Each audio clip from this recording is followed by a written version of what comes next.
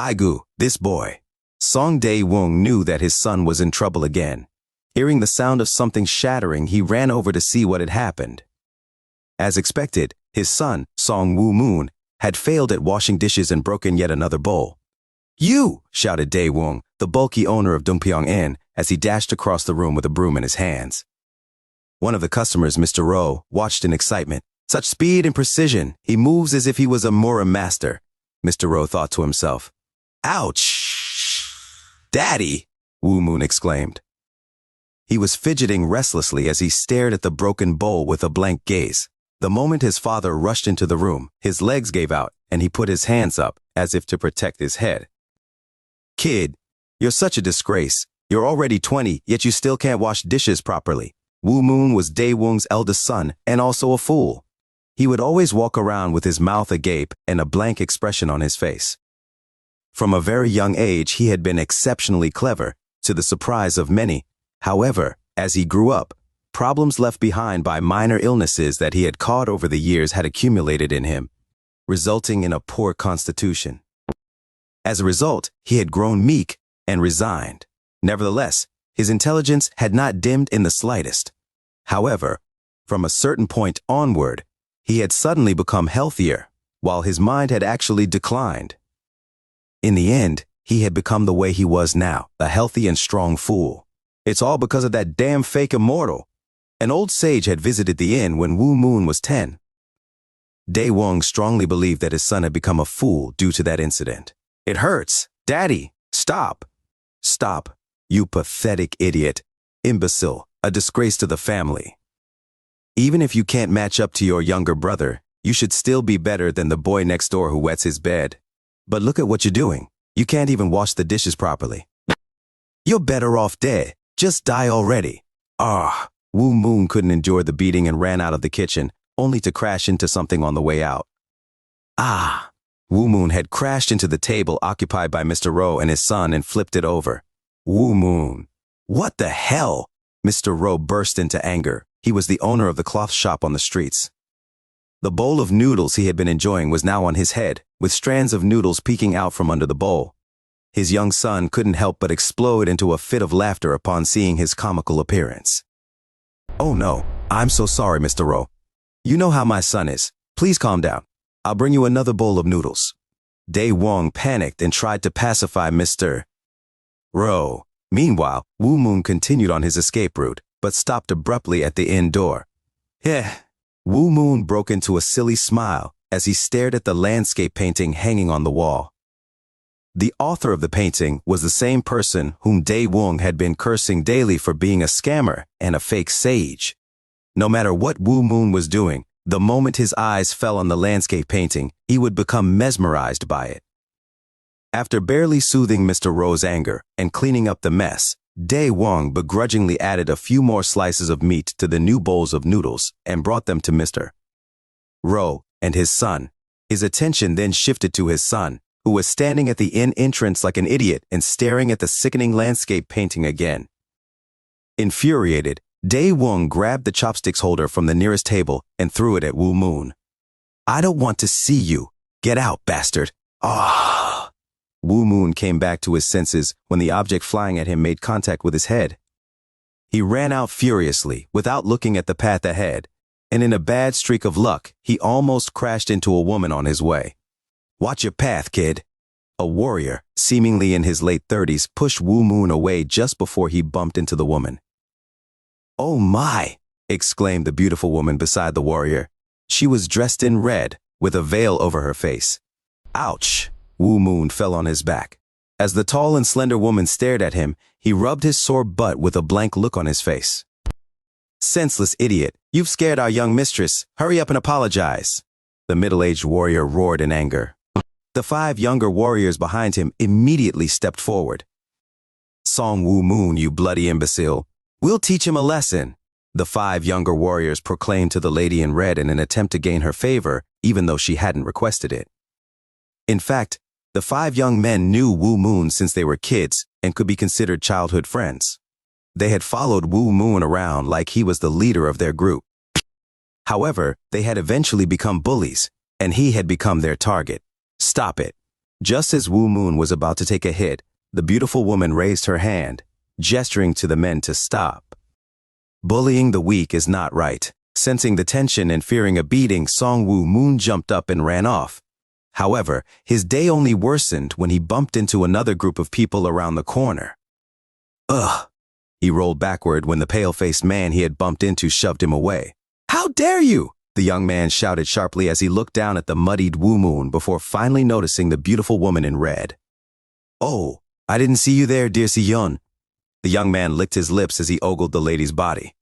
The beautiful woman, Yeon Si-yeon, frowned under her veil. She was the precious young mistress of the Libi Merchant Guild. You son of a bitch, Si-yeon murmured under her breath. The young man could hear her saying something but couldn't figure out what it was. What? What did you just say? He questioned. No, I didn't say anything, answered Si-yeon with an indifferent expression. The young man's expression distorted as he bit down on his lips. The Libi Merchant Guild and the Gwan-un Martial Arts School were influential organizations in this area, and their two successors were now engaged in a war of nerves. In the midst of it, Dae-woong came out due to the disturbance and saw his son covered in dirt. He ran forward with a heavy heart. Oh my, kiddo, are you okay? Are you hurt? Hey, Daddy! After the young man had pushed him, Wu Moon had rolled on the ground and ended up with a bleeding wound on his head. Yet, he was still flashing a foolish smile to his father, despite all that. Tears started to pool in Dae-woong's eyes. I can't live my destined life because of this guy, murmured Dae-woong under his breath as he pulled his son into an embrace. Meanwhile, Wu Moon continued staring at the ground with a blank face. They started appearing, in his eyes and in his mind, each stroke of that landscape painting. Each line elaborately drawn with a very thin brush. They were alive and moving fiercely. Wu Moon's brain cells always reached their limit whenever he thought of those complicated and difficult movements. But he couldn't stop, and he wouldn't have stopped even if he had been able to. As a result, as long as he used most of his brain cells on the landscape painting's hermetic interpretation, others continued to see him as a fool. The movement of the lines entranced him. Witnessing, comprehending, feeling, and learning this beautiful dance made Wu Moon feel blissful. Wu Moon's 20th birthday passed by like that. Dae-woong had been very strong since he was young. Even before he was 15, he had arm wrestled against all the local men and won. However, an unexpected incident left him gravely injured. He lost his memories and wound up in the village as a lone orphan. Thankfully, the kind-hearted local magistrate blessed him with food and shelter. In the year when Dae-woong turned 15, the magistrate died due to an unexpected mishap, and his family was forced to move to another place. However, Dae-woong remained in the village. He built a small hut at the foot of the mountain near the village and utilized his innate strength to cut down trees and gather wood for a living. Over the years, he even managed to save up some money. Everything was going well, but he was still single at the age of 25. He hadn't been giving much thought to his situation, not to mention his standards for the opposite gender were too high. It's a given. None of the girls in the village is qualified to be my wife. That was what Dae-woong always said. Just when he finally decided to go on an expedition to another village in search of a bride, he came across the woman who would later be the mother of his sons, Wu Moon and Wu Gang. Just like Dae-woong's first appearance, she also arrived at the village with injuries all over. She was alone, with a sword at her waist, and the villagers avoided her, saying she might be from the Mormon. However, Dae-woong fell in love with the woman, Baek Jin-jin, at first sight. He approached and proposed to her without hesitation. Jin-jin outrightly ignored Dae-woong and declared that she would stay single. That same day, she sought shelter in the house of a widow in the village. Nevertheless, Dae-woong never gave up. He kept proposing to her, like an unwavering tree that not even storms could fell. However, he was unable to convince Jin-jin to marry him despite proposing 30 times. Even after 100 tries, her answer didn't change. Eventually, even the villagers began to help him persuade Jin-jin. By the 120th proposal, Dae-woong finally won Jin-jin's heart. After marrying her, Dae-woong opened an inn with the money he had saved up. After some time, Wu Moon, the first fruit of love between them, was born. However, Jinjin was physically weak, and her health only worsened after giving birth to Wu Moon. After the birth of their second son, Wu Gang, Jinjin became so weak that she couldn't even endure the slightest cold wind. For this reason, Song Dae-won spent most of the profits they earned from the inn to pay for his wife's medical bills. Whenever his wife cried because she felt sorry for their situation, Dae-won pounded his chest, saying, "It's all right. How can I call myself a man if I can't even afford my wife's medicine? Don't worry about anything. Just take care of yourself, okay?" Wu Moon, Dae-won's first son, looked just like his mom. He was handsome, slender, and incredibly smart, but being extremely intelligent was a double-edged sword since it gave him an eccentric side. He had no hesitation in expressing how he felt and refused to do anything he disliked. At one point, Dae-won sighed at his son's personality. "He resembles you in most aspects, but why didn't he inherit your personality?" Jinjin replied with a soft smile, "I was like that as well before I got sick." Personalities change when healthy people become ill. As Wu Moon grew up, his physical constitution weakened like his mother's, and he began to turn meek. On the other hand, Wu Gang inherited the strengths of both his father and his mother. He was born strong and made other boys 3 or 4 years older than him cry, while his intelligence was by no means inferior to his older brothers.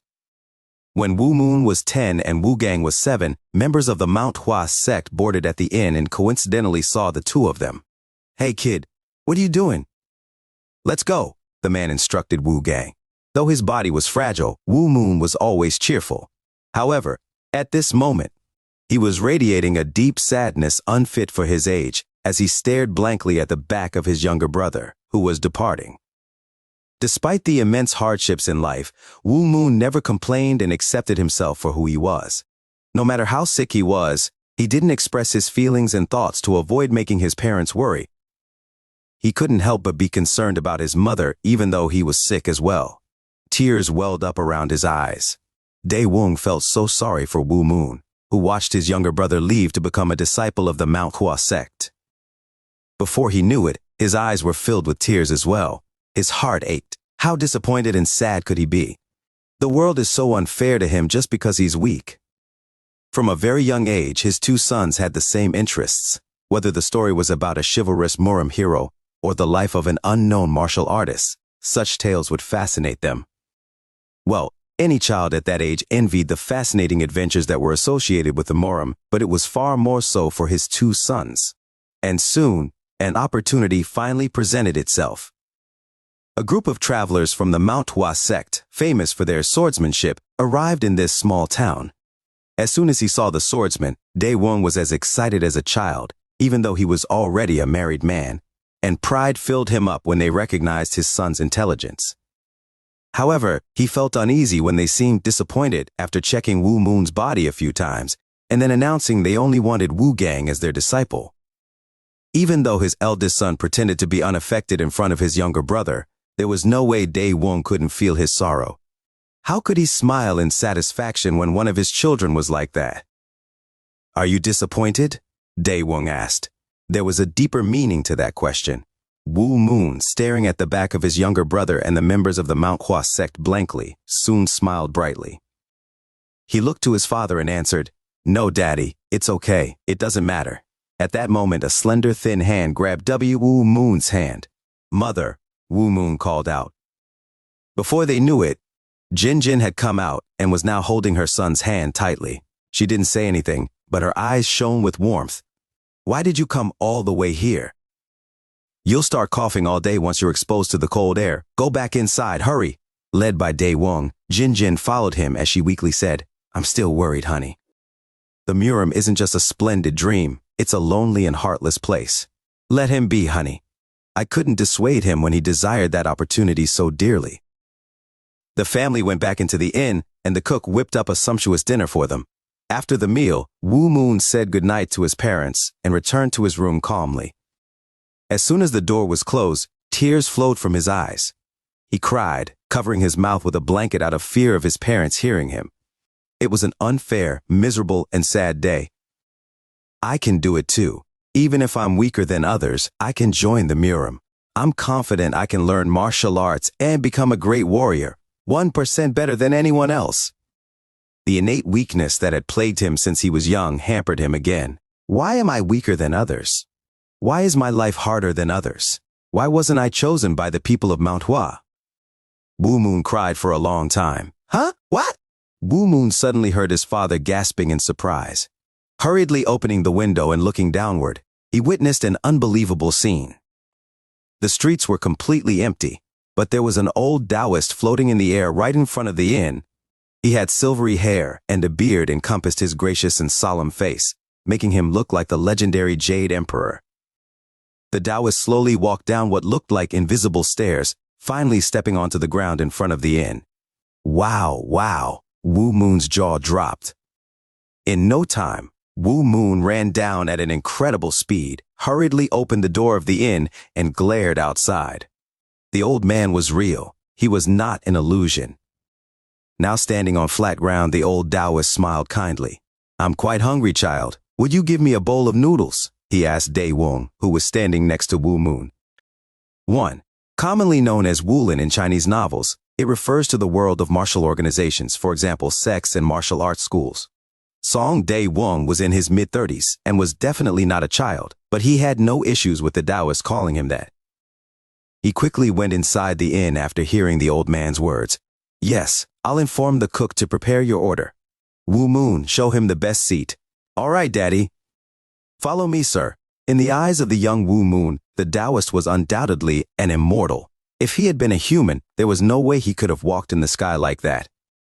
Wu Moon guided the old Taoist to the cleanest and warmest place in the inn and provided him with the most comfortable chair available. With a kind smile, the Taoist said, "Thank you, child." "Don't mention it, sir," answered Wu Moon. Even after speaking up, Wu Moon didn't leave the Taoist's side. He didn't dare to start a conversation either. However, he watched every action of the Taoist with sparkling eyes. As the Taoist ate the noodles that Dai Wung had diligently prepared and served him, he gave Wu Moon a soft smile from time to time. After eating the noodles and the free dumplings that Dai Wung added, the Taoist stood up. "It was a delicious meal. How much is it?" "Oh, no. You don't have to pay for the meal, sir. I'm honored to have the opportunity to serve you food. I won't accept your money, so please don't worry about that." Embarrassed, the Taoist answered, "Huh. Even though I'm tight on funds, I don't wish to cause trouble. Can you get me some paper and a fine brush?" Dai Wung's eyes sparkled. He thought the Taoist would write down a blessing for the inn and himself. The writings of a famous Taoist in exchange for a bowl of noodles? I'm definitely the one profiting. Yes, please wait. I'll be right back. Dai Wung searched quickly and found some paper in the house, but he couldn't find a brush. He tried to send his son out to buy a fine brush, but seeing how mesmerized his son was over the Taoists, he headed out with a bitter smile. Dai Wung rushed as fast as he could, afraid that the old Taoist would leave while he was away. Although he was afraid to ask the Taoist about his identity, what really mattered was that the man was clearly an immortal. If he's an immortal, does his name even matter? Meanwhile, the old Taoist nodded at Song Wu Moon, who was sitting next to him. "You really wanted to learn martial arts, huh? You even cried." At that moment, Song Wu Moon's face turned red. Rather than being perplexed over how the old Taoist knew about it, he was more embarrassed about his actions. "Oh no, I didn't cry. How can a man show tears over such a thing?" A smile appeared on the Taoist's lips. He found Wu Moon's prideful response adorable. Just then, Dai Wung returned. "Huff, huff. Here you Jigo. Thank you. Since you don't wish to accept my money, I'll draw you a landscape painting with my poor skills instead." The Taoist then spread the paper out on the table and started to paint. Swoosh, swoosh. The brushwork was fluid. At first, it seemed like the Taoist was painting without much thought. However, as time went by, Dai Wung and Wu Moon stood there with their mouths agape. The scribble-like lines gradually changed, forming distinctive mountains and water. Various trees and animals then came alive in the painting. Just then, Wu Moon noticed something unusual. "Huh? I'm sure the brush never went there." Ink appeared in places the brush had never touched. "Wow! Is this yet another skill of an immortal?" After a while, the landscape painting was completed. "There we go. The drawing is complete. I hope you cherish it, because I drew it with affection and gratitude. I shall take my leave." After his remarks, the old Taoist left the inn without hesitation. Dae Wong rushed out and shouted, "Sir, wait a minute. Please tell me your name." "Aha, you don't need to know the name of a forgotten old man. I'm just a member of the celestial sect." Meanwhile, Song Woo Moon was engrossed with the landscape painting. Soon he heard a voice. "The path is neither beneficial nor harmful to anyone, but it is also equally beneficial and harmful to all things in existence. Knowing many things does not mean that you have understood them, and understanding many things does not mean that you actually know them. And even if you understand and know many things, it does not mean you have become a saint." Only Wu Moon heard the old Taoist's words. As he stood in front of the landscape painting and was lost in thought with a blank expression, he heard the last sentence. "Now I have completed my task in this world." The words Song Wu Moon had heard earlier were phrases from Laozi's Tao Te Ching 1. Laozi was the sect master of the celestial sect, also known as the 5 Pecks of Rice sect. Wu Moon understood neither what it meant to be a member of the celestial sect, nor the meaning behind the phrases of Tao Te Ching. He was just immersed in the ecstatic movements within the landscape painting, but he woke up after hearing the last words the old Taoist had left. 2 martial arts could be obtained from the landscape painting. They were the celestial sect's forbidden divine art and the gentle celestial sword art. These 2 arts invited Wu Moon into another world, one of limitless knowledge. That world of joy had not given up on Wu Moon, and Wu Moon himself did not plan to let go of that world either. The mysterious power of the landscape painting forcibly occupied over 90% of Song Wu Moon's brain cells, and he could only think, study, and learn about the 2 martial arts.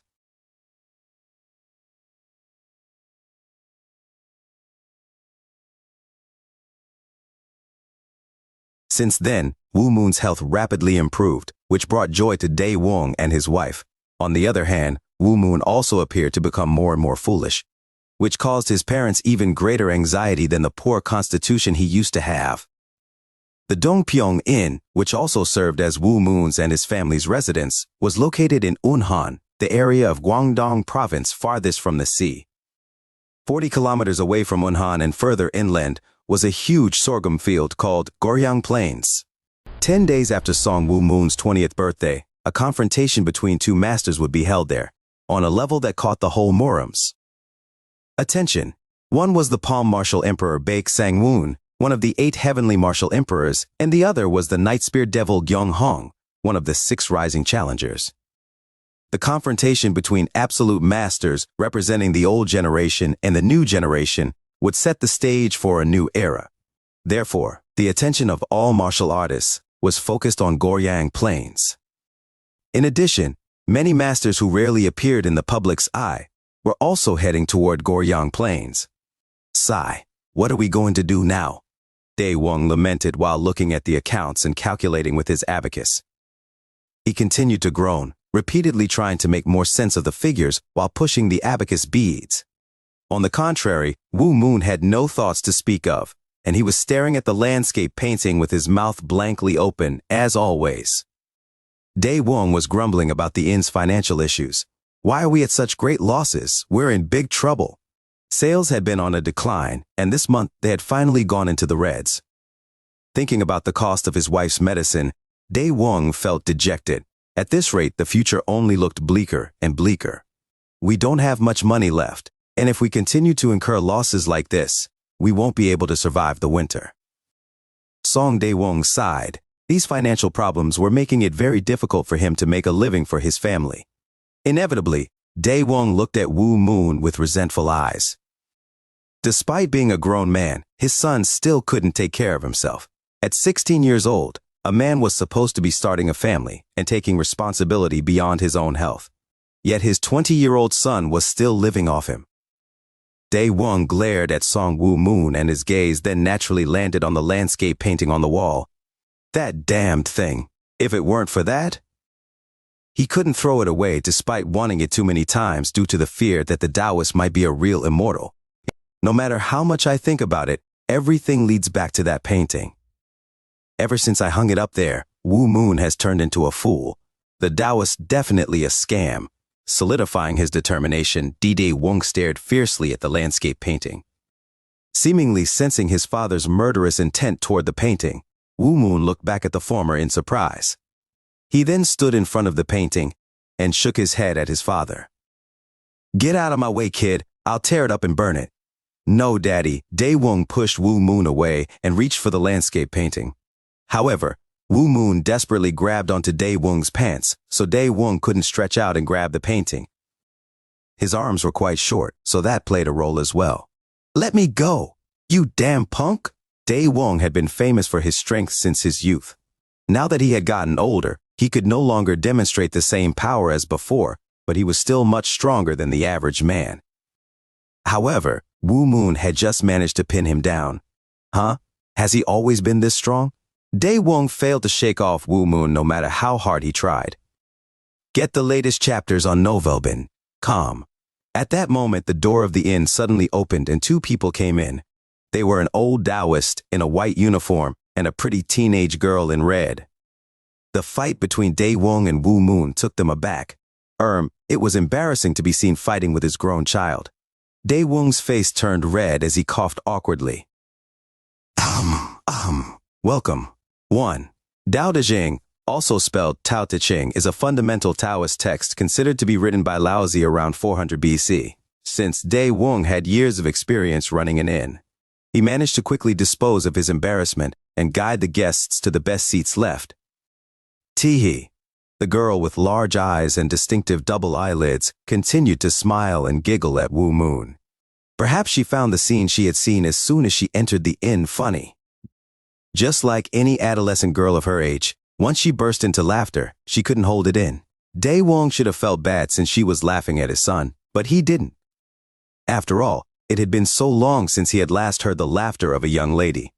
"What would you like to order?" Dae Wong asked. In response, the old Taoist looked at the girl. Ahem. Please bring a bowl of plain noodles without meat for him, and I'd like to have a bowl of chicken noodles with meat dumplings. At the bright girl's words, Dae Wong smiled pleasantly and nodded. All right, please, wait a minute. After Dae Wong entered the kitchen to deliver the order to the cook, the old Taoist frowned. "They'd likely feel offended if you laugh like that, Doa." "You have to abstain from laughing even if the situation is funny," Doa answered with a big smile. "All right, I'm sorry, old sect master. But what can I do?" It was hilarious. Honestly, it was funny to you too, wasn't it? Hee. When Doa tucked her hands back and stuck out her tongue to act cute, the old Taoist could no longer resist bursting into laughter. "You little girl, ha ha ha ha." The old Taoist, Jijin Wen Mayong, continued to look and smile at Doa warmly. Doa then noticed Wu Moon out of the corner of her eyes. He was looking at the landscape painting, completely mesmerized. "Is there anything special about that landscape painting?" Doa looked at it with curiosity, but she didn't find anything out of the ordinary. When she tilted her head, Wen Mayong looked toward where Doa's gaze fell, an ordinary piece of landscape painting on the wall. "I'm sure it's nothing special, but..." "Oh ho!" Wen Mayong's eyes grew bigger. He rose from his seat and walked toward the landscape painting. Wu Moon's eyes widened, seeing Wen Mayong standing next to him staring at the landscape painting. "Oh, I don't know who drew this, but the artist properly utilized the classical drawing technique. It shouldn't have been long ago when this was painted, but the drawing itself is amazing." Since Wen Mayong was generally interested in calligraphy and painting, he wanted to look at the landscape painting in more detail. However, the food was already being served at that moment. "Old sect master, please return to your seat neat." "Oh yes, I'm coming." The landscape painting was interesting to Wen Mayong, but it couldn't compare to a pleasant meal with Doa, who was the disciple of his own disciple, a grand disciple of his, in other words. Just then, Dae Wong suddenly recalled the package that he needed to send to his neighbor. However, since he couldn't go because he had guests, he decided to order his incompetent son to do it. "Kid, deliver this to Moon's family. Make sure you say thank you, all right? This order's already late. I was supposed to have this delivered to them by lunch, so hurry up." "No, Daddy. If I go, you're going to throw away the painting." Wu Moon's words made Dae Wong flinch. He's weirdly sharp at times. "I'm not going to throw it away." "Hurry up and go. If you promise not to throw it away, I'll go. W Moon responded. Hey, roared D-Day Wong. If you make a promise, you should never break it. Those were the first words Baek Jin Jin told him after she had given birth and started raising their children. She firmly stated that she hated people who broke their promises the most, and that she wouldn't raise her sons like that. As a result, all members of their family valued keeping their promises more than anything else. Dae Wong had firmly abided by those beliefs and principles since then. The words of his wife, who was more precious to him than his own life, had become his lifelong belief. Sigh. Yes, I promise not to throw it away. Go and come back quickly. All right, Daddy. Wu Moon felt that he shouldn't leave the landscape painting for some reason, but in the end he thought it would be okay since his father had promised. He took the things Dae Wong handed him and headed out for delivery. After Wu Moon left, Won Myong, who was eating noodles, felt something awry. The landscape painting he had seen earlier piqued his interest. Something about it seems unusual. What is it? Why does it keep bothering me? Won Myong quickly finished his noodles, jumped out of his seat, and walked over to it. Profound energy. Yeah, that's it. The landscape painting had some kind of profound energy he couldn't recognize. He was very surprised, both as a member of the Miram and a Taoist. What is this landscape painting? How does a simple painting hold such strong remnants of profound energy? While thinking so, he suddenly noticed a part of the painting. A bird was holding a worm in its mouth, but it didn't look satisfied. It was staring at the larger worm the bird next to it had caught. Instantly, Won Myong's mouth dropped agape. Oh ho! The unknowing realization and enlightenment had allowed him to break through the ninth wall of the peerless, immaculate divine arts, which had held him back thus far. A sudden pleasant wind emerged, flowing around him. Whoa! After taking a deep breath, he recovered his senses and looked at the landscape painting once more. He still didn't know why this mystical energy was present in this landscape painting. However, he had achieved a breakthrough in his martial arts simply by comprehending the maxim, "The grass is greener on the other side." It was a saying that was well known by all, yet this painting had allowed him to comprehend its very essence. Knowing an adage is different from comprehending it, as I could see from my own situation. And if I let my mind wander to another section, that landscape painting would have given me a different realization accordingly. The enlightenment he had gained was as minuscule as a firefly in front of the full moon in the light of the entire landscape painting. Upon realizing that, Won Myong became certain. This is a priceless treasure for any Taoist cultivator. Just then, Dae Wong passed by him. Excuse me, Yin Master. Yes? At that moment, Won Myong thought, surely they aren't aware of this landscape painting's value. There was no way they could ever know the potential of the martial arts in this painting. This was clear to Won Myong, as none of the people in this inn showed the characteristics of someone who had learned martial arts. The landscape painting had great value for Won Myong, but it was just a simple drawing that was worth nothing to these people. Won Myong's greed, which he thought he had already abandoned in the past, resurfaced in his heart. He felt apologetic to the owner's son, who was clearly attached to the painting, but he thought that this result was inevitable. Pearls cast before swine ought to be retrieved and given to those who rightfully deserve them. Can you sell this painting to me? Dae Wong's eyes flashed wide open. It was a good opportunity to dispose of the painting, which he found difficult to deal with. The buyer was a Taoist too, so something like an unknown curse wouldn't befall him. On the other hand, he wondered if this was a painting of really high value. It's a tough situation, but as D-Day Wong blurted out his words because he felt sorry for W. Bo Moon, WWW1 Myong interjected. If you're in need of money, why don't you sell it to me? How much do you want? Name your price. 5 gold T-taels, Dae Wong answered, wondering if that was too high. Of course, it was right to call for a higher price when bargaining, but if that was too high, it could backfire. 5 gold taels? All right, hold on a second. Dae Wong was surprised. WW1 Myong truly looked like he was going to buy the painting at that price. Won Myong looked at his purse and turned around. Doa, didn't you say you had 2 gold taels? Give them to me. If I lend it to you now, you have to pay me 3 gold taels later. Fine. Just hurry up. Come on. All right. Mine quickly handed Dae Wong 5 gold taels, 3 of which were his and the other 2 from DOA. Dae Wong received the money. overjoyed that he managed to sell the painting for an unimaginable price. Oh heavens! 5 gold taels! Daewon's hands trembled at the unthinkable sum of money. But then, he remembered the promise that he had made to his son. He felt uncomfortable breaking a promise which he himself knew should be upheld. However, the inn's deplorable finances and his wife's expensive medicine left him with no other choice. I feel bad for Woo Moon, but if I buy him some meat with this money, it should all work out. And if he considers things even a little bit, he'll be happy, because I'll be able to buy his mother's medication with this.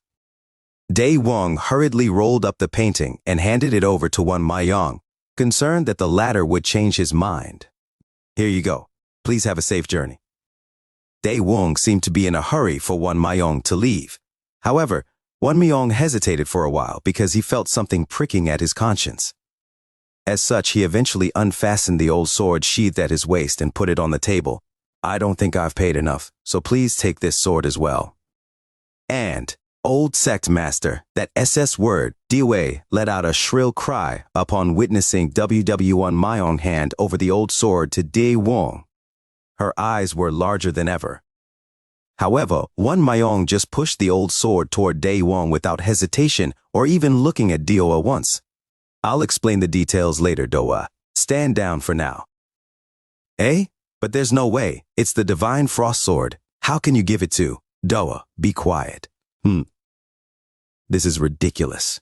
Daewon didn't know the value of this old sword, but his heart was pounding hard. Listening to the conversation between the two, he could somewhat guess as to the worth of the sword. It had to be significant. This old Taoist has got to be the god of fortune. He already gave me 5 gold taels and now he's also handing over such a precious sword. Won Mayong left with the landscape painting in his hand. Doa trailed behind him, sulking. After a while, Woo Moon entered the inn. Dad, I'm Ba. His eyes turned toward the empty wall. The landscape painting was no longer there. Woo Moon's eyes, which had always been blank, suddenly gave off a cold gaze. He burned it, didn't he? If it's thrown away, I can just look for it. If it's torn, I can put it back together even if it's hard. However, there's nothing I can do if he burned it. Cough. You're back. Daewon faked a cough. Woo Moon looked at his father with an icy stare. Where's the landscape painting? Daewon's eyes grew bigger. Woo Moon didn't look as stupid as he usually did. Clearly, his son wasn't happy. He had broken a promise after all. I don't know. You do. What did you do? Did you burn it? No, punk. Did you tear it apart? No. Did you throw it all away? No. Woon could figure out better than anyone else whether Daewon's words were false or not. His father was evidently telling the truth, but not the whole truth. Just then, Woo Moon suddenly remembered the guest that had come earlier. At that time, he had been in a dreamy state, but his memory remained relatively detailed because of the landscape painting's uniqueness. The Taoist was interested in the landscape painting. You sold it, didn't you? Huh? Daewon's exclamation convinced Woo Moon. His eyes turned to the sword on the table. After picking it up, Woo Moon held out his palm to his father. Give it to me. What do you mean? Woo Moon didn't know about the family finances because Daewon kept his worries to himself and never informed his son. He also had been in that dreamy state because of the landscape painting, which forced him to live as a fool. If he had known the reason behind this sale was his mother, he would have given up the landscape painting, but alas, Daewon did not have the leisure to explain it to him now. They paid you money, didn't they? Give it to me quickly. I don't want to, punk. Then you'll be in trouble. What will you do if mommy hears you lied to me and sold the landscape painting? Gasp! Hand it over. Although he hesitated for a while, Daewon ended up giving the money to Moon with a sigh. When did you sell it? No. When did that damn Taoist leave? About half an ho. Before Daewon could finish his sentence, Woo Moon opened the door of the inn and ran out. Daewon felt as if he had been inside a dream, being questioned like this by his son who had been acting like a fool for quite a while now. What's wrong with him all of a sudden? Woo Moon ran quickly toward the city gates. He could roughly guess where the old Taoist, Won Mayong, was heading. He had heard it many times in the past in his subconscious, Go Ryang Pyong, where 2 absolute masters would compete. They had to be heading in that direction. Damn scammer! You think my priceless treasure is only worth this much? We'll see about that. After passing the city gates, Wu Moon saw Wan Myong and DOA in the far distance. Wu Moon wasn't out of breath, even though he hadn't stopped to rest for even a moment. As he closed in on them, he took a large breath before shouting, "Stoop!" The young man himself was surprised by his own thunderous shout. His voice was louder than a tiger's roar, making him wonder if this was what a cry of a legendary great peng or azure dragon sounded like. Wu Moon's shout did not lose volume even at a distance. The chi of the celestial sect's forbidden divine art had never been activated and just lay dormant in his body, but it had actually come alive at this moment. Thinking he had unexpectedly obtained a heavenly chance that could improve his martial arts, Jin Wan Myong was smiling. However, the sudden shout from behind them surprised him. Who is that? That person's cultivation was nothing compared to his own, but the voice carried a pure and vast chi. Turning around, Wan Myong saw Doa seemingly in pain. Doa had turned pale. She had covered both her ears, greatly disturbed by this voice filled with powerful chi. Wan Myong grabbed her shoulder and redirected the invading chi out of her body before shouting, "Stop it, you bastard!" This was the first time that Wu Moon had roared like this, with all his might. It had triggered the explosive outburst of his ever-dormant chi, and he actually couldn't stop his shout on his own. Wan Myong's shout actually caused Wu Moon's breathing to stop. The old master used the azure dragon cry, which caused a shock to Wu Moon's heart. Only then did Wu Moon stop shouting. For a moment, Wu Moon felt a sense of loss and despondency. The explosive chi of the celestial sect's forbidden divine arts sank back into the depths of his body. Thankfully, he suffered no heavy internal injuries. Wu Moon ran ahead and stood in the way of Wan Myong and Doa. "Aren't you the innkeeper's son?" Wan Myong looked at Wu Moon for a moment in surprise. He barely managed to stop himself from saying the innkeeper's foolish son. Huh? Doa was surprised as she opened her eyes and found out that it was WW had blasted her with that sudden burst of lion's roar.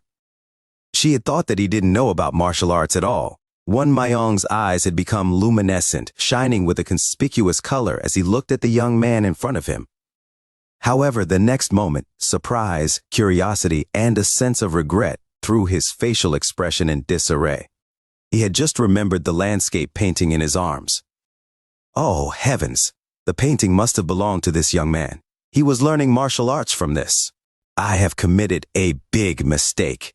He had thought that no one in the inn knew martial arts, which had led him to believe that the hidden great martial arts in the landscape painting were rotting away in that inn without seeing the light of day.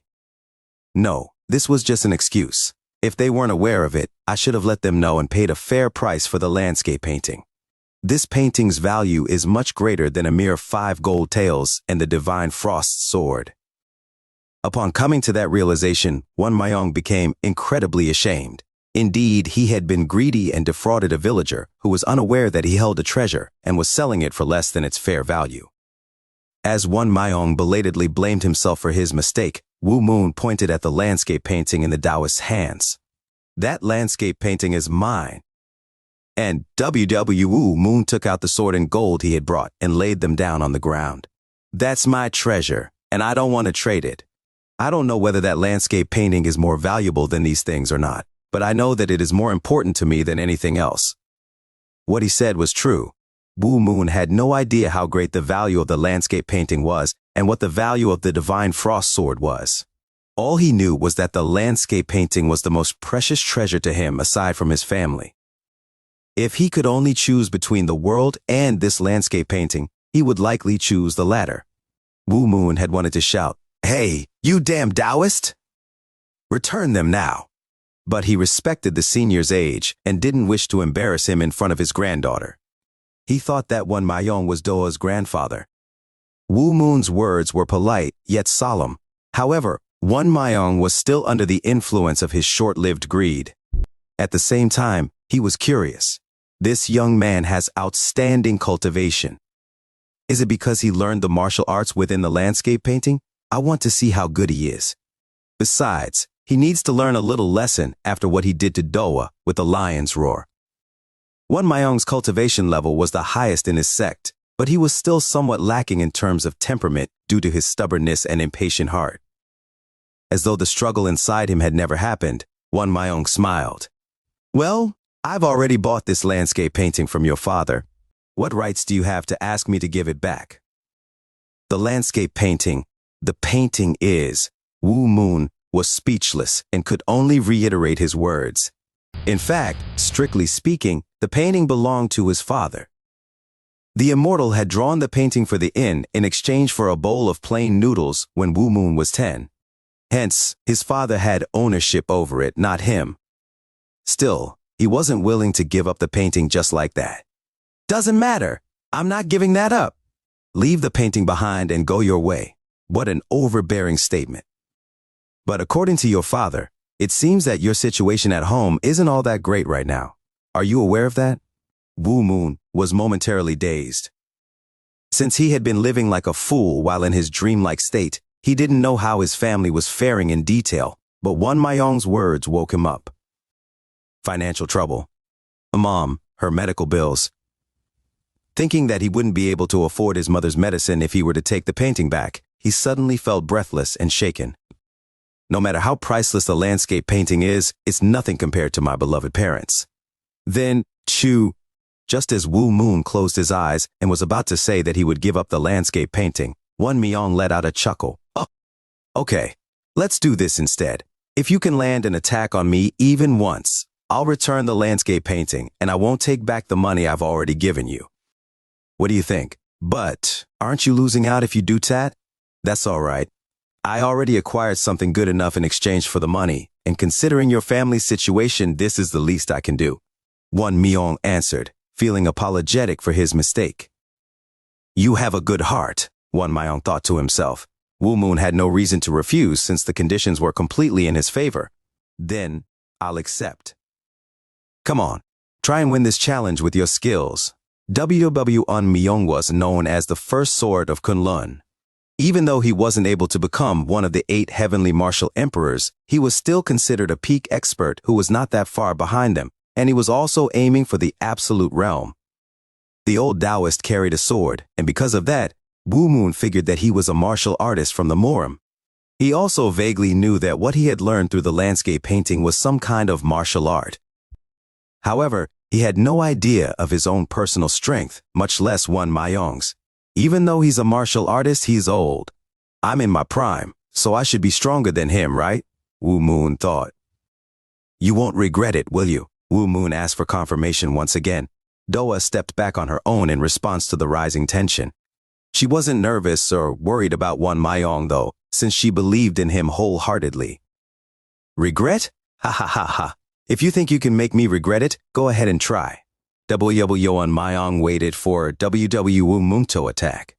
It would have been unfair for him to make the first move on someone much younger and less experienced than him. However, Woo Moon couldn't advance easily. He didn't even know what to do, because this was the first time in his life he was actually using the martial arts he had learned. Walking forward calmly, Won Myung said, "If you're just going to stand there and not do anything, I will be leaving." As Won Myung passed by, Woo Moon hurriedly reached out to the landscape painting in Won Myung's hand, but only managed to touch empty air. Won Myung avoided the attack like a ghost. "I can't give up just because I failed once." Woo Moon kept trying to swipe the landscape painting with his left and right hands one after the other. His movements were disorderly and had no form or technique. In addition, there was no hint of martial cultivation in his movements, unlike when he had used the lion's roar earlier. "What is this? Isn't this the movement of someone who hasn't learned any martial arts?" Disappointment appeared on Won Myung's face. Just then, Woo Moon reached out once again. At that moment, Won Myung's hands moved in a strange pattern around Woo Moon's hand. Before he could understand what was happening, an unknown force hurled Woo Moon into the air. He was forcefully spun around his own axis twice, then landed on the ground on his butt. Thud. There were only 2 things that Woo Moon had been able to learn from the landscape painting: the celestial sect's forbidden divine art and the gentle celestial sword technique. Unfortunately, the painting didn't contain anything about hand-to-hand combat. Won Myung's hands hadn't even touched Woo Moon's arm. He had just twisted and thrown the young man away using chi emitted from his palms. Wu Moon didn't even know how the old master had done it. Tisk. Wan Myong had just used the crane-chasing dragon palm, a high-level martial art that allowed him to interact with objects without actually touching them.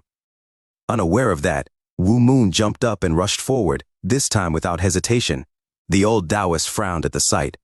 I can't believe he's recklessly charging at me without knowing his limits. Wan Myong felt nothing but disdain for his young and naive opponent's arrogance. He once more used the crane-chasing dragon palm.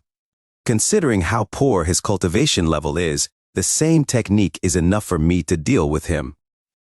As Wu Moon was reaching for the painting, Wan Myong's hands approached him from both sides. As he reached about 5 inches from Wu Moon's sides, Wan Myong moved his hands once more. The qi generated a small vortex that spread widely, forcing Wu Moon to the left. In response, Wu Moon instinctively put all his weight on his left foot.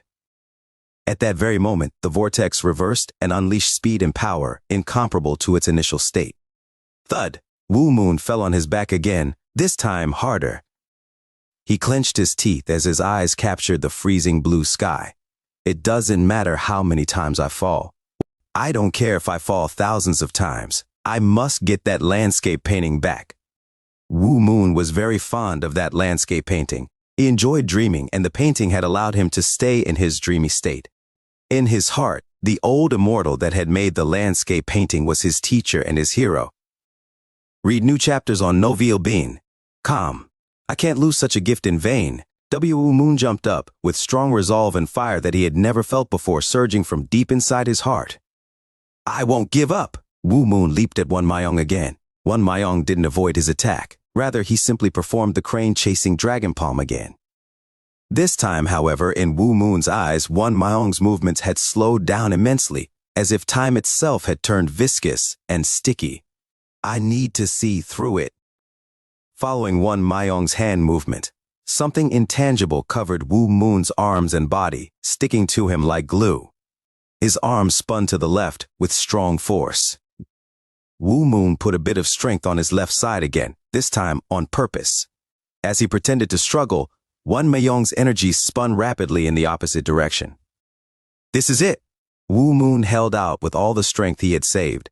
He regained his balance for a moment, but the next moment, the airstream surrounding him shifted directions once more. Ouch! With a low groan, Wu Moon fell forward this time. Maybe because he didn't expect to fall over, he ate quite the strong impact. Did you think the crane-chasing dragon palm was that simple?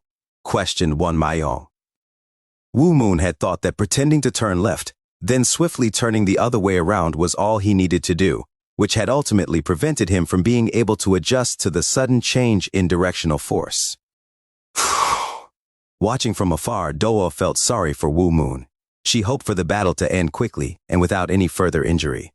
Having been thrown away, Wu Moon grabbed onto the ground with immense force. So much force, in fact, that the small rocks among the fistful of earth and grass cut into his skin. His inability to reach his opponent and retrieve the landscape painting made him furious.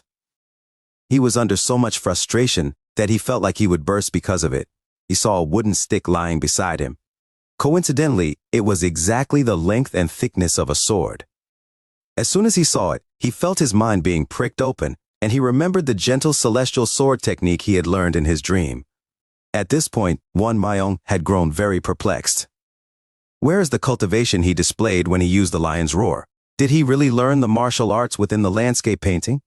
If so, why does he act like he has never learned martial arts before? Wan Myong turned away while shaking his head. As he walked away from Wu Moon, he took out the landscape painting from his sleeves. He thought that it was best if he just returned the landscape painting and left. Ah! Just then, Wu Moon's shout came from behind. You're still trying to jump at me recklessly.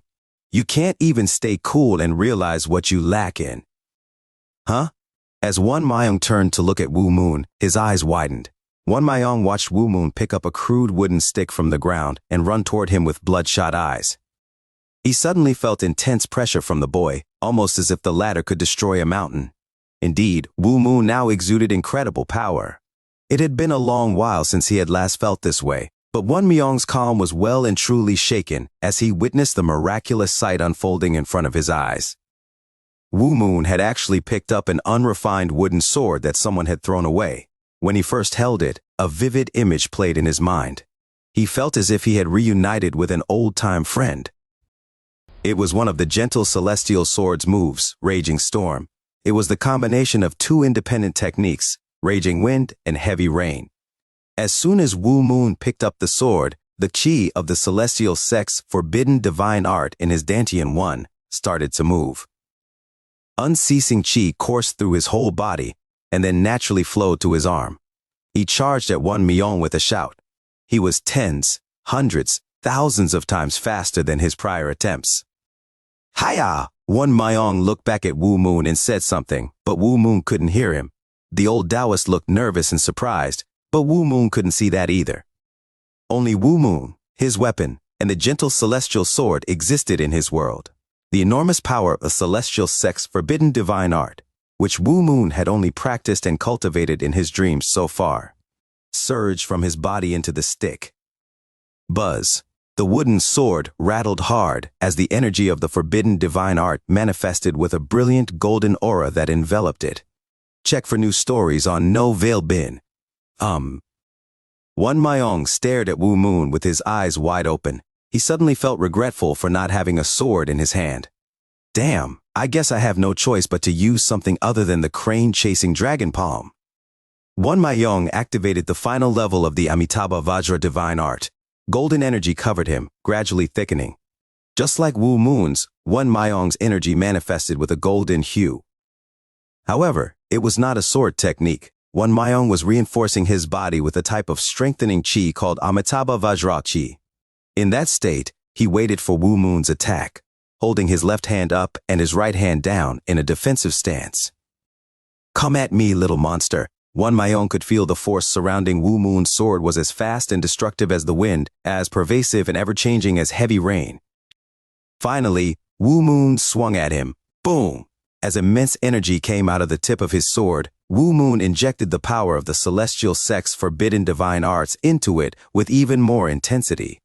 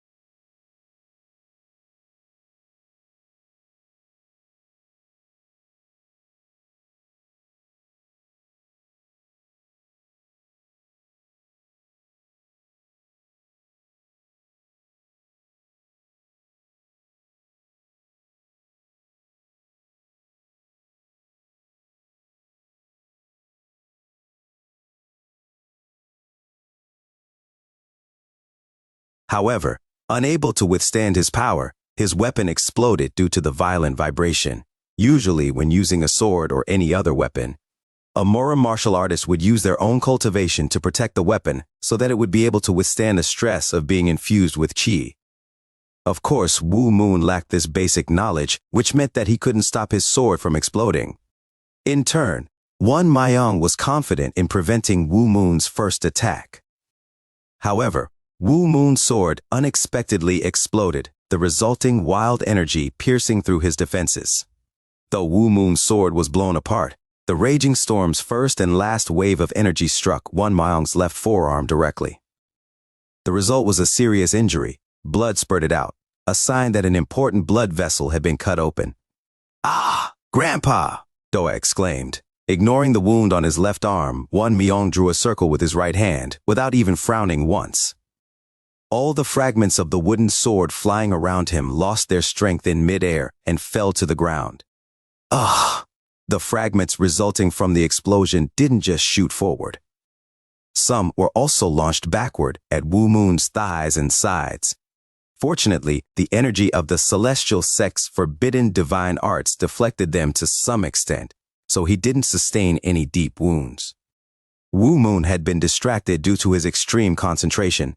Now that his focus had been disrupted, intense pain coursed through his entire body. Arrgh! Thick, vine-like veins covered his entire body. The pain made him collapse and roll on the ground. Arrgh! The pain was unimaginable. His muscles and blood vessels had been torn and twisted, and his bones had been split and broken. There was an explanation behind this abrupt pain. Wu Moon had learned martial arts through imagination alone. Staring at the landscape painting put him in a dreamlike state, leaving him no chance to execute the techniques physically. The only thing that he had extensively used was the dantian. Unlike other qi cultivation methods, the celestial sect's forbidden divine arts regarded a human's innermost parts as a small universe, and the practitioner could use the art based on the dantian alone. In other words, Wu Moon's physique and meridians were no different from an ordinary person's.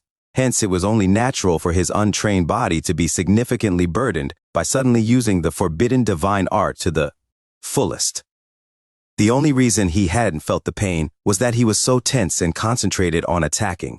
As Wu Moon rolled on the ground with a painful scream, Wan Maiyang was naturally concerned and rushed over to help him. "What's wrong? Did you fall into QI deviation?"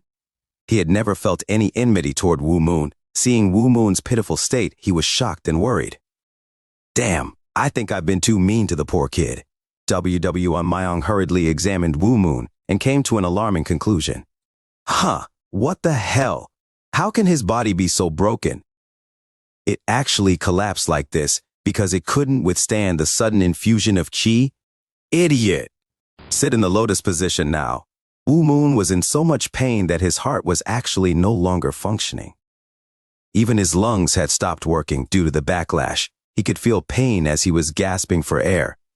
Even in such a state, Wan Maiyang's voice struck Wu Moon's eardrums like a hammer and reached his mind immediately, as Wan Maiyang was amplifying his voice with the Azure Dragon cry. "I can survive if I listen to him." Instinctively coming to that realization, Wu Moon struggled into the lotus position. Wan Maiyang sat behind him in the same position and placed his palms on Wu Moon's back. "Doa, stand guard and stay alert for 2 hours," shouted Wan Maiyang. Doa nodded and urgently replied, "Yes, Grandpa." "Idiot! If you want to live, listen to me," Wan Maiyang shouted at Wu Moon. Wu Moon's blood vessels, meridians, muscles, and bones had been severely damaged, putting his life at risk. That made Wan Maiyang anxious. He regretted buying the landscape painting without Wu Moon's permission. Before he could even apologize properly, this incident had occurred. Despite being so young, Wu Moon had actually managed to use that sword technique perfectly. It was a pity to think that such an amazingly talented young man was dying before his eyes. Wan Maiyang fully devoted himself to Wu Moon's treatment, forgetting that he was also injured and blood was still flowing from his forearm. "Keep your mouth closed and endure it no matter how painful this gets. Your life is at stake, so I'm sure you'll be able to overcome this." With those words, Wan Maiyang moved his qi into his palms and transferred it into Moon. At first, He only used a bit of internal energy, out of fear that Wu Moon's internal energy and his would clash and cause a rejection. Fortunately, however, nothing like that happened. Rather, Wan Maiyong and Wu Moon's internal energies harmonized quite well, almost as if they were from the same origin. This is good. As his worries softened, Wan Maiyong started to freely infuse his internal energy and treat Wu Moon's blood vessels and meridians. However, not long after he began, Wan Maiyong felt greatly dejected. Sigh, he's gravely injured. I can save his life if I do my best, but he'll never be able to use his cultivation again. Wan Maiyong suddenly felt guilty. It was just a mistake. This wouldn't have happened if he had said, I am sorry, and just returned the landscape painting. Instead, thinking that Wu Moon was rude, Wan Maiyong had intended to teach him a lesson, but instead, this terrible accident had happened. Full of regret, Wan Maiyong decided to go to Wu Moon's parents and apologize if this process went wrong and he couldn't save Wu Moon. However, he couldn't think about that now.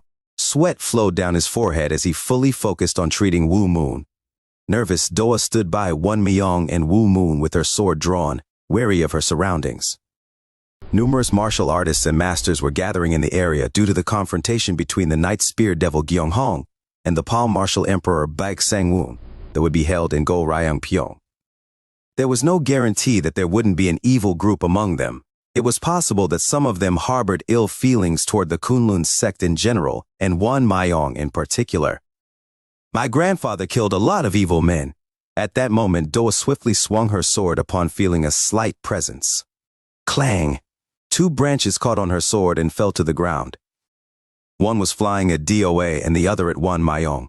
Who are you? I mean, who the hell is it? The impact on her sword was heavier than she expected. If they can even put this much power in a mere twig, they're definitely at the peak realm. Ha!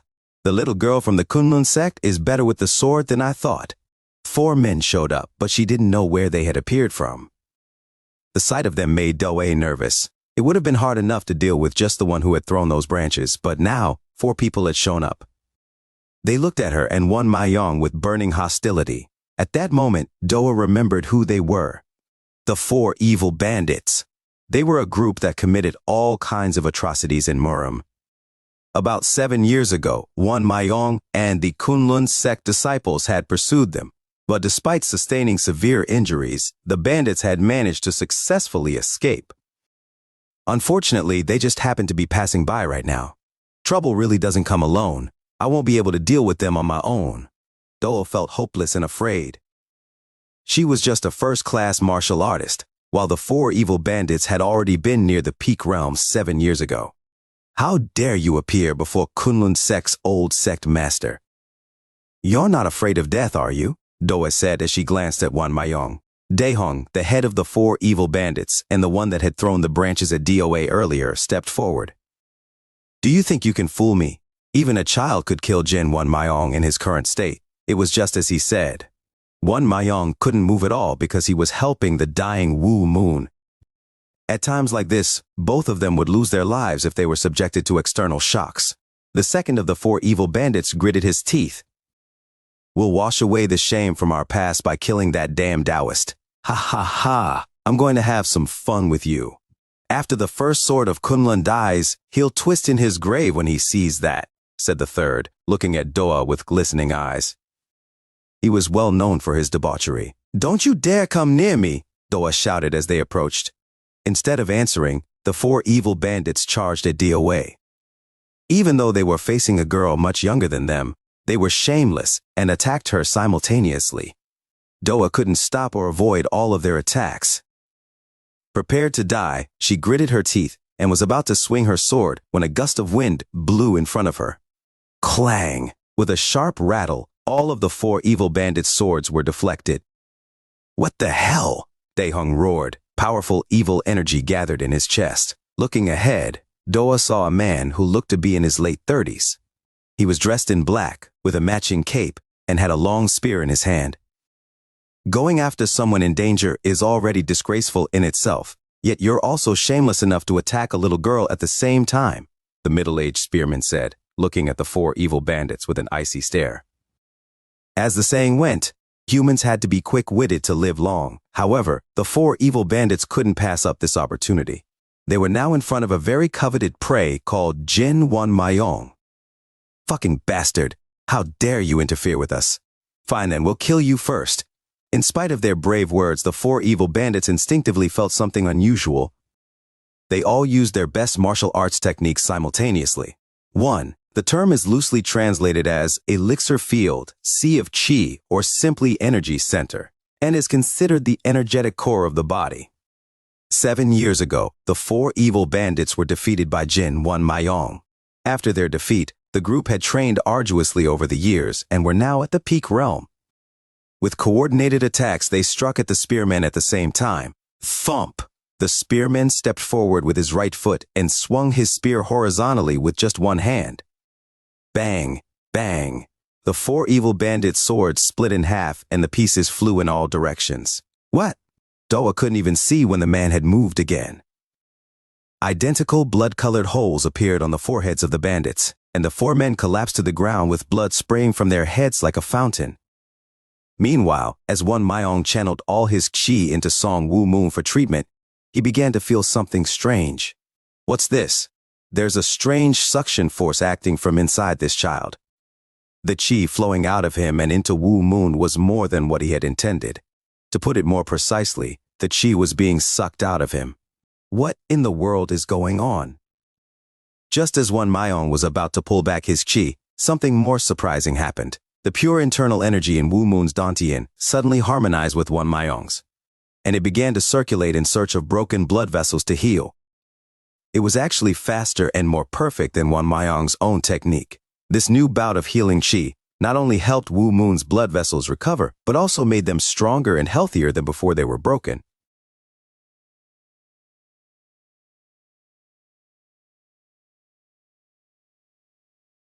Coming to that realization, Wan Mayong could no longer stop. He thus boosted his qi output and pushed all of it into Wu Moon. It was a strange phenomenon. Wu Moon obviously hadn't learned the qi cultivation manual of the Kunlun sect, but he was nevertheless able to guide Wan Mayong's qi freely and absorb it as if it were his own. How? How is this possible? It's not just blending in, no. It feels as if this child is controlling my QQI. When Wan Mayong's qi started flowing in and healing his body, Wu Moon fell back into his dream, just like when he was staring at the landscape painting in the past, while still feeling the celestial sect's forbidden divine art responding to it. In his dream, he saw his own body appear in front of him, and his mind was then sucked inside that body. The first thing he noticed was the ruined blood vessels. Wu Moon felt a strong urge to fix them, and the qi he was receiving started moving around his body, following his will. Wu Moon used it and his own internal energy to travel around his bloodstream and heal his broken vessels one at a time. To be exact, he didn't heal them. Rather, using the existing ones as nourishment, he created new blood vessels. New and more active blood vessels appeared next to the old and damaged ones, eating up the fragments of the old vessels. As a result, they quickly expanded until they became larger than his previous blood vessels. He felt seemingly endless joy. It was as if everything was going his way. It was like being free from restraints, gaining true freedom, and becoming a transcendent. At that moment, Wu Moon also noticed his wrecked muscles and bones. It's my precious body. It's more important than anything else. I want to fix those too. As per his heart's desire, his qi once more started circulating around his body. This time, it shifted away from his blood vessels and penetrated the surrounding muscles and bones, building them anew. Just like what had happened with his blood vessels moments before, his muscles and bones expanded and grew by using the old and damaged ones as nourishment. The artificial metamorphosis transpired according to Wu Moon's will. Gathering enough small changes to create a miracle, Wu Moon soon achieved a perfect rebirth. Barf! Wan Mayong vomited blood as he took his hands off Wu Moon's back. The first thing he sensed was a dense smell of blood, but it actually wasn't coming from him. The ground was simply covered in blood. Doa, where are you? Here, Grandpa. Upon hearing Doa's voice, Wan Mayong's tense body relaxed a little. Only then did he get to look at his surroundings. 4 middle-aged men were lying in front of him. Who are they? Looking at their faces, he immediately realized that they were the 4 evil bandits. These wicked men successfully escaped from his pursuit 7 years ago. At that moment, Won Mayong got the gist of the situation. Doa couldn't have beaten them, which means someone intervened. There was no one around except DOA, but she was simply not at that level. The scar marks left on the corpses' foreheads were all the same size, and they had all sprayed the same amount of blood as well. It was clear that the same person had dispatched all 4 of them in a masterful display of technique. Someone killed all 4 peak experts in such a perfect way. He's got to be an absolute master. Who helped you, Doa? Was it one of the 8 heavenly martial emperors, or one of the 6 rising challengers?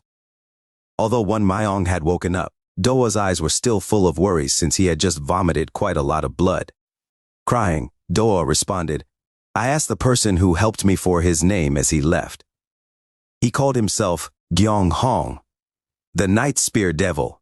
Gyeong Hong. I owe him a lot now." Won Mayong was now in debt, but he still felt relieved. If Gyeong Hong hadn't appeared, the 4 evil bandits would have easily killed him, Doa, and Wu Moon. Fate is up to the heavens. It truly is. Oh ho, Are the heavens looking out for this child too? Wu Moon had learned a strong divine art that could absorb the Kunlun sect's qi at will. It was a mysterious martial art, which produced a kind of qi unfamiliar to even Won Mayong.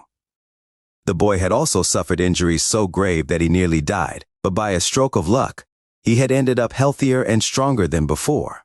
Furthermore, as soon as he was in danger, the Night Spear Devil, Gyeong Hong, had appeared and saved them. Perhaps he really was born with heavenly luck. As he pondered about it, a bitter smile appeared on Won Mayong's face. But my cultivation has been reduced to 2/3 of what it was. To a martial arts expert, one's cultivation was the most important and was equivalent to one's life. Won Mayong didn't feel bad, however. He had come across many wonders because of this situation. Above all, he now had a great understanding of his own character. His bitter smile turned carefree and warm. It was an expression he hadn't shown before. "Well, by the way, old sect master, why isn't he waking up? Is he dead?" Doa asked. After Gyeong Hong left, Doa was still quite scared, as she had been left with no choice but to guard Wu Moon and Won Mayong alone. That was understandable. Any girl her age forced to stand still in a quiet location next to 4 corpses would have felt the same. Hence, Doa clung onto Won Mayong's arm tightly while she asked about Wu Moon's condition. She was suddenly haunted by the thought that Wu Moon would become the 5th corpse. Ho ho, he's not dead. He'll wake up soon. Double Won Mayong's words seemingly served as a wake-up signal. Wu Moon inhaled deeply, looking like he had just woken up from a wonderful dream.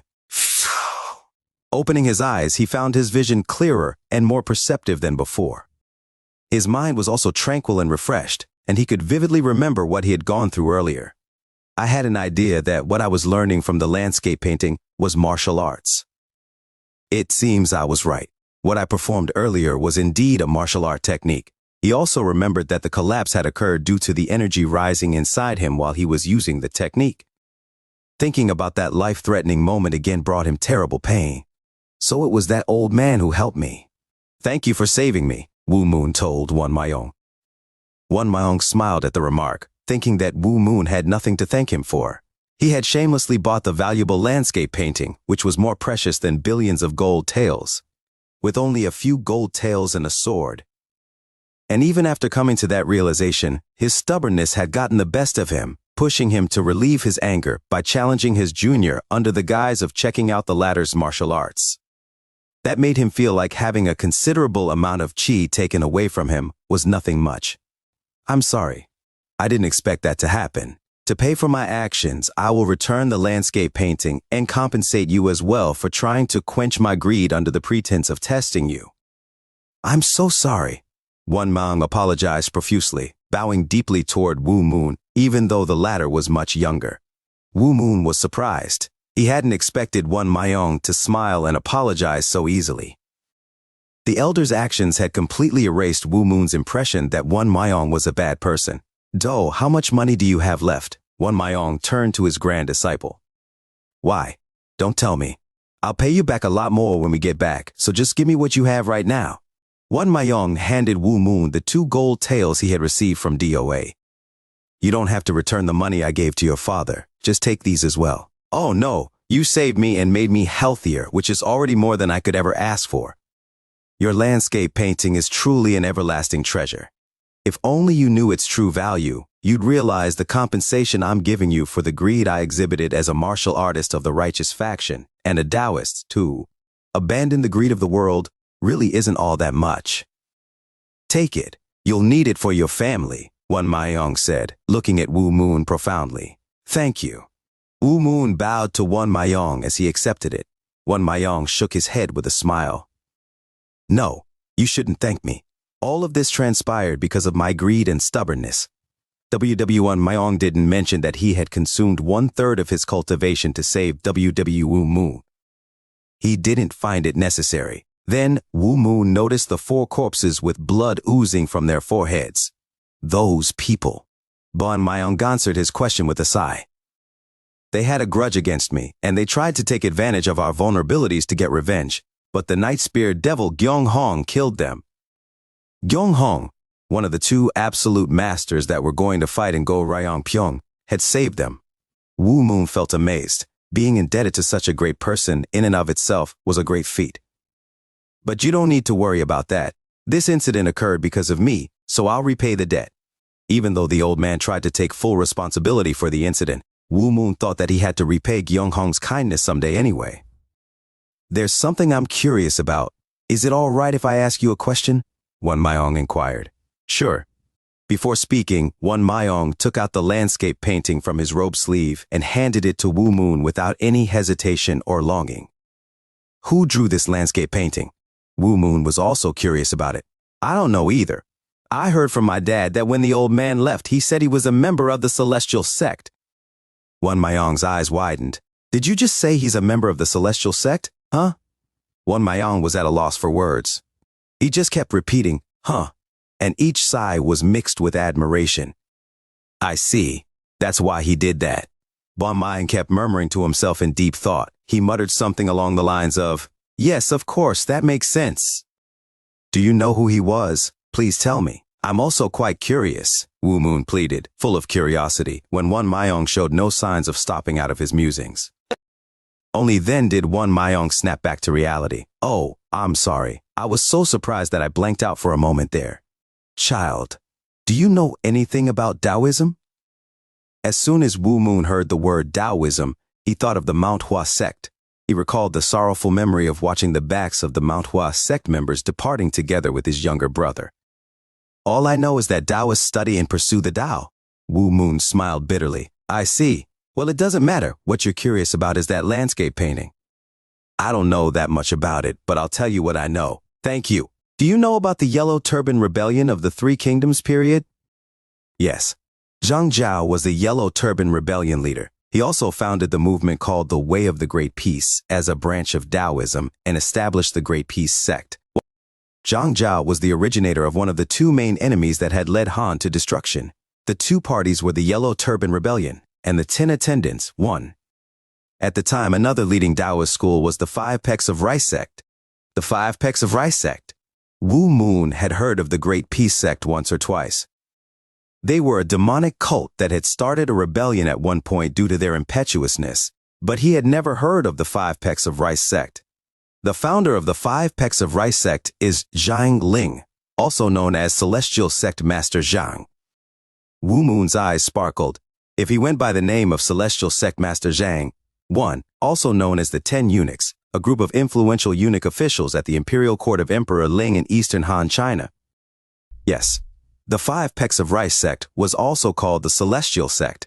If he said that he is a member of the Celestial Sect, then he probably meant the 5 Pecks of Rice sect. The Celestial Sect, Zhang Ling, with Celestial Master Zhang's disciple being the last known master, all martial arts of the Celestial Sect disappeared.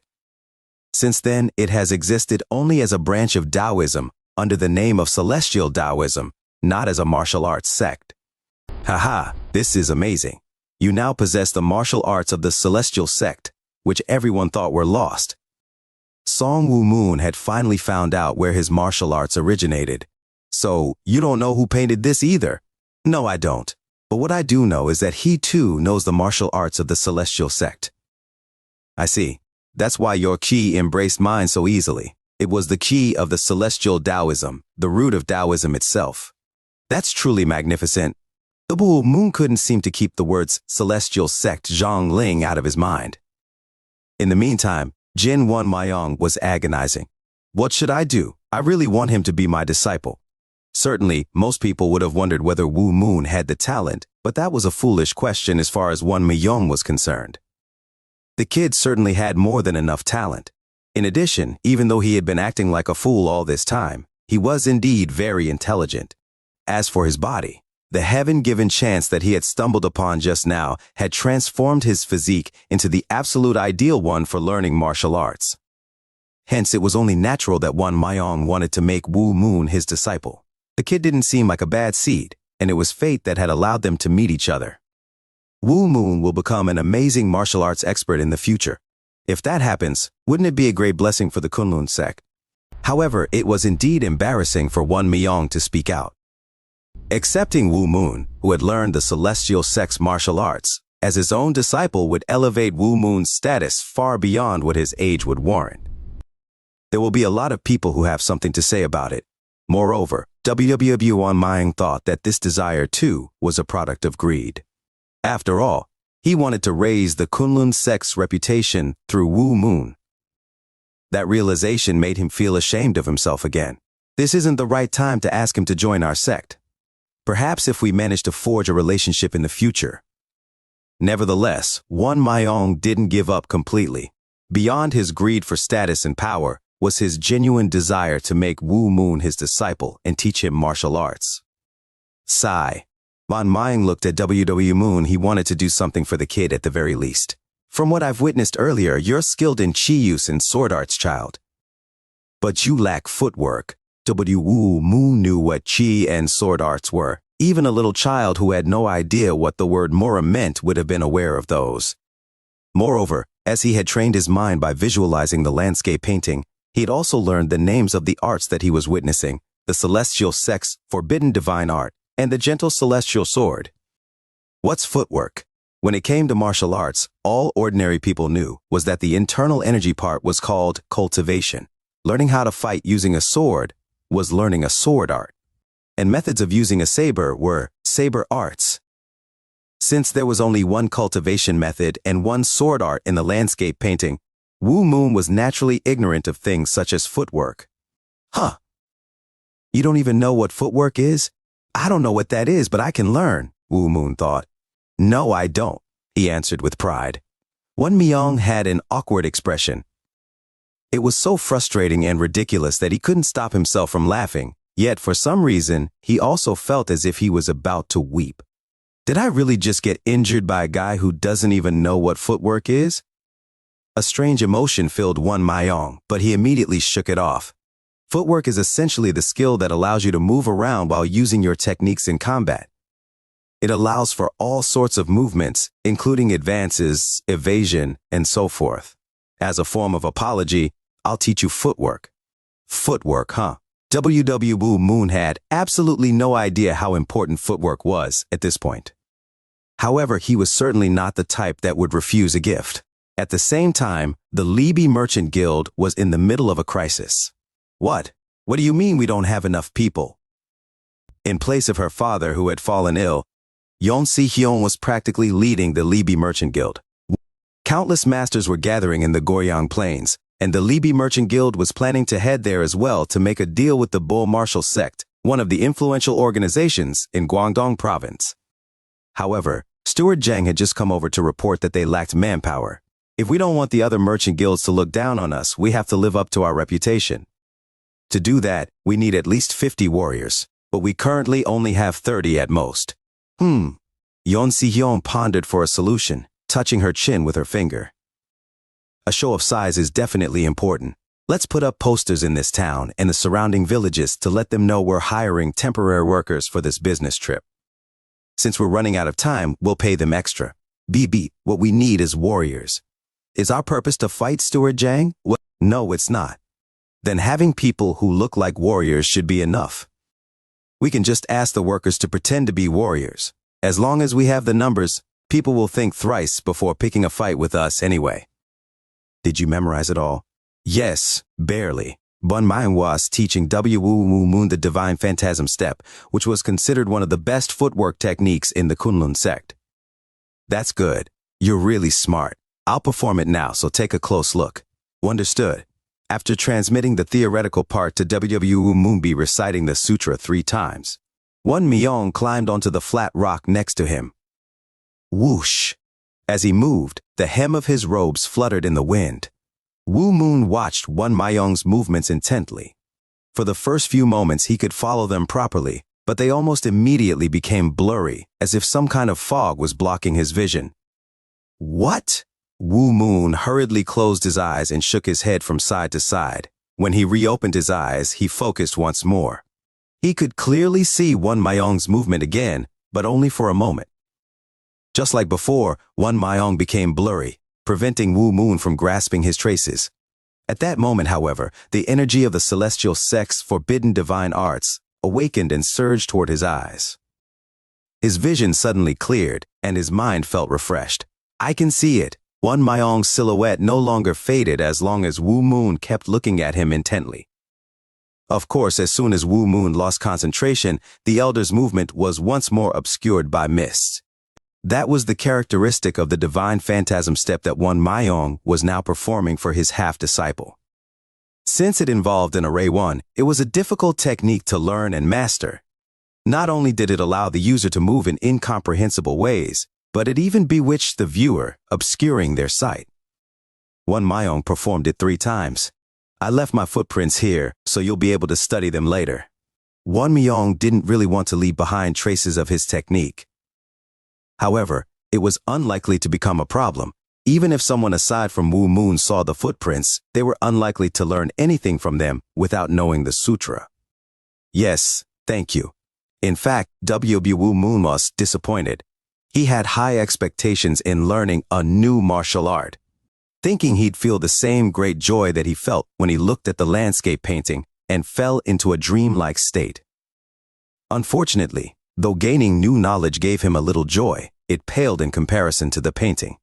When I get home, I'll hang the landscape painting on the wall and contemplate it again. While Wu Moon was deep in thought, Wan Myong called out to Doa. Doa, we should go on our way here. Bring the divine frost sword. Yes, Grandpa. Doa picked up the divine frost sword and brought it to Wan Myong. He received the sword, took out a small medallion carved form black jade from his sleeve, and gave it to Doa. Give this to him instead. What, the Kunlun friendship medallion? Yes, pass it to him and come back here quickly. Though surprised, Doa still handed it to Wu Moon. Her face flushed slightly when her hand briefly touched the boy's. The medallion made of black jade was engraved with the characters Kunlun along with the Taiji pattern. Although Wu Moon wasn't familiar with jewelry and ornaments, he understood that it was a valuable item. The divine frost sword is a treasure of the Kunlun sect and was even used by its founder.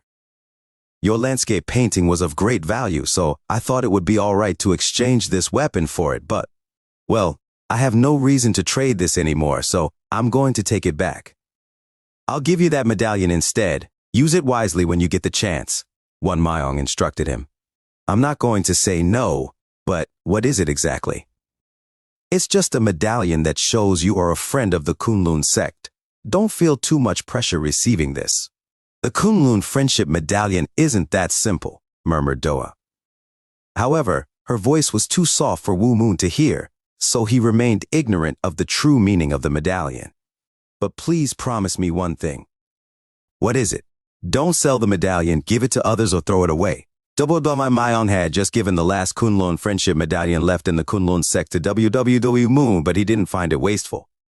After all, nobody knew what kind of relationship could be forged in the future through this one gift.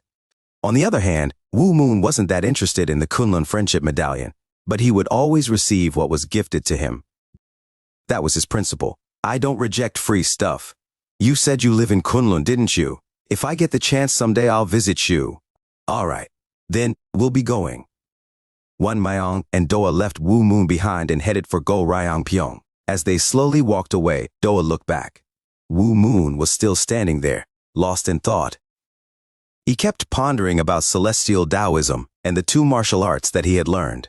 There were also the little things, the footwork he was taught earlier, the Night Spear Devil, One Mayong, and Doa. After taking his time to organize his thoughts, he turned around to go home, and at that moment, the face of his father flashed through his mind. He gritted his teeth. How dare he sell my landscape painting? I'll never forget this. When W. Woon returned, Song Dae Wong walked over in surprise and greeted him. Son, you're back. Don't talk to me, Woo Moon bluntly replied, and use this for Mom's medicine. I'll put it on the table. Woo Moon hung the landscape painting on the wall again. I'll let this pass just this once, so don't try to sell or throw it away again. Otherwise, I'll tell Mom everything. Also, I was told that this painting is a valuable treasure. If you're going to sell it because you don't have enough money for Mom's medicine, then at least demand a higher price for it. Dae Wong felt guilty, so he shut his mouth and simply nodded. I got it, kiddo, but what's wrong with you? You look. Dae Wong wanted to say you look like a normal person, but in the end he held it in. That was not something that a father was supposed to say to his son. Ignoring his father's remarks, Woo Moon dragged a guest chair right in front of the landscape painting, then sat still and stared at it. Time to fall back into my dream. That was the only interest Woo Moon had now. He just wanted to fall into the dream-like state again and enjoy the pleasure. Huh? Hey, son, what are you doing? You're going to turn into a fool again. Shocked, Dae Wong shook Woo Moon's shoulders. Get up, get up. You can't become a fool again. Woo Moon was trying to concentrate, but his father kept shaking and interrupting him. Oh, what are you doing? Let go of me. If you keep doing this, I'll tell Mom. Ugh. With a low groan, Dae Wong stepped back. Woo Moon continued to look at the landscape painting. But the dream didn't return that easily. Still, he didn't give up. He sat still for hours, not thinking about food or rest, gazing at the painting. However, his efforts were not rewarded, and the painting did not speak to him. Finally, late at night, Woo Moon yawned and went back to his room. I'll get some sleep first and try again tomorrow. However, the landscape painting's illusion refused to take over his mind the next day as well. What the hell am I supposed to do? What's wrong with me? Woo Moon glared at the landscape painting, glanced at it from the corner of his eye, and tried to look through it. The picture blurring in his view as his focus shifted far away. Still, nothing happened. After that, he tried standing up, laying on the floor, and running in place while keeping his eyes on it. Nothing. As another day passed, Dae Wong watched his son with frustration and anxiety pounding against his chest. Oh heavens, what if he becomes a fool again? That was Dae Wong's biggest concern now. With the money Woo Moon had received from One Mayong, they'd be able to cover Baek Jin Jin's medicine costs for a while. So, Dae Wong was now thinking of his son. Then on the third day, Woo Moon knocked his head with his fists as he stared at the landscape painting. Seeing that, Dae Wong ran and grabbed his son. What are you doing, boy? I don't care if you tell your mother that I've broken a promise. Stop it now. What do you think you are doing? Feeling his father's worried voice and warm hands, Woo Moon sighed. Let go of me. I'll stop. I'm not going to go back to being a fool, probably. The dream is completely GG1. Now that he had come out of his dream for good, Woo Moon thought that it was about time to live in reality. 1. Arrays aka formations are special arrangements of items, runes, etc. that allow energy to flow in a specific pattern, resulting in some sort of special effect. They might be meant for defense, basically magic barriers, for confusing an opponent, or even for attacking. Here, it refers to the specific stances and shifts that constitute this footwork art. Really? Are you serious? You won't act like a fool anymore? Yes, that's what I'm saying, replied Woo Moon, his tone turning grumpy without him realizing it.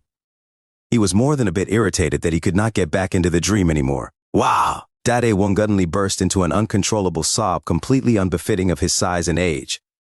What, Dad, what's the matter? Why are you crying? Woo Moon was taken aback. With his menacing face streaked with tears, Dae Wong replied, hearing that my son will no longer be a fool and will finally act normal. I'm just so happy. I can't hold back my tears. What? Why are you crying over something so silly? Didn't you always tell me that a real man should only cry 3 times in his life? Despite his words, Woo Moon felt the weight of his father's emotions heavy on his heart. He felt his nose prickling and tears starting to form in his eyes. He regretted his early irritation. F0LLOWW new chapters at nov.il.com. Perhaps I really was a fool to be so entranced by that landscape painting that I was oblivious to the feelings of my parents. I wasn't even a filial son. It was only at this moment that this huge realization dawned on him. Meanwhile, the people at the inn were watching Dae-woong sobbing like a child, and they were chuckling to themselves. With a choked voice, Woo-moon shouted, "What are you guys looking at? Have you never seen someone cry before?" A young boy stood before Woo-moon. He was a quiet child. Though the room was full of boisterous laughter and chatter, he was alone in the corner and did not utter a single word. He's just like my younger self. While Woo-moon was engrossed in his thoughts, someone stealthily approached him from the side and remarked, "He was such a good boy. Isn't he adorable?" The individual was none other than the old Taoist who had drawn the landscape painting and left when Woo-moon was younger. Just before Woo-moon could respond, the scene before him rapidly changed. They were now in a gloomy room. The boy was lying in bed with his eyes closed, while the old Taoist sat by his bedside. "I'm sorry, child. It seems I failed to keep my promise." Sigh. Is the solar physique really an insurmountable obstacle? The old man murmured to himself as he stared at the boy in bed. Woo-moon was watching the scene when the old Taoist suddenly disappeared and appeared next to him once more. My desire to correct a mortal's solar physique ultimately delayed my transcendence. Then images flashed by, showing season after season, year after year, failure after failure, as the old Taoist tried to cure this terrible condition. 10 years, 50 years, 100 years, 200 years. He persistently labored, but his efforts bore no fruit. The solar physique was a condition of those born with extremely strong yang energy. The imbalance of yang and yin in their bodies led to fragility and ultimately caused their heart meridians to burn out by the age of 20. It was a condition so rare that only one individual was born with it every 100 years or so. Thus, many were not even aware of this condition, physicians included. Time continued to flow, and after many years of labor, all he had to show for it was his memories of watching 5 children with this condition meet their demise. It was only much later that he finally managed to create what he thought was an appropriate cultivation technique. Then, a little while after that, he met young Song Woo-moon. "That's me?" Woo-moon was now watching a younger version of himself staring blankly at the landscape painting. Suddenly, his consciousness was pulled into his younger self. He saw the celestial sex's forbidden divine art filling his body and correcting the absolute yang energy imbalance. The forbidden divine art sought infinite harmony, while the gentle celestial sword sought the power of a sword that could pierce through all things in existence. The two martial arts blended into one, taking over the meridians and taming the intense internal flames that burned his body little by little. Those flames that resisted the forbidden divine art were pierced through and extinguished by the gentle celestial sword. The flames that were burning him toward his demise were thus gradually quenched. A long time had passed, and Woo-moon's body had achieved perfect harmony by now. The old Taoist appeared before him again. "Song Woo-moon, it seems like this is the end of our encounter with each other. I sincerely congratulate you for overcoming this innate constitution you had and surpassing the age of 20. The old Taoist's gaze remained on Woo-moon as a bright smile bloomed on his face. His form then slowly disintegrated into the light and faded away. Yet, his last words echoed in Woo-moon's mind. We call it the Tao, but it is not just one path. The Tao makes no distinction between good and evil. That's why there are immortals and devil immortals, wine immortals, evil immortals, and sword immortals in this world. Regardless of what others say, do not look at the Tao in the same way that everyone else does. Follow your own path. Realize your own truth." Ah! Woo-moon's eyes snapped wide open. Despite it being a dream, everything was so vivid that he could hardly believe it was a dream. He rushed out of his room and headed for the first floor of the inn. It's gone. The moonlight faintly illuminated the scroll on the wall. However, the landscape painting that was on it just before he headed to bed was gone. All that was left in place was a blank canvas. It really wasn't a dream. Woo-moon let out a soft sigh and stared at the blank paper in front of him as he allowed his thoughts to wander. That old Taoist didn't give me that landscape painting for no reason. He had meant to transfer the two techniques to me to cure my innate constitution. Now, it finally dawned on him why the old Taoist had made his entrance in such a boisterous, dramatic, and fanciful way, descending from the skies like some legendary immortal. If the man had not done that, his father might have discarded the painting before Wu Moon could fully master the martial arts within and overcome his solar constitution. Having finished his self-reflection and making sense of the events, Wu Moon returned to his room and lay down on his bed. His thoughts started wandering once more. From tomorrow onward, I must show this new and different side of me to my parents. I must also fulfill the filial duties I couldn't until now. With this thought, he once more fell asleep, concluding this thought-provoking night. Meanwhile, atop a building opposite Dongpyeong Inn, a man in white robes, who appeared to be in his 30s, sat alone. He took another sip of wine from his jar and whispered to himself, "My dear daughter, it's truly heartwarming to see you live happily. And looking at your son growing up to be so tall and strong brings me joy." He then took another sip from his jar as the serene moonlight shone down on him. Morning came. The crowing of the first rooster startled Wu Moon awake. His body felt incredibly refreshed. This was thanks to Jin Won Myong's assistance, which had completely rejuvenated his body 3 days prior. Ever since that day, his bones had become tougher, his muscles stronger, and his sense of qi had improved significantly. However, Wu Moon himself was unaware of these changes. After all, he barely had a before to compare with since he had always been in his dreamy state. Having only worn his underwear to bed, Wu Moon got up from his bed and stretched to signal the start of the day. The well-balanced muscles throughout his body twitched a little. After finding some pants and putting them on, Wu Moon went downstairs and first headed to a stream a distance away from the inn to fetch water. This was the first time he was doing it with a clear mind, but unlike what he'd been like during his many previous trips, he was so dexterous now that he did not spill even a single drop of water as he carried the pail back. He repeated this almost 20 times, filling the large water tank at the back of the inn. Even after carrying so many buckets of water, he did not feel that this was a particularly strenuous task, and he was not even out of breath. The next task was to clean the inn. He first swept the dust off the floor with a broom and then carefully mopped every corner with a wet rag. Of course, tasks aside, he had not forgotten to take down the landscape painting, well, the blank canvas that used to be the landscape painting, and carefully put it away in his room. "What in the world were you doing? Why is everything so dirty?" Wu Moon muttered to himself as he diligently mopped the floor.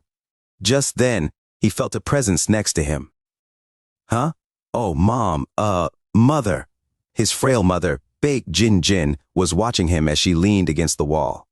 A faint smile was etched on her face. Wu Moon wiped off the beads of sweat on his forehead and rushed toward his mother. "Why did you come all the way out here? It's still early and the morning air is cold. Please go back in, Mother." His tone and way of address towards her had drastically changed. Jin stared at her son's face with a gratified expression. To see you working in your father's stead the moment the sun rose and speaking in a way that fits your age. It makes me so happy. Thank you, Wu Moon, thank you. Jin then lifted a hand and gently caressed Wu Moon's cheek. Her hand was warm, but Wu Moon could feel another kind of warmth even more, a warmth that radiated from within her. He placed his hand on hers.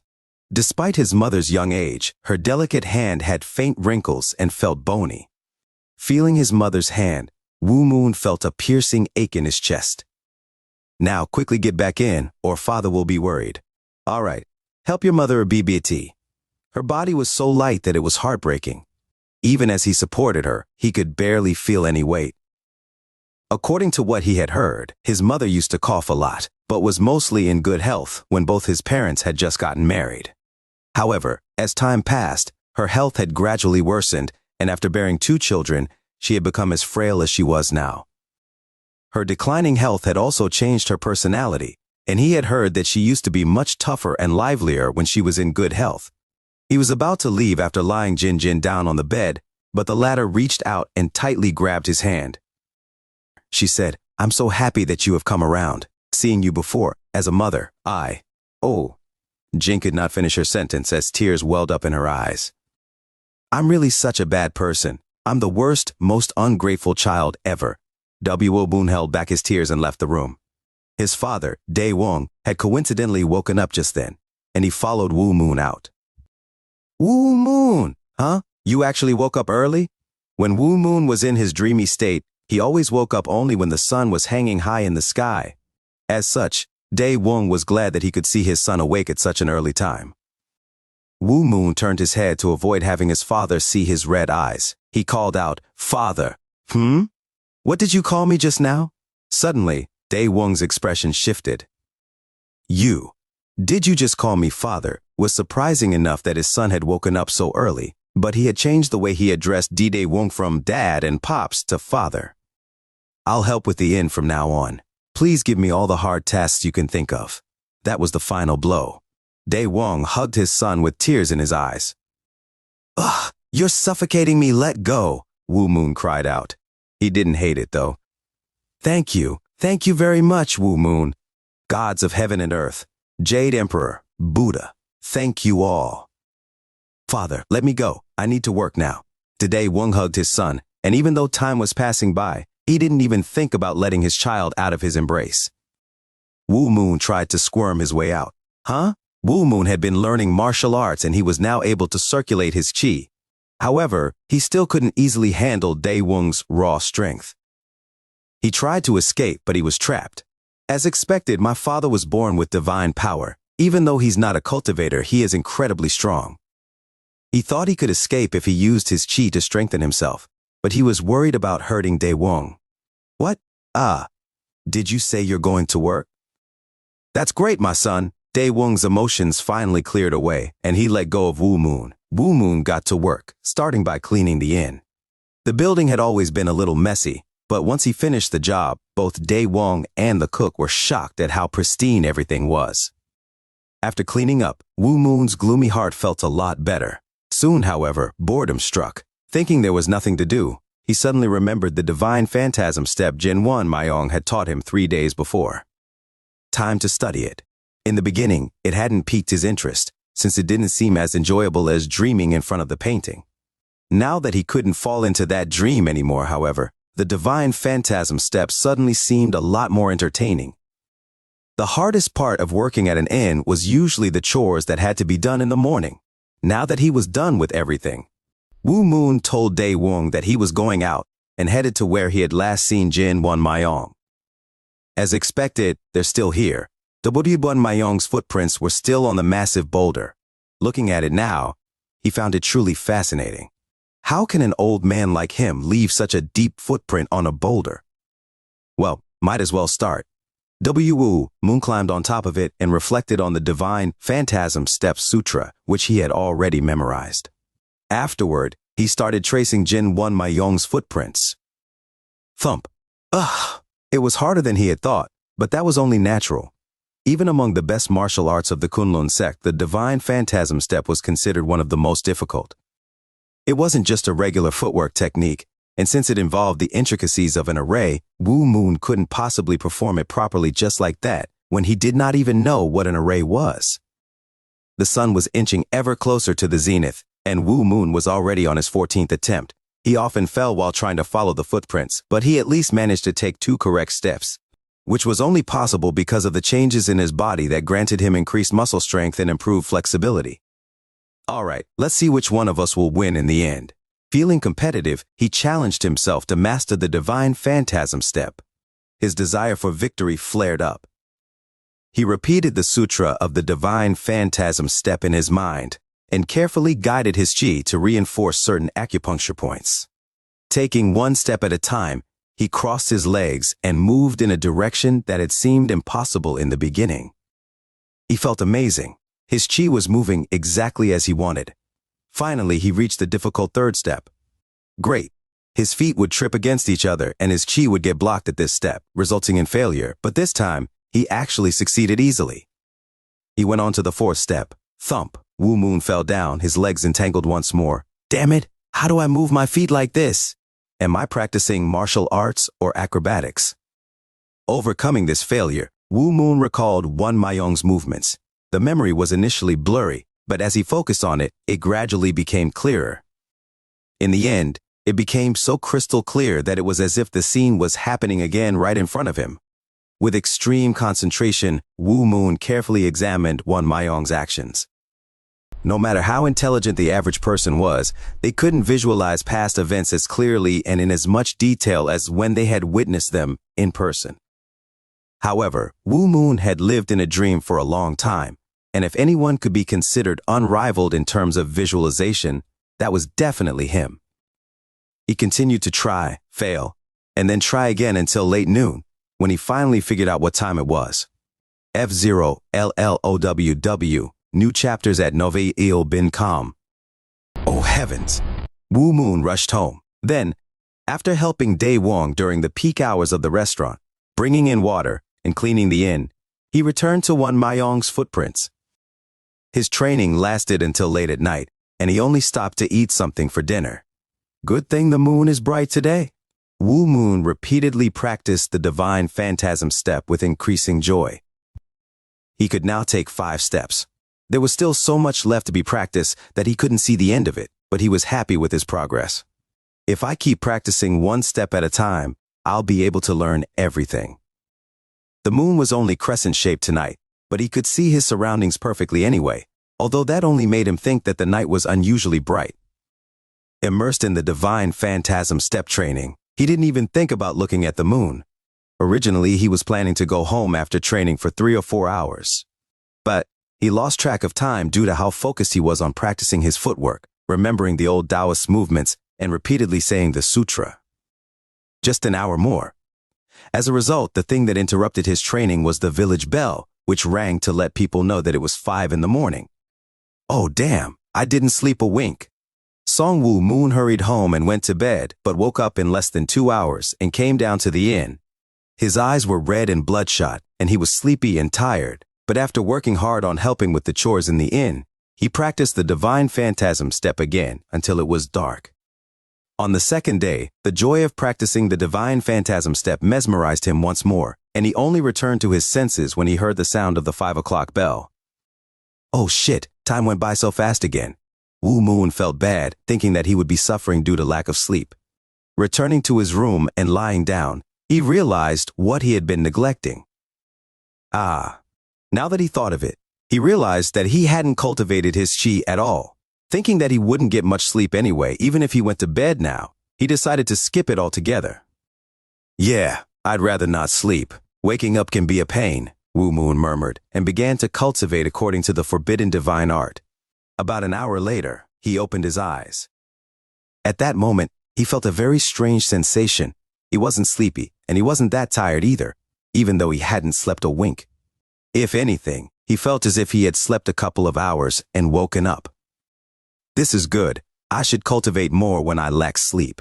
Since there was still some time left before dawn, Wu Moon decided to do a couple of body exercises, which he had also started 2 days ago. Of course, he didn't use his qi for these. First, he did push-ups. He had stopped at around 200 yesterday, and he had been unable to do more. Now, however, he had gone over 300, and he could still keep going. He only stopped when he was near 400.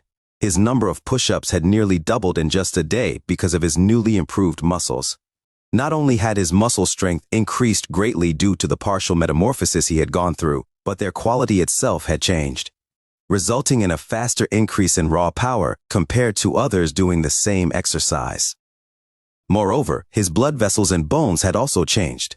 Essentially, the quality of the soil had become better, which in turn resulted in higher crop yield.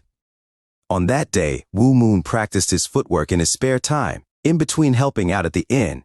After a busy lunchtime, he went to where Night Spear Devil Gyong Hong had killed the 4 evil bandits the other day. Since it's such a remote place, I'm sure those things are still. There they Song Wu Moon rushed to get the sabers lying next to the 4 evil bandits' corpses. There were 4 sabers, but they had all been split in half by one move from Gyong Hong. Picking them up, Wu Moon headed to the small blacksmith shop at the village entrance. Hello, anyone here? Wu Moon entered the shop with the 4 evil bandits' broken weapons. Mr. Chu, the blacksmith, stopped working on the sickle he was making and looked at Wu Moon. He had a strong, muscular build and gave off a stubborn air. You're the son of the Song family, aren't you? What brings you here? He wiped the sweat off his face. I'd like to buy a sword. I don't have any money, but I can trade these for one. Mr. Chu felt that something was strange. Come to think of it, wasn't this guy? Indeed, not too long ago, Wu Moon had been wandering around grinning like an idiot. However, that was no longer the case. On the other hand, Mr. Chu wasn't really the kind to pay much attention to others. He wasn't really curious or surprised at how Wu Moon had stopped being a fool. Rather, he was more interested in the broken blades that the kid was holding. Well, let me see them. Wu Moon put the weapons down on the counter, and Mr. Chu's eyes shone as he examined them. These are very well made. It's a good metal too, so it'll still be valuable even if I melt it down. Really, that's great. Then I'll buy a sword in exchange. Why? With a shrug, Wu Moon voiced out the excuse he had prepared in advance. The world's becoming a mess lately, and there are a lot of evil men out there. I decided to buy a sword and carry it with me so that I can take care of myself. These days, it was common for even a merchant to carry a sword. Simple farmers in the countryside didn't have swords, but even they had bamboo spears or clubs at home. Therefore, Wu Moon's reasoning didn't sound strange. I'm sorry, we don't sell weapons here. Since it was a blacksmith shop, Wu Moon thought that they would have a few swords, which was why he was shocked to find out that there weren't any. The bigger problem was that this was the only blacksmith shop in town. So, can you make a sword instead with these blades? No, I don't make weapons, Mr. Chu flatly refused. It was a promise he had made to himself after witnessing a sword he had made with plenty of effort become a tool that killed countless people in the hands of a brutal killer. As he got older, he realized that it was the person, not the sword, that caused so much death, but he couldn't break his oath. Wu Moon was also facing a terrible dilemma of his own. He wanted to have a sword, but he obviously couldn't force the bladesmith to make him one. What do I do? The next moment, he had a wild idea. Okay, then teach me how to forge instead and let me use your tools. I'll give you these blades as payment. Mr. Chu shook his head. No. What makes you think it's that easy to smith a sword? I'll just pay for these blades with silver tails. When you get the time to go to a nearby town, you can buy a sword there. However, Wu Moon shook his head stubbornly. No, I don't want money. I just want my sword. If you can't make it, at least teach me. No, please teach me. This GGI. Not bothering to listen to him, Wu Moon insisted on what he wanted, which annoyed me, Mr. Chu. All right, go ahead. I won't lose anything anyway. The blacksmith shop wasn't that busy, since it only made agricultural tools used by the locals, which meant teaching Wu Moon wouldn't be that difficult. It was also quite clear that Wu Moon wouldn't give up and would hold out for a month in the blacksmith shop at this rate. You can start by manning the bellows. Working the bellows was the most basic of the basics in blacksmithing. Heating and softening the metal would always be the first step in forging anything, whether it was a piece of agricultural equipment or a weapon. As Wu Moon walked toward the forge, Mr. Chu called someone over. Min Sang, teach him how to use the bellows. A young man about 2 years younger than Wu Moon approached with a frown. It was Chu Min Sang, Mr. Chu's only son. Hey, why are you bothering us? Do you think blacksmithing is that easy? It wasn't a particularly pleasant tone. However, Wu Moon didn't care about it. He was just thrilled that he was getting the opportunity to make a sword himself. How do I use the bellows? What, you think you can? Just give up and stop bothering me. Hearing his son's words, Mr. Chu immediately scolded him. Min Sang, be more respectful when talking to someone older than you. Just teach him how to do it. I already gave him permission. Phew, fine, whatever. You there, watch me. Hold this lever, push and pull, and it'll blow air into the forge. You have to make sure to keep the fire under control so it only goes where the metal needs to be heated, and make sure the temperature doesn't drop. Do you understand? Min Sang's words were blunt, but his explanation was simple and understandable. That made Wu Moon realize that Min Sang was more meticulous and responsible than he had first thought. When Wu Moon grabbed the bellows handle with one hand, Min Sang tried to say he should do it with both hands, but then he stopped. I don't think this guy knows how hard it is to work the bellows, but I guess he'll find out. To attempt this with one hand.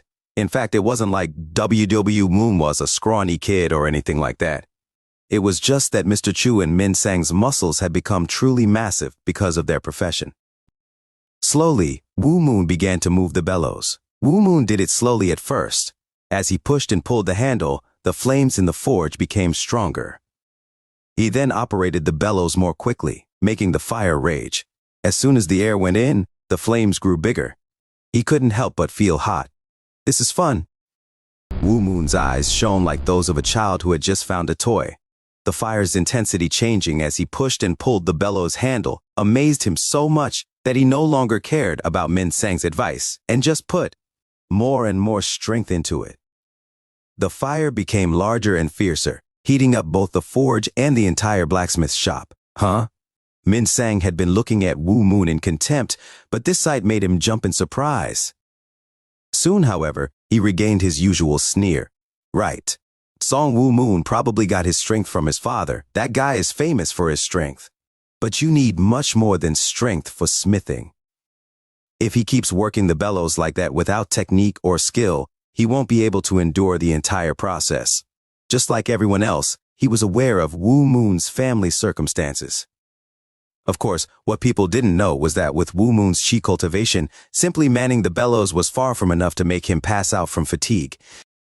As if to prove himself, Wu Moon continued to blow air vigorously. The heat in the forge grew greater and greater. What the heck is up with this guy? He's just using his strength with no skill whatsoever, so why isn't he getting tired? Min Sang was surprised.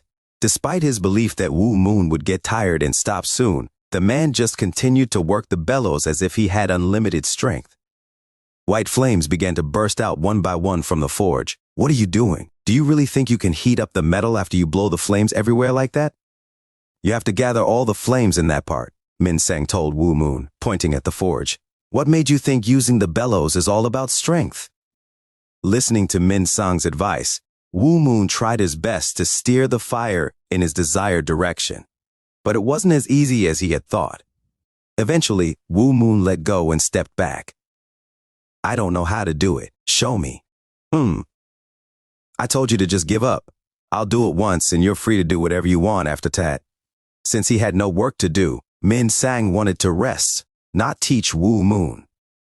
Hence, he hoped Wu Moon would soon reach his limits and give up. Min Sang held the bellows handle and skillfully manipulated it. He exerted way more strength than Wu Moon, yet he managed to keep the flames blazing in a single spot, rarely changing locations.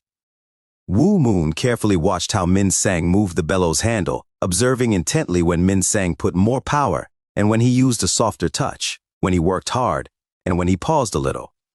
Watching the fire and Min Sang's movements at the same time, Wu Moon memorized all of his movements.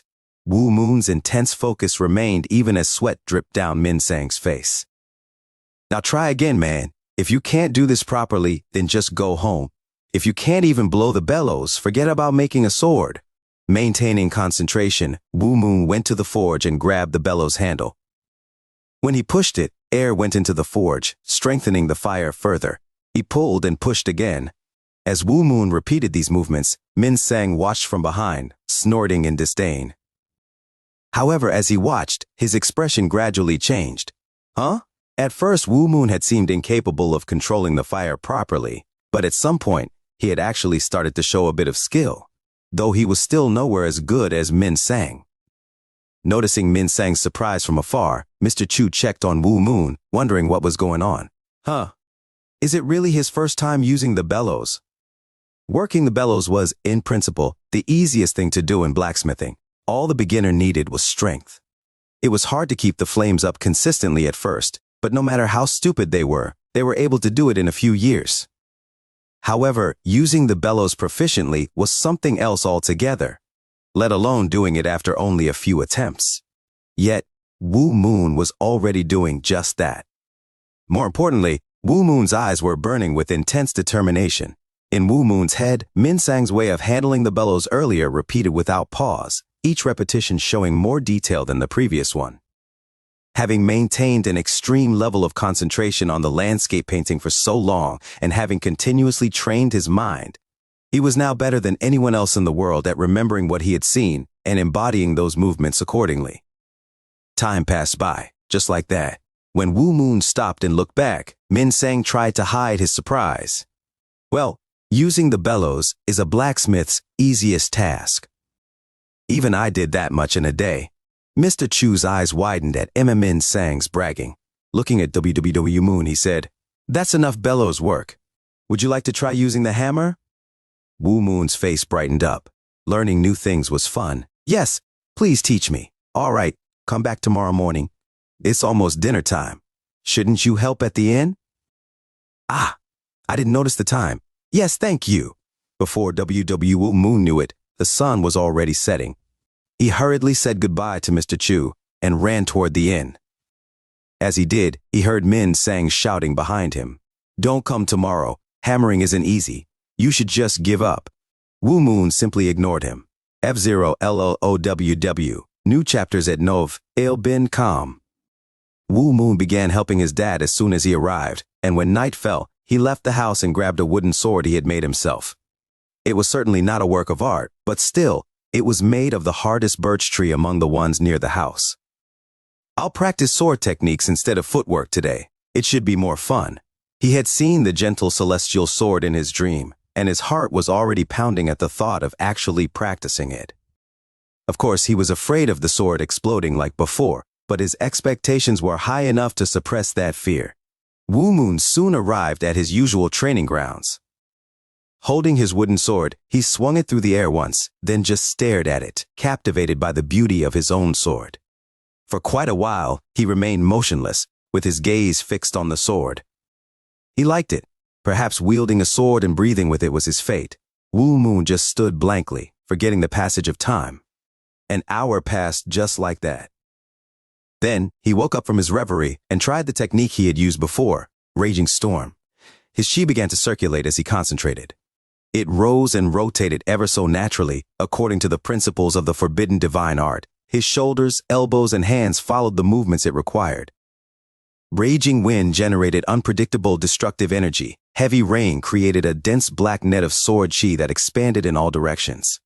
Just as he had imbued the two techniques into his wooden sword and was about to merge them into one, severe pain enveloped his arm.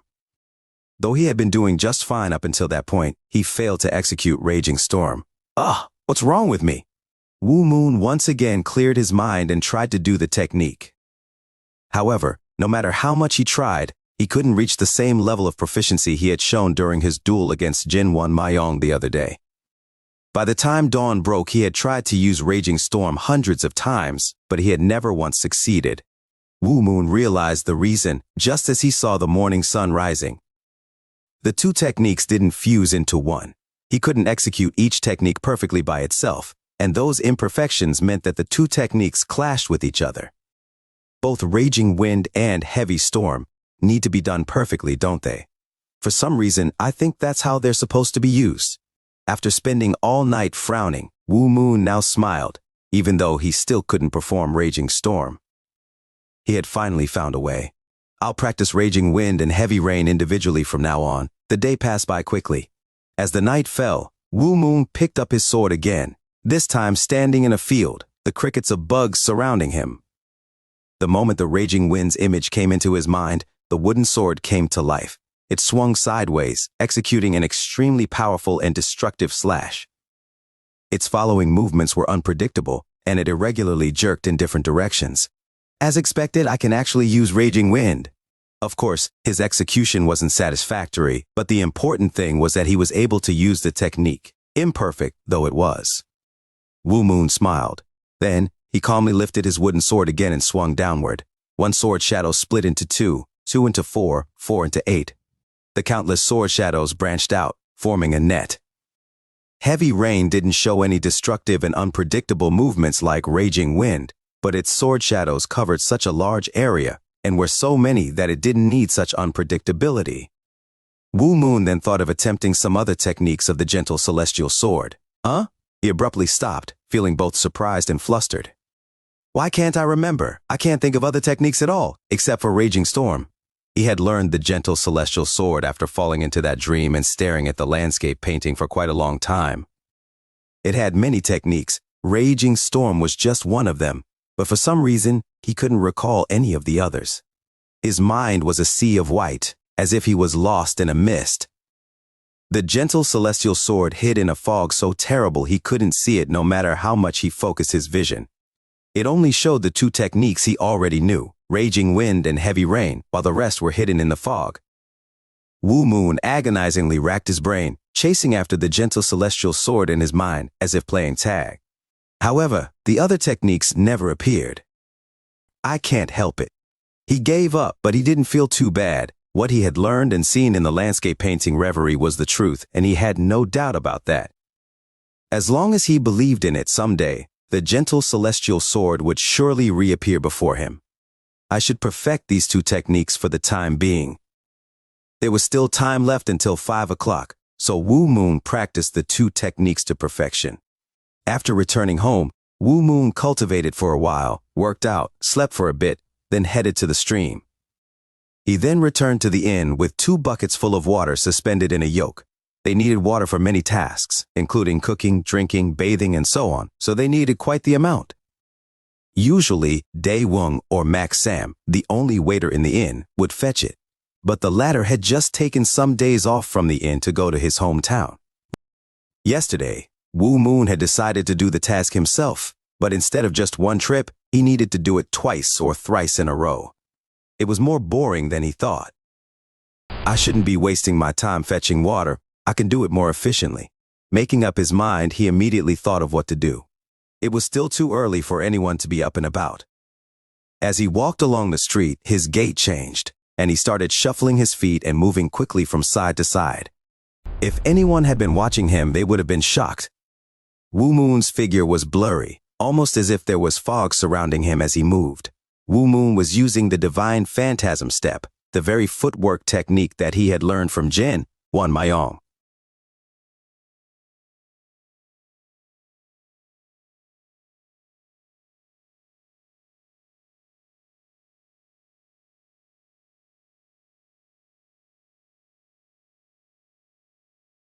Drip, drip. The 2 buckets of water that he carried on each side of a yoke were indeed heavy, yet, in spite of that, he hadn't spilled a single drop in the past. Now, however, water continued to spill out. No way! Wu Moon concentrated, being careful not to move his upper body and arms too much. Tensing his arms up, he worked on the divine phantasm step with just his lower body. It was extremely difficult for him to keep his upper body aligned with his core properly while practicing this footwork he was yet to master. In truth, even those who had mastered it wouldn't have been able to do such a task easily. By the time Wu Moon arrived at the inn, he had spilled more than half of the water in the buckets, and his clothes were already soaked. Come on, Wu Moon frowned, and his mood dampened. It only lasted for a moment, though. Soon after, he poured the remaining water into a large tank and ran back to the stream. I'm going to do it right this time. With determination, Wu Moon filled the buckets with water. Although he kept his shoulders tense, trying to maintain balance as he practiced, the water still moved as he moved to the side. Eek! He momentarily shifted his weight to his upper body. Splash! As he seemingly exerted too much strength on one side, the water in the opposite bucket flowed out. This is harder than I thought. Wu Moon practiced his footwork while carrying water buckets. By his 5th and 6th attempts, the amount of water left in the buckets had increased significantly compared to his first try. The more he practiced, the better his sense of balance and upper body stability became. When he opened his eyes early in the morning, Dae Woong smiled pleasantly at the thought that his son was already up and working.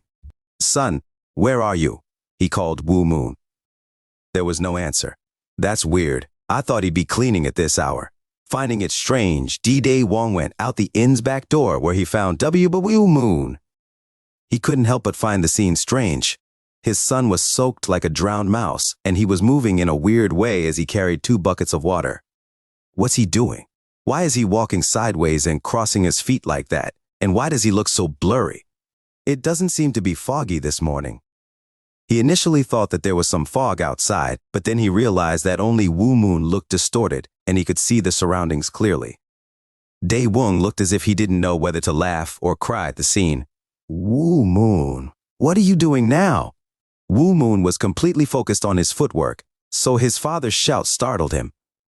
Father, Dae Woong grabbed Wu Moon's shoulders and shook him. Are you all right? What are you doing? You've just gotten out of your foolish state, and now you're starting to do crazy things? What's wrong with you, punk? No, father, that's not it. Not knowing what to say, Wu Moon was at a loss. Should I tell him I'm studying martial arts? However, Wu Moon suddenly remembered the time when his brother Wu Gang left for the Mount Hua sect. It made his mother, Baek Jin Jin, very unhappy, upset, and worried.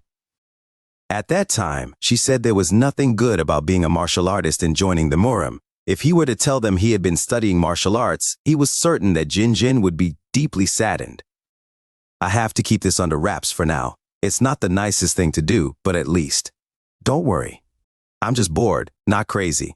I soaked my clothes with water on purpose. It's getting hot, Wu Moon said after organizing his thoughts for a moment. Because you were bored? That's why you were walking like that? Yes, father. Dae Wong doubted it, but it wasn't like it didn't make sense at all. He had also played a lot of weird pranks when he was young. No, walking like that just because he's bored isn't normal. That's just making things harder for him. And he nearly spilled all the water. Seeing Wu Moon's blurry figure made Dae Wong concerned.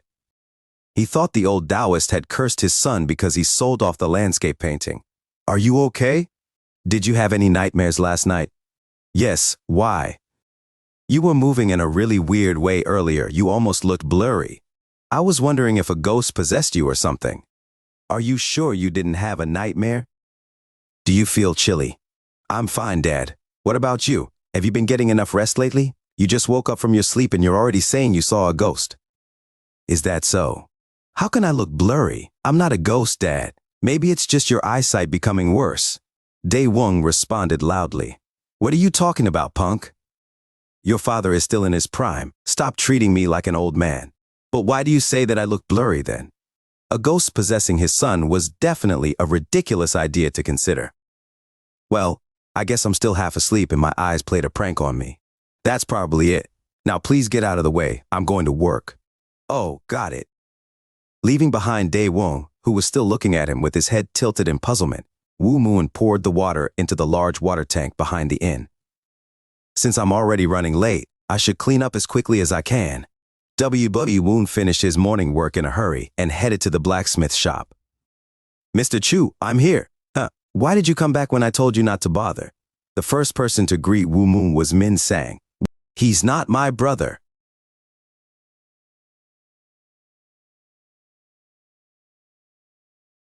So I can't beat him up, Wu Moon thought, going into the blacksmith shop with a smile on his face.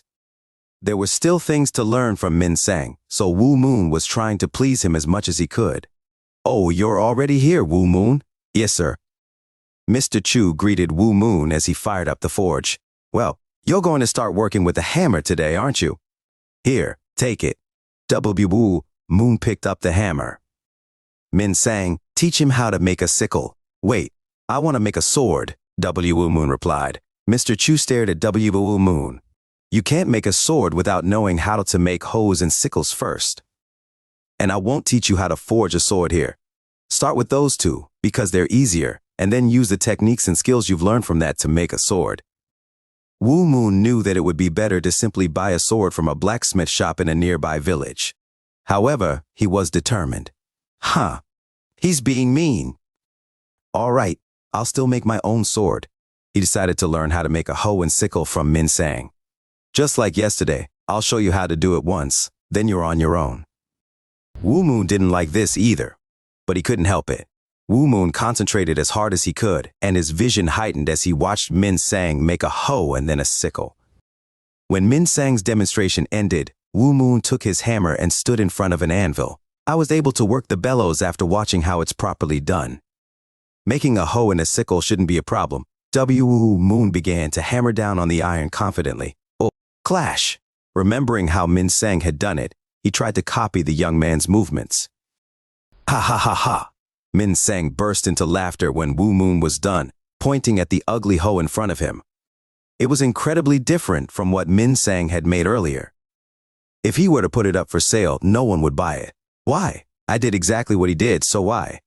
Do it again from the beginning, Mr. Chu said. Why is it so poorly made? Should I ask Min Sang to show me one more time? No. Wu Moon put the hoe back into the forge and blew the bellows. Wu Moon's memory of Min Sang's hammering technique was still vivid. He was better than anyone else when it came to remembering something, and replaying it in his mind after all. He turned the hoe into a glowing hot piece of metal, then started hammering it once more. The result is, it was the same as before.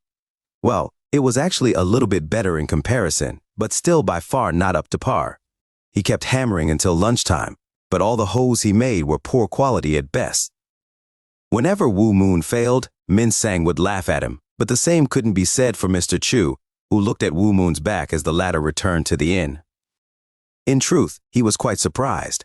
Min Sang was deliberately ignoring Wu Moon's efforts, as he was already hell-bent on ridiculing his fellow apprentice. However, the fact that Wu Moon could produce a hoe of such quality 2 days after he started working as a blacksmith was actually quite amazing. Wu Moon returned to the inn with complicated thoughts weighing on his mind. They would always get many customers during lunch. To help the cook, he started cutting ingredients in advance so they'd already be prepared once the busy hours came in. The gentle celestial sword had at its core a universal truth. In other words, the essence of the sword was hidden behind every single thing in the world. It could even be found in cutting vegetables and meat with a kitchen knife. He could come across this fundamental truth and get enlightened to some extent, even while he was cooking, eating rice, washing himself, or sweeping the floor. While Wu Moon was cutting the ingredients, customers began to come in one by one. Soon he left the kitchen and helped the waiter. There were even more customers today compared to other days, so he was getting really busy.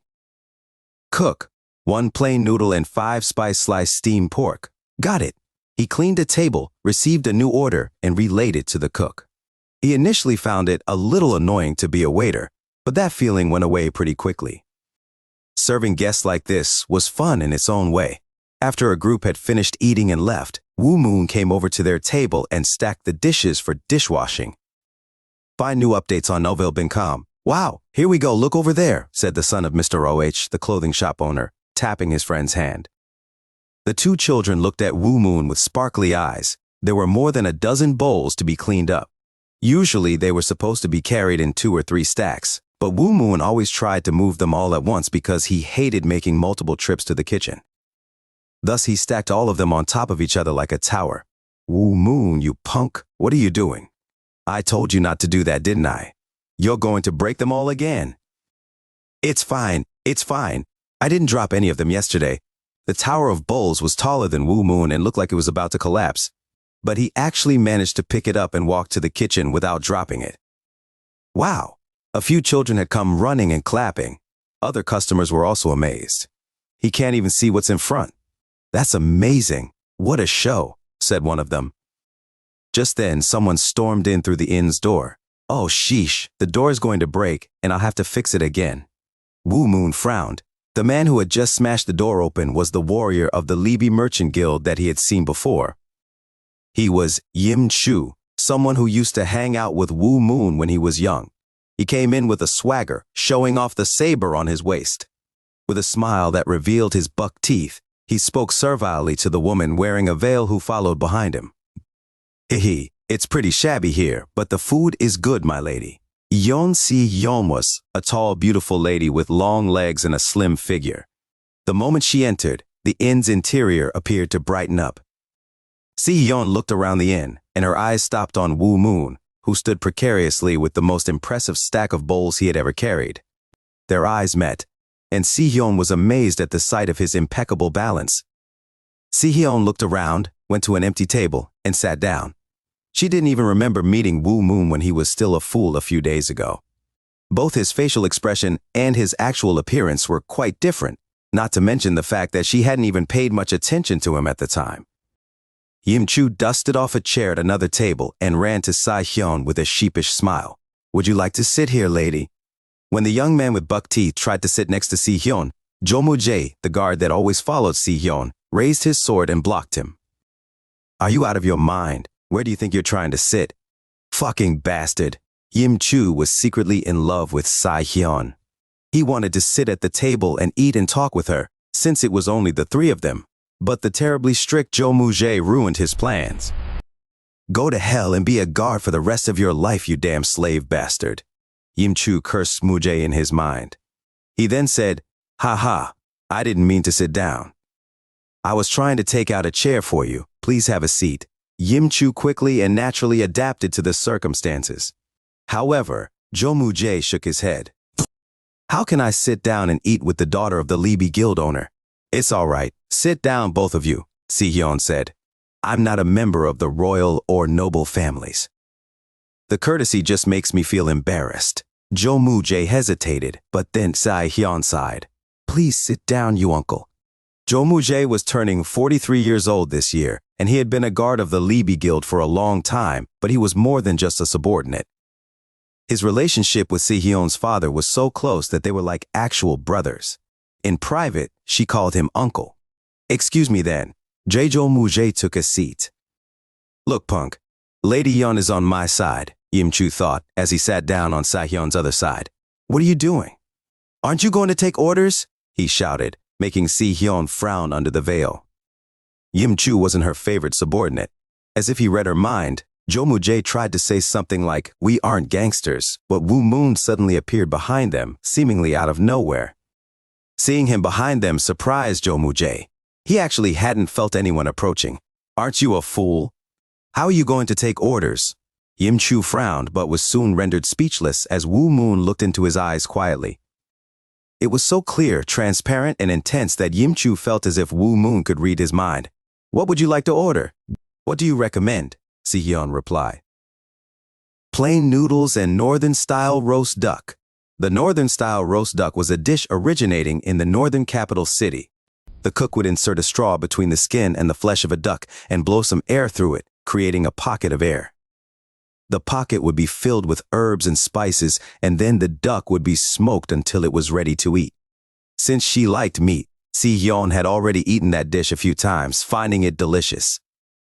Okay, then we'll have one northern-style roast duck and 2 noodles. Si-hyun preferred eating meat by itself, without rice or noodles. Even so, she did not eat all that much in general, so even if she ate duck until she was full, there would still be enough left for the other 2. After a while, their table sported a well-baked duck with a mouth-watering aroma. Throughout the meal, Yim Chu was in a bad mood. He felt irritated because of Jo Mu-jae, who had almost stopped him from sitting next to Si-hyun, and because of the local fool, Woo Moon, whom he usually ignored. Does that bastard want to die? Woo Moon hadn't really done anything to Yim Chu. The man was just angry at himself for momentarily fearing Woo Moon. I ate well. It was really delicious, Si-hyun said when they were finished. She then paid Dae Wong for the food. Yim Chu laughed. I have an urgent matter to deal with, my lady, so I probably won't be going home for a while. Please head back first. Okay, be careful not to stay out too late, Si-hyun replied, then glanced at Woo Moon, who was cleaning up their dishes. She then headed outside with Jo Mu-jae, unaware that Jo Mu-jae had also been looking at Woo Moon for quite a while now, his eyes filled with suspicion. Yim Chu saw the two off with a smile, but his expression swiftly hardened when he went back into the inn. As he entered, he directly kicked the table where they had sat. What kind of inn is this? There was hair in the food I ate earlier. How dare you ignore the Libi Guild? That was a lie. Yim Chu made it up on purpose to vent at the cook and direct his complaint against Woo Moon. Woo Moon felt angry. He knew how careful Mr. Jang, who was running the kitchen, was in that aspect. Yim Chu kicking a table violently in his family's inn only made him feel even madder. That punk! Enraged, Woo Moon tried to step forward, but Dae Wong stopped him. Stop right there. What do you think you're doing? Didn't you see it earlier? He's a man of the Libi Guild. Don't mess with him. There were 3 leading groups in this neighborhood: the Juan Un Marshal Hall, the Libi Guild, and the Hwaryong Merchant Guild. From Dae Wong's perspective, that of a powerless inn owner, he had no choice but to bear the behavior of Yim Chu, since the latter belonged to one of these groups. How can I put up with that? It's okay, just hang in there. I'll talk to him, so stay right here. Woo Moon watched his dad butter up Yim Chu, even resorting to paying him money. Yim Chu wanted to vent his anger directly on Woo Moon, but Dae Wong stepping up and comforting him with money relieved his anger. I'll let you off this time. But remember, if you dare to treat the Libi Guild like this, Yim Chu was the typical ass in lion's skin. If Si-hyun or Jo Mu-jae had seen this, they would have fired him without even asking who was right or wrong. However, it was clear that the organization had some internal problems if an employee dared to act like this while they weren't looking. After Yim Chu left, Wu Moon helped the cook cut green onions. Tack, tack, tack. The sound of Wu Moon's kitchen knife hitting the cutting board continued to resonate. However, his breathing gradually accelerated and his cutting speed gradually increased. Tack, tack, tack, tack, tack, tack, tack, tack, tack, tack, tack. Just as the speed of his knife reached its peak, Wu Moon put the kitchen knife down and went outside. "I'll be going out for a while, father." "What? Punk! Hey, Wu Moon!" Wu Moon heard his dad calling him, but he just walked away quickly without looking back. After a while, he entered a secluded alley and spotted Yim Chu in the distance. "Hey, Buck Teeth, come over here." The word that Wu Moon had just uttered was Yim Chu's nickname, and also the word that he hated the most. "What did you just call me?" Yim Chu found it even more absurd and embarrassing that Wu Moon was the one calling him out. Yim Chu had put great effort into wearing his most ferocious and frightening expression in order to make sure that Wu Moon was well and truly scared. However, in Wu Moon's eyes, Yim Chu just looked ridiculous. Wu Moon had served as Yim Chu and the other children's leader before his physical illness no longer allowed him to do that. Since then, however, he hadn't gone out. In addition, although he had recovered physically while observing the landscape painting, his mental state only allowed him to be bullied further. Now that he was healthier than when he was younger and had also escaped from that dreamy state, there was no way that Wu Moon was afraid of someone like Yim Chu. Wu Moon remembered the man kicking down the table at the inn earlier and Daewon kowtowing and soothing him. Crunch! Wu Moon gritted his teeth and ran toward Yim Chu. "Huh, you really are out of your mind." Wu Moon was a fool the entire neighborhood had ignored, and he had been a target of Yim Chu and his friends' ridicule for years. To think that man was now running toward him, it was absolutely ridiculous. "I thought you were slowly recovering from being a fool, but you haven't changed at all." But under Yim Chu's ridiculing gaze, Wu Moon ran at him in a disorderly manner. As expected, Wu Moon didn't know any martial arts. Yim Chu couldn't help but laugh. "I'll finish him with a counter." Yim Chu recalled a technique among the Sun Cloud Seven Fists, a set of melee techniques that he had learned at the Guan-Un martial arts school. He would first block Wu Moon's attack with his forearm, then approach him and kick his knee. "I'll show you the difference between us." Wu Moon finally reached Yim Chu and clenched his fist. He pulled his arm back as far as he could and threw a punch at Yim Chu's cheek. Watching his offensive, Yim Chu laughed. An instant later, his forearm and Wu Moon's fist collided. What? Yim Chu had misjudged two things. The first was the speed of Wu Moon's fist, which was much faster than what he had expected. Fortunately, he managed to block Wu Moon's attack as he had moved in advance, but it still surprised him. The second was that Wu Moon's fist had enormous power behind it. Pow! Yim Chu's arm failed to overcome Wu Moon's punching power, which simply folded his arm at the elbow and caused him tremendous pain. Huh? What? Having pushed away Yim Chu's forearm, Wu Moon's fist continued unimpeded on its trajectory to Yim Chu's face. Pow! Ah! With a scream that perfectly suited his usual talkative and frivolous personality, Yim Chu fell backward. You son of a bitch! Yim Chu cursed and flailed about. Noticing that blood was flowing from his nose, he pointed at Wu Moon. You're going to die, punk. Ah, it hurts. I'll kill you. Who do you think I am? You dare ignore the Libby Guild? Of course, Wu Moon's technique was crude. No, actually, he had never learned any hand-to-hand combat to begin with. However, he had something that made him far superior to Yim Chu, internal energy and a good eye. If Yim Chu had decided to dodge Wu Moon's attacks instead of blocking, he would have lasted longer in the fight. Thinking of stopping Wu Moon's attack and counter-striking was a mistake. There was an unbridgeable gap between their level of chi. If Wu Moon had any idea how to reinforce his arms and legs with chi, then not only would he have broken Yim Chu's bones, but probably even killed him with that one punch. Having taken Yim Chu down with that one angry blow, Wu Moon took a short breath, with his arm still outstretched. He approached Yim Chu with big strides as the man rolled on the ground cursing. Yim Chu then stepped back and shook his arms. Don't come closer, bastard, I'll kill you, I'll kill you. Despite such threats, Wu Moon continued to approach.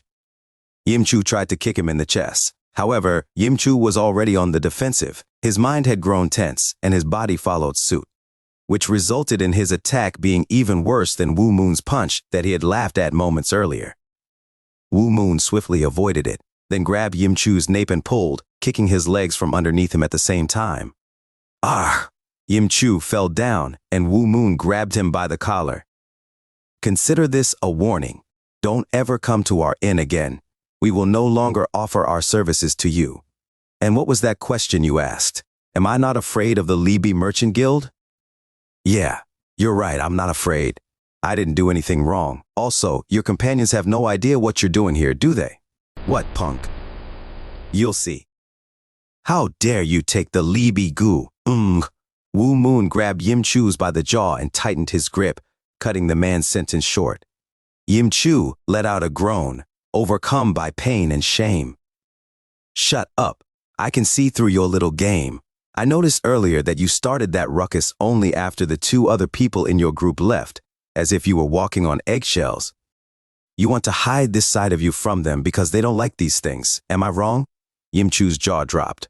Wu Moon was right. Wu Moon was no longer the fool he was before, and the massive gap in power made Yim Chu afraid of Wu Moon. How can a person change this much? Song Wu Moon has changed. Yim Chu felt fear at the thought, his backbone stiffening. Ah, that's right. When we were young, Wu Moon was our merciless and powerful leader.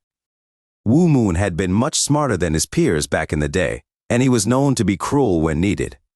He was also stronger than anyone else. Since childhood, Wu Moon had been a hindrance to the mean and evil Yim Chu and his friends.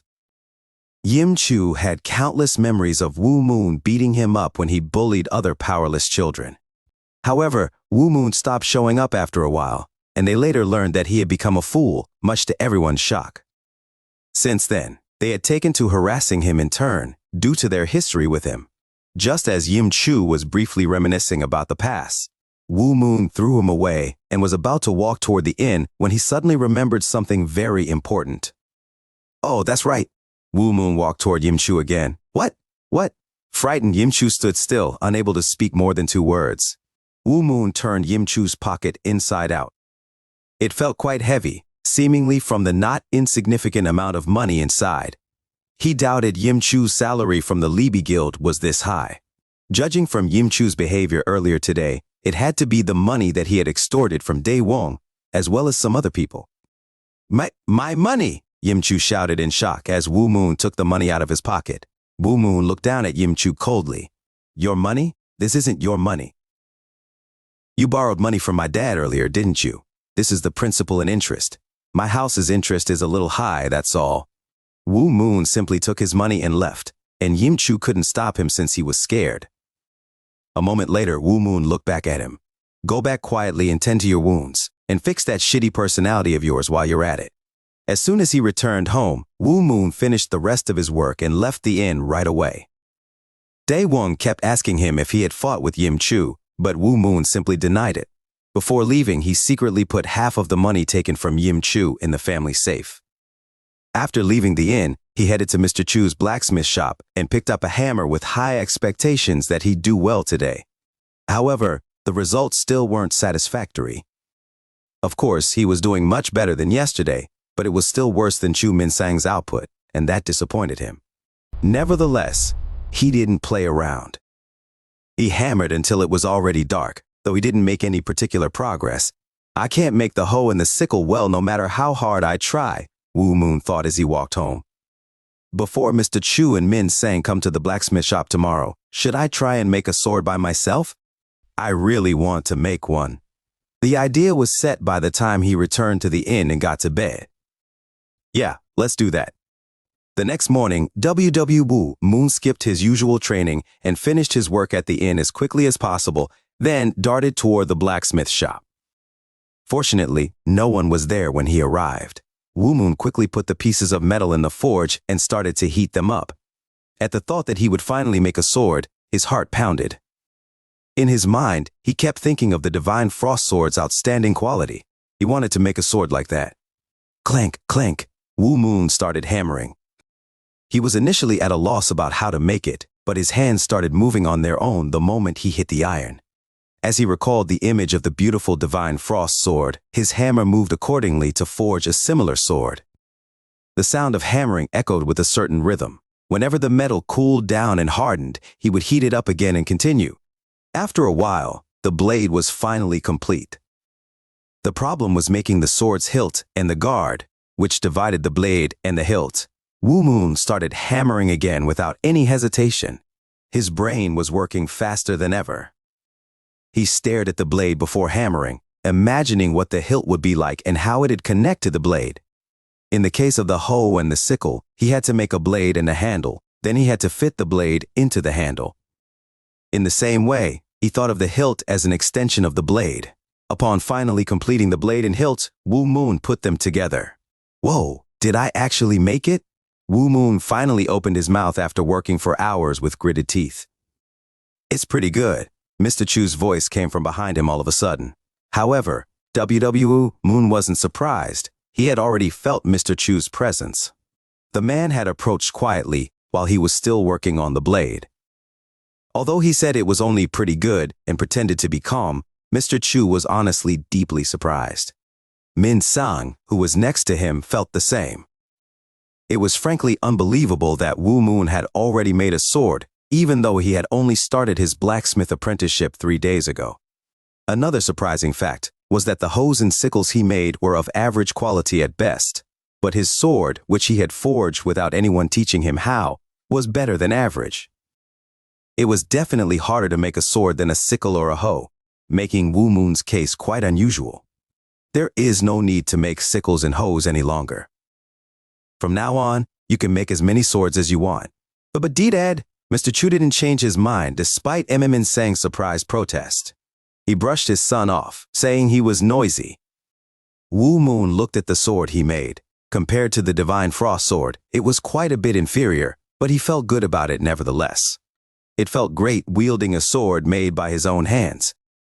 Creating a sword that was better in quality than the hoes and sickles he had made also made him feel proud. But I'm not satisfied with this. Wu Moon put the sword into the forge without hesitation and tempered it again, deciding not to give up until he had made a sword that met his standards. From morning through evening, Wu Moon continued to make swords, and as the hammering continued, his blade-making skill improved. As a result, the sharpness and strength of the blades he made also gradually improved. Eventually, when evening came, he left the blacksmith shop and headed back to the inn. Wu Moon was cleaning up the inn in the evening and thinking of training some more afterward. The inn was much quieter than it had been during lunch, but suddenly the inn's wooden door opened. Squeak. It's so hot. I really don't like the Central Plains. A woman in her early 20s entered, complaining with an irritated voice. Wu Moon looked at her. There was no woman in this small village as pretty as the customer who had just entered. No. Sai Hyan came to his mind right away, but she was always wearing a veil, so he wasn't exactly sure. Zhongyong, the woman who entered the inn, snorted to herself. It seems even a humble waiter in this countryside village can appreciate beauty. Wu Moon's appearance was outstanding for a mere waiter, but that was all. Given his status, she wouldn't even give him a second glance. 3 more women came in behind Zhongyong, all of them covering their fair white skin with white clothes. When his eyes landed on the last girl to enter, Wu Moon was momentarily stunned. He was supposed to ask what they were going to eat and if they were going to stay the night, but for a moment, the girl's beauty stunned him into silence. They were all fair maidens, but none of them so much as the last girl, who seemed to be in her late teens. Her skin was so porcelain-like that the dazzling white suit she was wearing looked dirty in comparison, and her twinkling eyes and straight nose enhanced her beauty to the fullest. She was by far the most beautiful woman he'd ever seen, and it wouldn't be wrong to say she stood out the most. As she came from the North Sea, where the freezing wind and cold snow were constantly raging, Zhongyong was naturally quite sensitive to the heat of the Central Plains, which caused her to be irritated. In addition, it annoyed her when Wu Moon, who had been looking at her a moment before, could no longer take his eyes off her junior sister. F0LLOW. New chapters at nov.com. That was inevitable, however. She herself knew that her junior sister was prettier than her, and the knowledge of her inferiority only made her bully the poor girl. Isn't this restaurant open? Aren't you a waiter? Jong-gyong spoke coldly and aggressively. Woo Moon met all kinds of people while working at the inn. If he got angry with each one of them, it would make his work even harder. Hence, Woo Moon had gotten accustomed to simply ignoring the customers who spoke down to him and even those who cursed him, to the extent that he didn't even notice it all that much. However, Jong-gyong's attitude still angered Woo Moon, especially since she looked at him with contempt and irritation. Oh, yes, yes. Would you like something to eat? Or do you want me to show you a room? He seemed polite, but somewhat sloppy. Was it because of his eyes? Or was it because of his slightly tilted head? Regardless, the mood in the room turned for the worse. Jong-gyong turned her nose up, but she didn't say anything anymore, thinking that arguing with a humble waiter wasn't suitable for her, the first disciple of the North Sea Ice Palace. Just wait and see, waiter. While Jong-gyong eagerly thought about taking revenge, Ha-yo-seol the youngest smiled brightly and spoke on behalf of her companions, who had closed their mouths as if they found it beneath their dignity to talk to a waiter like Woo Moon. We're famished, actually. We've been on the road all day, but we haven't even had lunch yet. We don't know much about the food in the Central Plains, so please bring us some good dishes that are affordable. We also plan to stay here until tomorrow morning, so please prepare 2 rooms. Not only was she pretty, but her smile was also beautiful. Moreover, she had an alluring voice and a kind heart. All right, pretty lady, Woo Moon answered, a smile appearing on his face without him being any the wiser. He had never said something like that, but it sounded so natural that it seemed like he often uttered that line without shame. That didn't mean Woo Moon had fallen in love with Yo-seol or even liked her, of course. He just told her what he thought of her. I'm not. Don't make fun of me. Her reaction wasn't just due to humility. She truly seemed unaware she was really pretty. After all, when Yo-seol was in the North Sea Ice Palace, she never went out, only going back and forth between the living quarters and the training hall. Hence, that was the first time a man had told her she was pretty. However, in complete contrast to her blush, her sister's expressions were getting worse, especially Jong-gyong's.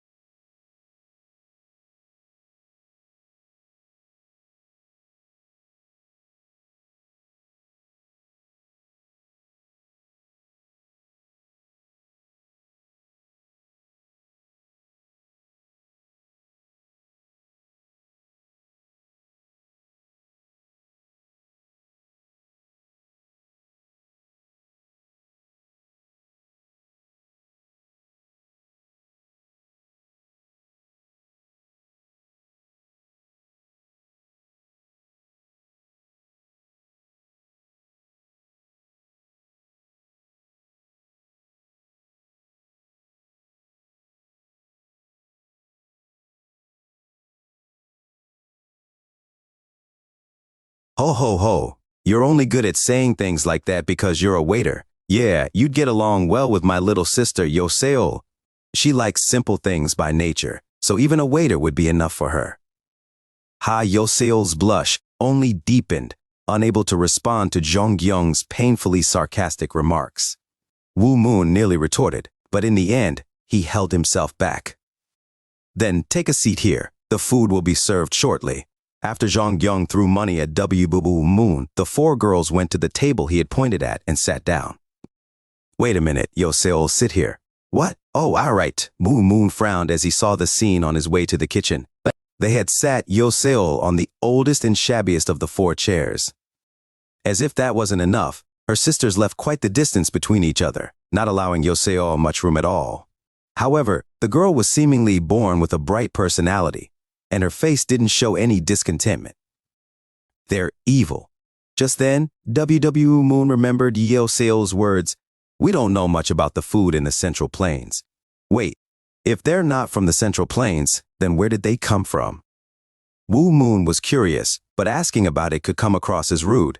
He asked the cook to make food for 4 people, then went up to the 2nd floor and cleaned 2 guest rooms.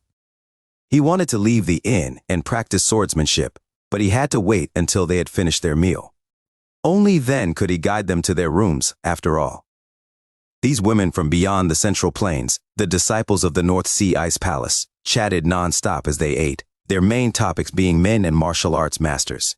Among the brilliant youngsters of the Central Plains, who was the coolest and who was the strongest?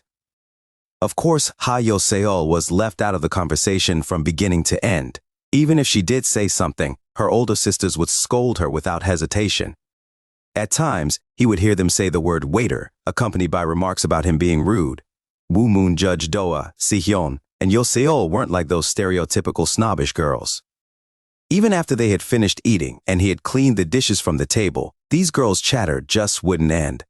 It was already late at night, and everyone in the inn had fallen asleep except for Woo Moon.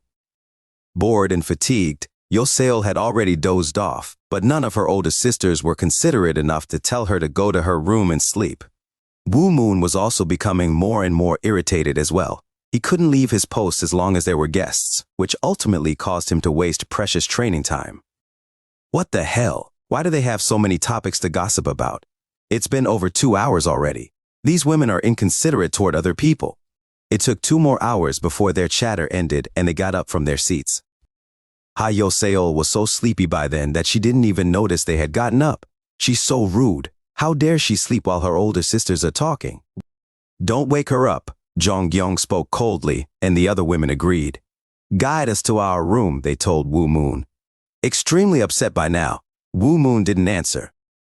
Instead, he just gestured at them to follow him and headed upstairs. Huh? Look at how cocky that boy is. Woo Moon could hear Jong-gyung complain behind him, but he didn't care. Be patient, Jong-gyung. He's just a random waiter who doesn't even know martial arts. Is a person worthless just because they don't know martial arts? Not to mention, assuming that people you've never met don't know martial arts is not terribly smart.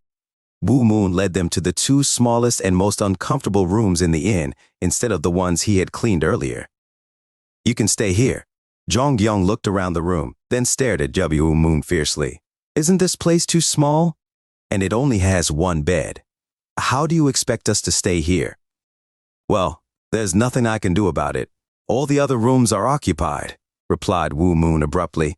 Irked by his tone, Jong-gyung gathered her chi without even being aware of it herself. It looks like you really want to die.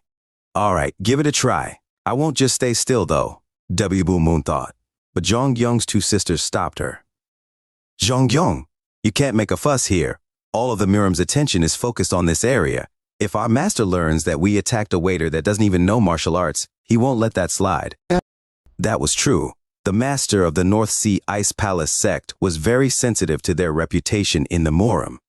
At her sister's words, Jong-gyung forced herself to calm down. Are all the other rooms really occupied, or are you just doing this to screw with us? Why don't you believe what people say? I told you once, and you didn't believe me, so what else am I supposed to say?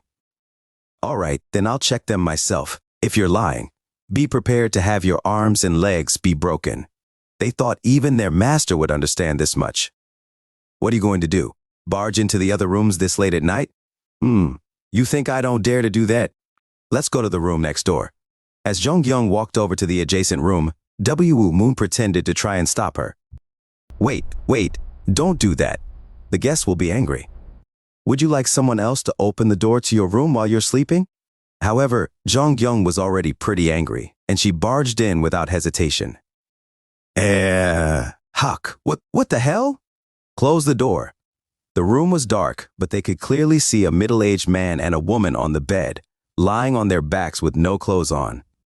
Jong-gyung and her sisters were already pale white to begin with, but now they looked like ghosts, and their faces turned gray. This was the only time they had ever regretted martial arts practice giving them perfect sight. Behind them, Woo Moon could barely hold back his laughter. Besides these 4 women, the only ones staying at the inn were a rogue warrior and a prostitute. Woo Moon had predicted that Jong-gyung would come to this room to check if he was telling the truth, so his protests were only meant to incense her further. Oh shit, what are you looking at? Close the door quickly. Having exposed his dirty buttocks, the rogue warrior shouted again. I'm sorry. Only then did Jong-gyung apologize. Her face turned red with embarrassment, and she felt unbearably ashamed and disgusted. Seeing someone else's love affair was never a good memory. You. When Jong-gyung glared at him, Woo Moon took the initiative. I told you not to do it, didn't I? Are you going to check the other rooms now too? After this experience, she obviously no longer dared to check out the other rooms. She wanted to beat the crap out of this disgusting waiter, but there was no justification for that either. Eventually, Jongyong and her two sisters bit their lips in anger and entered the small room Wu Moon had guided them to. The bed was uncomfortable and had a strange smell, which only made them even more upset. Gnawing their teeth, they finally fell asleep. Wu Moon forcibly held back his laughter. He sat down on the stairs to the first floor and waited for about half an hour. I'm sure those devilish girls are asleep by now, right? Wu Moon went downstairs and carefully woke Seol up as quietly as possible to avoid waking up Jongyong and her sisters. Excuse me. Waiter. Her face reddened again as soon as she woke up, embarrassed that she dozed off on her chair. Fortunately, a guest staying here left early due to an urgent business, opening up a room for you. I'll guide you there. The room your sisters are using is too small and uncomfortable, so you can sleep by yourself instead. Huh? But if they were staying in a small room, my sisters would feel uncomfortable. Why should I be the only one? Seol had a very kind heart. No, the others seem to be sleeping deeply now. If you wake them up, won't they just be angry at you for disturbing them? He had a point. If she woke them up, it would just anger them. Yes, I got it. Thank you, Mr. Waiter. You're welcome. After guiding Seol to the room, Wu Moon finally let out his long, stifled laughter. He then grabbed his wooden sword and headed to his usual training site. Entering the room, Seol was surprised. Even though she had little worldly experience, she could tell that such a room would be quite expensive. It was spacious enough for 20 people to sleep in, and it had a table and chairs, curtains on the windows, and a large bed with silk sheets and a golden quilt that looked incredibly soft and fluffy. Wow! She wondered if this was just a dream. The North Sea Ice Palace was cold and desolate. Hence, even though she was a disciple of the palace master, she couldn't even dream of luxury. Throughout her life there, Seol had gotten accustomed to a bleak room and a hard bed. Tucking her slender body into the bed, Seol exclaimed, "Wow!" The bed was truly soft and warm, and she fell asleep with a satisfied smile. Near the inn, where Wu Moon was practicing, a group of people appeared. There he is. What the hell are we doing here at this time of the night? Yim Chu, you fucking cunt. You better be ready for the consequences if you can't pay me properly for this. Hey, don't worry. If you teach him a good lesson he'll never forget, I'll give you everything. I'm going to take my money back from Wu Moon. I just hope that fucking idiot hasn't spent a penny of it. Did he really think I was just going to stand still and live the way I did as a kid just because he came back to his senses? Yim Chu had lost 40 silver taels to Wu Moon because he was afraid of leaving the money at home, so he carried it everywhere in his pocket. Yim Chu extorted money from others, but he couldn't bear losing his money in the same way. Hence, he asked a small group of nearby bandits he had connections with to catch Wu Moon and teach him a lesson for 35 silver taels. I'll get back the money he took from me, even if I have to give all of it to these guys. Yim Chu was confident. Together with them, he'd certainly defeat Wu Moon. Yim Chu didn't know where or how Wu Moon had learned martial arts, but with the bandits of the Great Axe Yaksha, he wouldn't stand a chance. Although the bandits led by the Great Axe Yaksha were small in number and kept running away due to his violent personality, the man was still a first-class martial artist and a proficient axe wielder. As they hid in the bushes, they watched Wu Moon wobble around, muttering incomprehensible lines to himself. Is that guy crazy? The Great Axe Yaksha didn't even think for a second that Wu Moon was practicing his footwork. Since he had no idea about its existence, he naturally couldn't tell that Wu Moon was practicing the divine phantasm step. But why does he look so blurry? The Great Axe Yaksha rubbed his eyes and looked at him again, but Wu Moon still appeared blurry. Is it because it's dark? The Great Axe Yaksha didn't think much of it. Wu Moon soon began swinging his wooden sword around. As expected, to the Great Axe Yaksha, who knew nothing about the higher-level martial arts, Wu Moon just looked like a lunatic swinging his sword haphazardly. That bastard's crazy. Hey, I'm sleepy. Let's hurry up and finish this, the Great Axe Yaksha shouted. He approached Wu Moon. Hey, you there. The hero of the mountains has arrived, and you don't even have the decency to come over and say hello?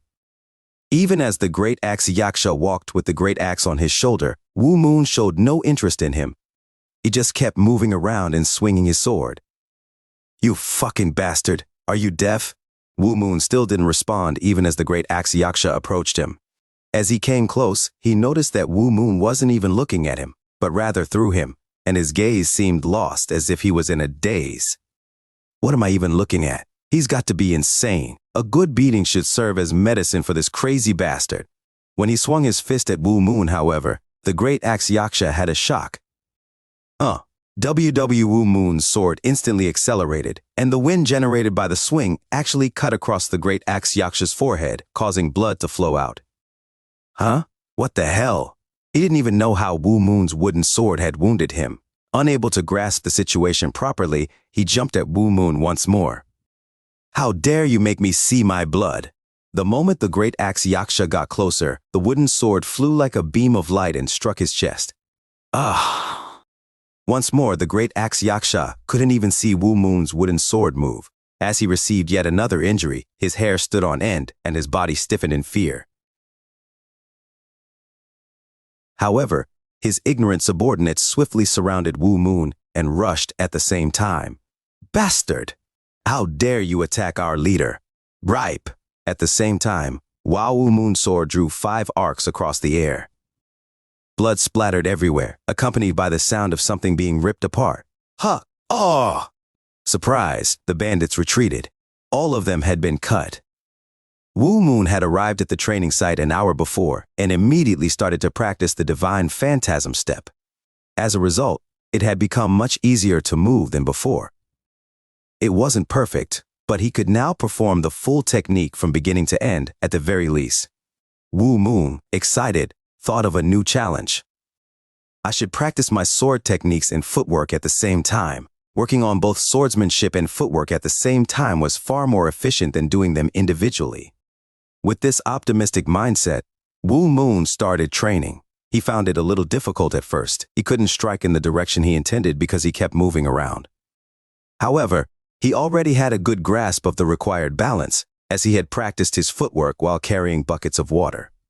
That also played a role in comprehending the truth behind the gentle celestial sword, which contained all the principles of the universe. His footwork and swordsmanship felt awkward for a while, as he couldn't fully synchronize his steps with his sword.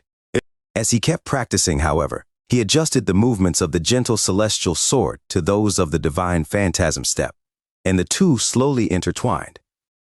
The joy he felt was incomparable too when he practiced his swordsmanship and footwork individually. The exaltation of reaching a new realm took over Wu Moon's spirit, and he entered a state of extreme concentration as he kept practicing.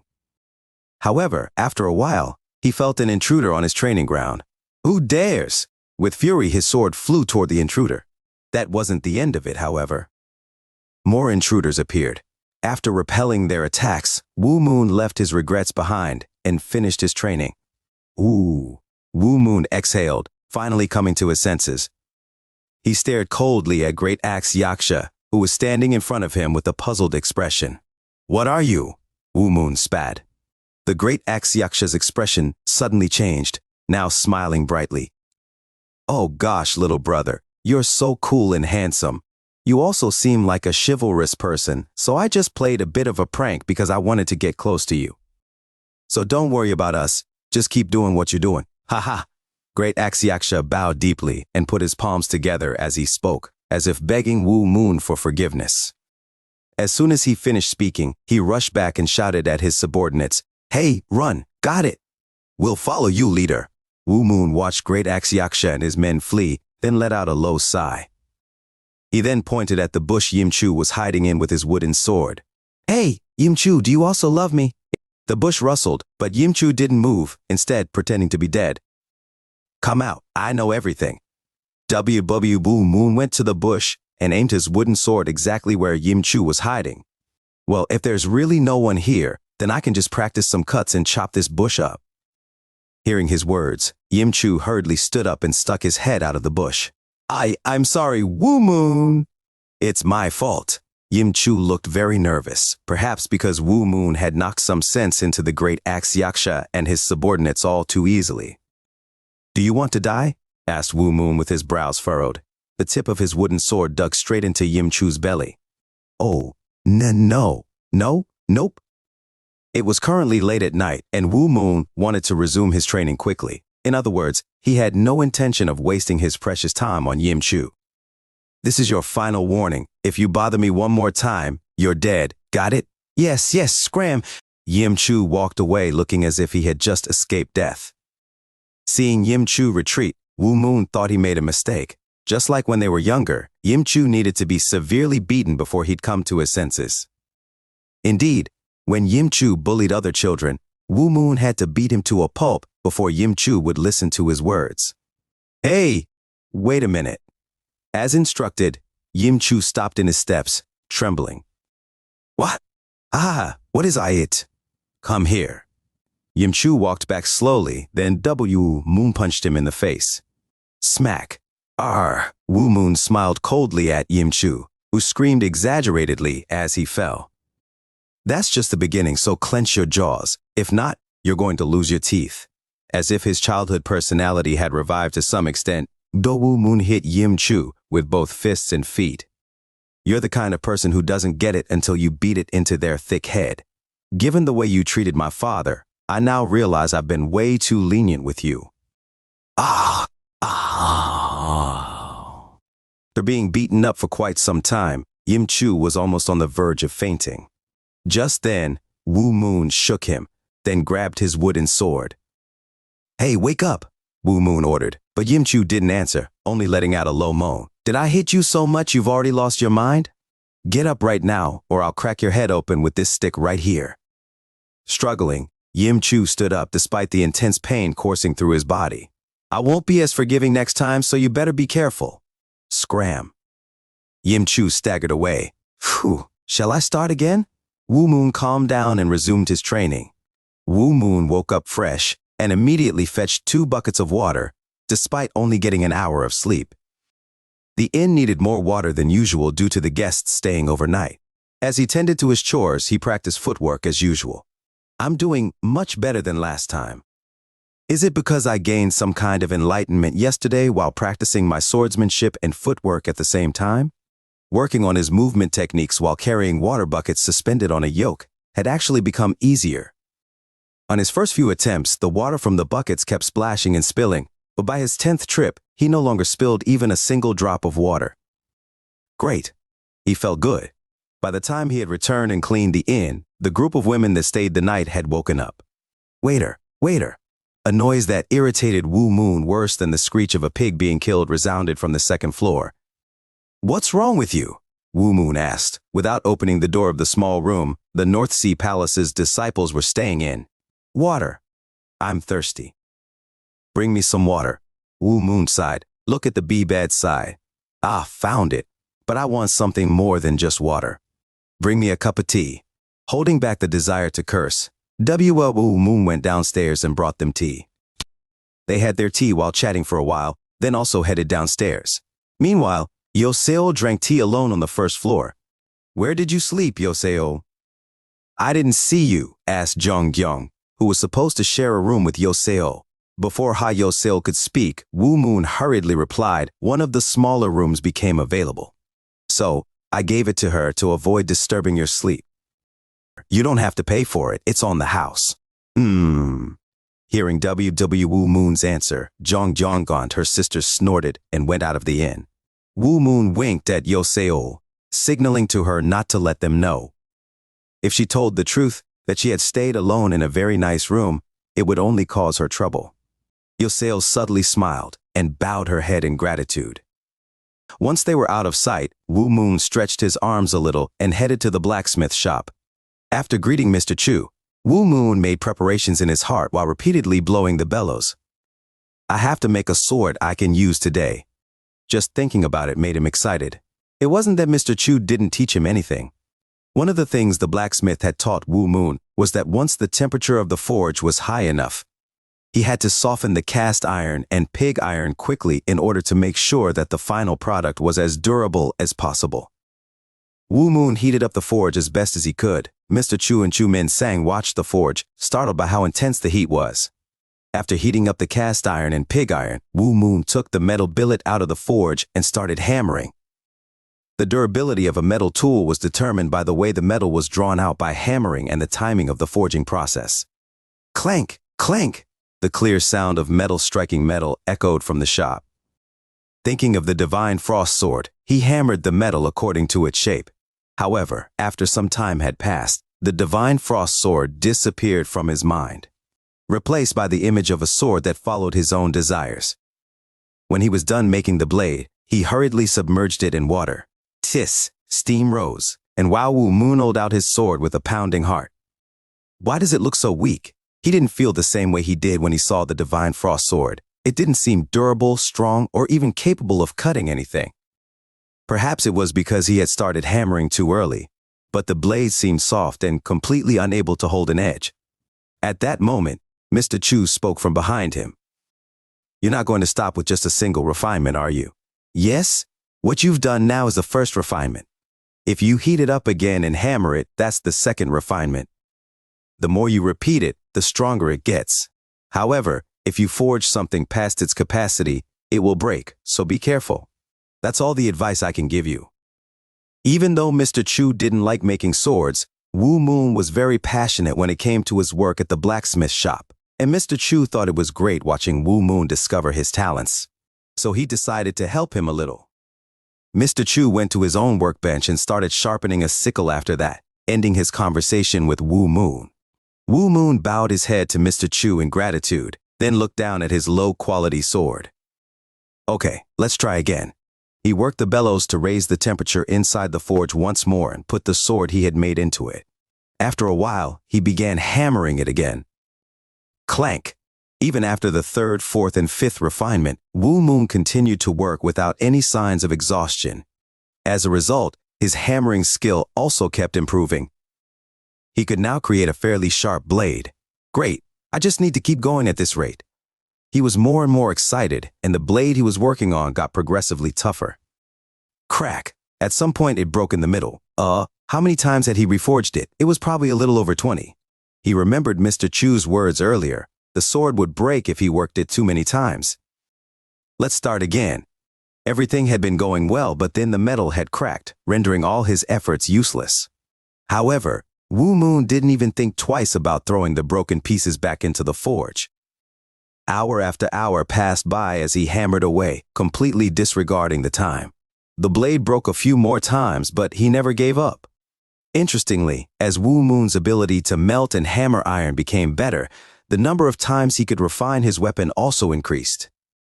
Perhaps the nature of the metal wasn't the only factor that determined its limit.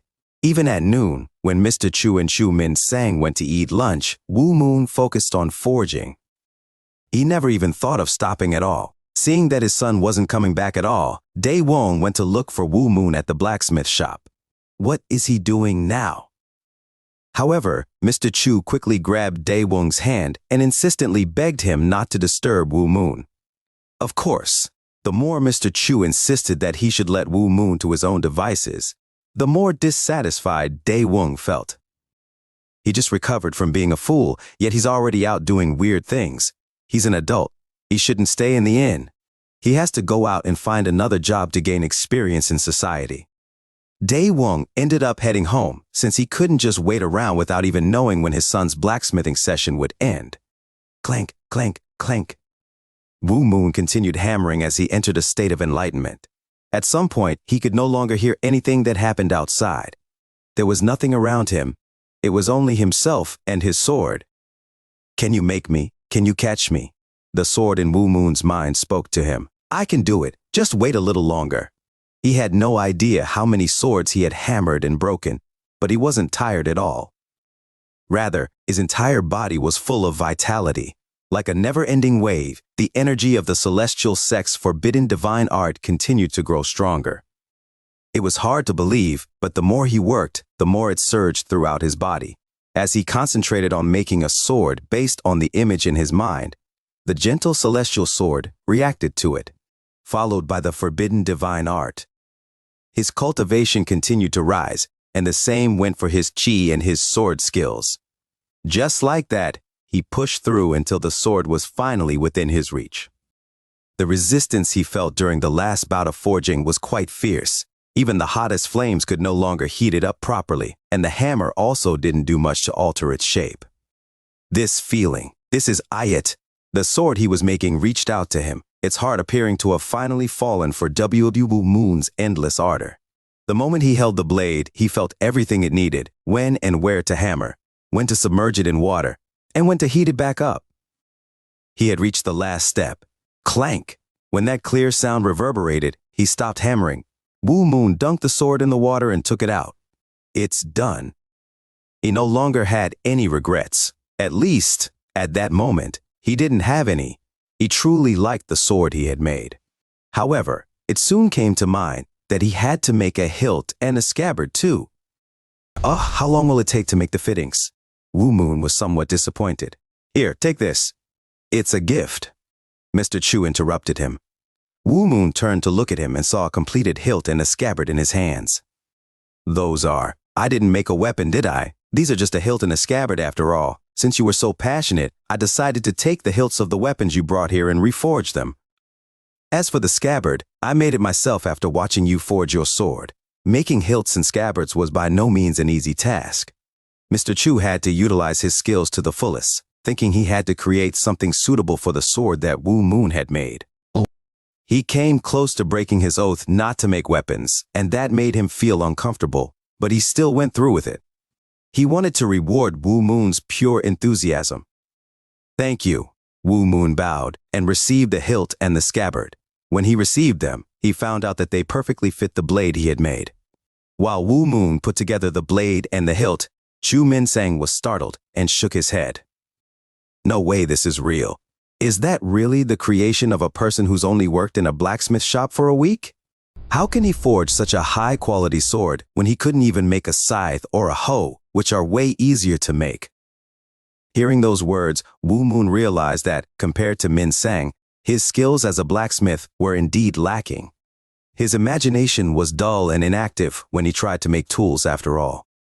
When he tried to forge a sword, however, that perfect mental picture came alive, and that allowed him to surpass Min Sang when it came to sword making. Hence, he only needed to let the sword in his mind guide his hammer, ultimately allowing him to create such an excellent weapon. After putting the hilt and the blade together, Wu Moon carefully polished and sharpened the sword using a whetstone. The dark metal scale was scraped away and the blade now glowed with a silvery light. Wu Moon had a big smile on his face looking at this sword, which he saw as his friend and even his own child. In Mr. Chu's eyes, the sword Wu Moon had made couldn't pass as a divine-grade sword, but it would rank high among the treasure-grade swords and could even be considered an honorable grade one. I guess geniuses really do exist. Mr. Chu sighed, astonished. Who'd even believe that a novice who just started working at a blacksmith shop less than 7 days ago forged a sword of that quality? I'll be going now. Wu Moon put the sword into its scabbard. Thank you so much for your help. Mr. Chu resisted his desire to ask, would you consider working here? Wu Moon's talent for making swords was great, but his father, Dae Wong, didn't like him doing that kind of work. Mr. Chu himself was also worried about Wu Moon due to his incredible talent. If the Murim people discover his talent, I'm sure Wu Moon will be in trouble. Murim people were crazy when it came to good weapons. Aware of that, Mr. Chu could already predict the events that would unfold upon the Murim's discovery of Wu Moon's skills. Just as how a powerless person would be in danger if they had a treasure in their possession, it would be dangerous for any common citizen to be targeted by the Murim people's greed if they didn't know any martial arts. The evil faction, the Black Hand, and the people of the demonic path would most likely capture and enslave Wu Moon, forcing him to make swords until he died. There had already been similar cases in the past. Hence, Mr. Chu just let Wu Moon go. His son, Min Sang, was frustrated, but he didn't care. As time went by, those feelings would be forgotten. On the other hand, as Wu Moon returned to the inn with a joyful heart, he couldn't help but be surprised upon finally realizing a full day had already passed. He had simply forgotten the passage of time, and as he hammered away at his blade, a new day had arrived. I beg your pardon? Wu Moon's eyes widened. As soon as he returned from the blacksmith shop, Wu Moon had fallen asleep and only woken up the next morning. I told you to apply as a worker of the Libi Merchant Guild, you bastard. Wu Moon looked down at the announcement paper that Dae Wong had handed him. The Libi Merchant Guild is recruiting workers. The monthly salary is 1 silver tael. Those who participate in the upcoming business trip will receive additional silver taels as a bonus. It was a pretty great deal. Now that he had thought about it, Dae Wong and the cook were enough to keep the inn going. Taking that into consideration, it would be better for him to leave the house and earn money. He had some acquaintances in the Libi Merchant Guild anyway.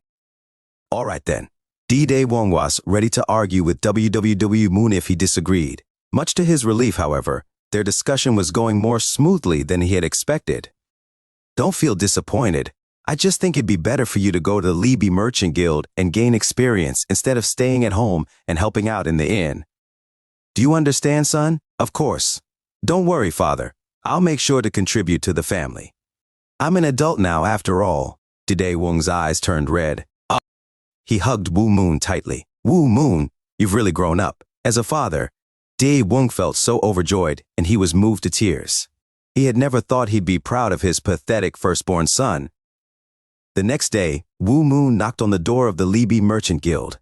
They hired him as a porter without any investigation or examination, since they still lacked the manpower needed to carry the load for an upcoming business trip. He also worked as a handyman, doing various chores for the Libi Merchant Guild with other porters. Porters were needed for all menial tasks, like uprooting trees and planting them elsewhere for aesthetic reasons, or repairing drainage channels in case it rained. It was still the hottest summer, so all the porters worked with their jackets off. Even Wu Moon had taken his top off while working, just like everyone else. They would leave on their business trip the next morning. It would take 2 days to get to Go Ryangpyeong if they traveled as fast as they could, and 3 days if they traveled slowly. Hence, they decided to leave the following morning. Since they had almost finished all the work, Wu Moon was walking around when he noticed a young man and a woman laughing and chatting in the distance. They were busy conversing with one another without any worries or concerns. Who are those people, Uncle Seo? Curious, Wu Moon asked a porter whom he had just become acquainted with. What? Those people? Ah, they're the daughter of the Libi Merchant Guild owner and the son of a high-ranking person in our guild. And the man with the sword around his waist is, As Mr. Seo stuttered, Mr. Ban, who was listening behind him, slapped him on the back of the head. You're even dumber than a turtle, you idiot. He's a disciple of the Kunlun sect. How dare you hit me, you punk? Mr. Seo and Mr. Ban would often quarrel and fight. The Kunlun sect? Ah, that old man named Jin Won Myung said he was from the Kunlun sect. The more he thought about it, the more he looked at them. Finally, once he made sure there was nothing left to do, Wu Moon headed home. The next morning, he went to his parents' room to say goodbye. I'll be back, don't worry. Worried? I'm not worried, you bastard. Just return as soon as possible. Dae Wong's words were as blunt as always. Baek Jinjin reached out, held her son's arm, and looked at him softly. When did he grow this much? Her son's forearm had strong, thick muscles that were comparable to his father's. Promise me one thing before you go, Wu Moon. What is it? Baek Jinjin suddenly turned her gaze toward Dae Wong. Dae Wong flinched, realizing her expression wasn't exactly full of praise. Your father and younger brother were always in good health, so they often fought with others, which made my heart ache. You won't do that, will you? When did I ever do that? I don't even fight anymore these days. Dae Wong's reply was full of regret, which made Wu Moon also search his heart and remember what he had done to Yim Chu. With an expression of strong determination on his face, he then nodded. Okay, mother, don't worry. I won't fight. Yes, thank you. Thank you so much. You're so nice, Wu Moon. After talking a little more with his parents, Wu Moon returned to his room, organized his luggage, and left the inn. Shortly thereafter, the nearly 250 Libi Merchant Guild members left for the business trip.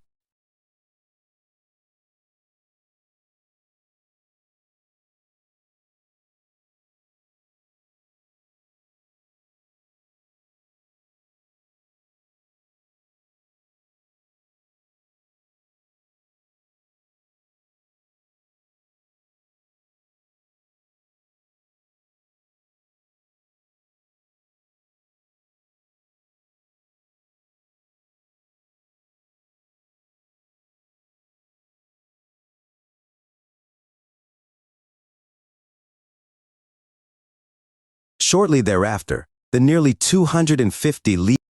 This was an unbelievably large-scale venture for the guild, which had been rapidly declining in recent years. It seemed to be their last attempt at saving the guild, even though it meant risking everything on one card. Wu Moon was among the many porters.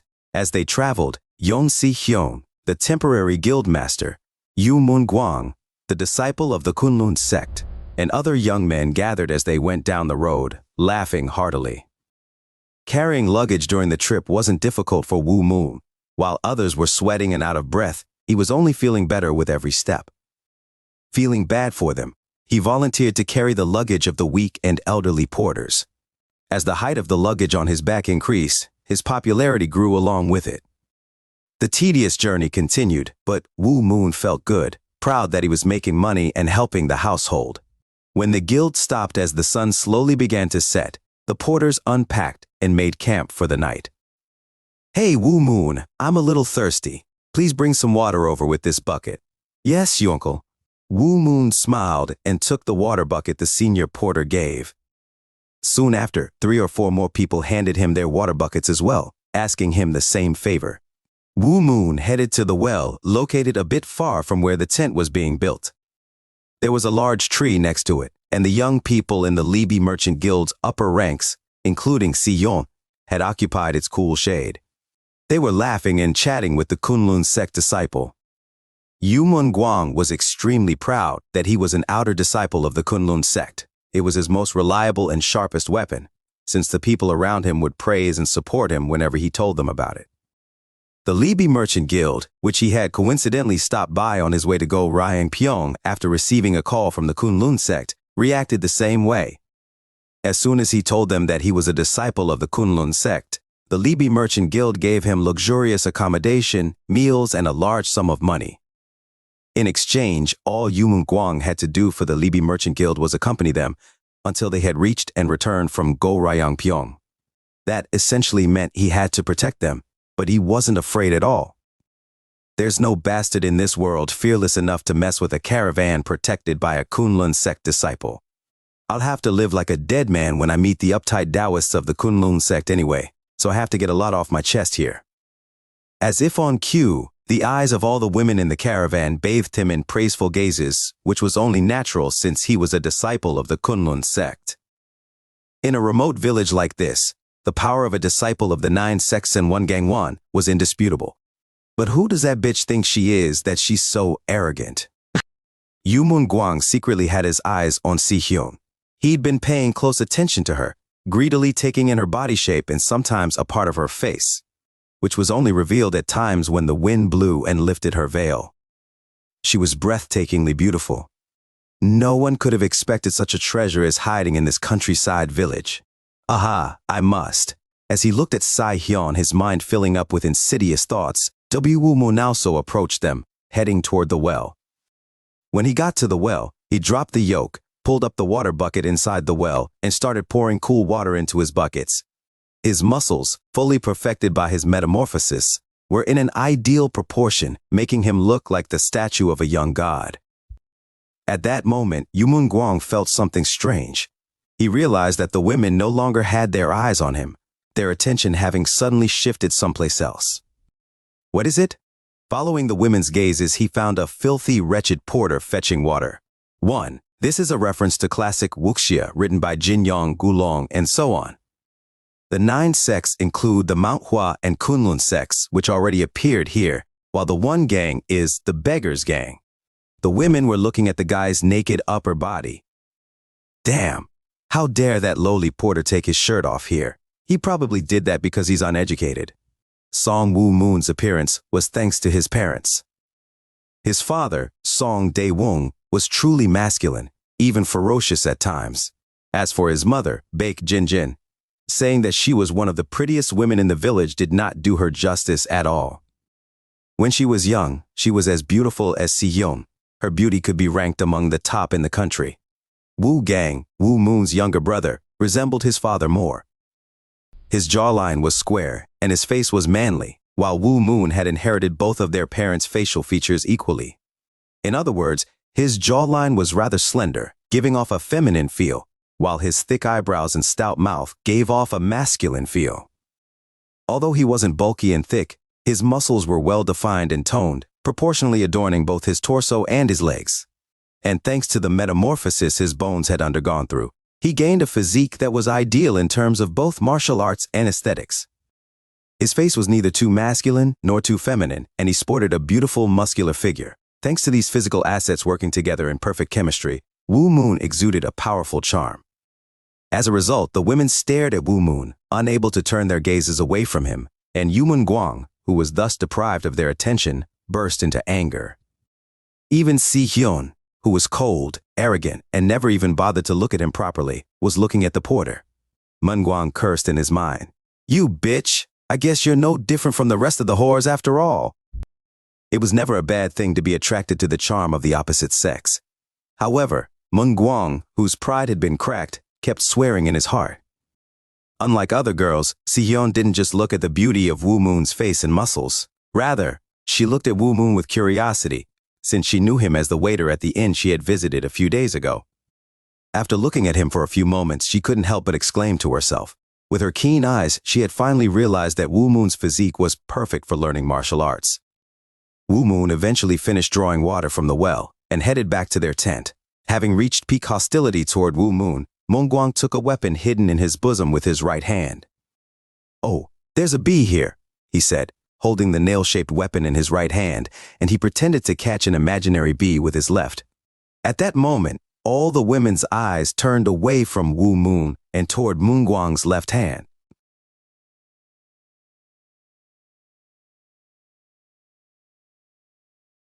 In that instant, he flicked his right wrist and threw the nail at Wu Moon. "Fucking porter, take this." He thought about simply going to Wu Moon and beating him up, but that just seemed ridiculous.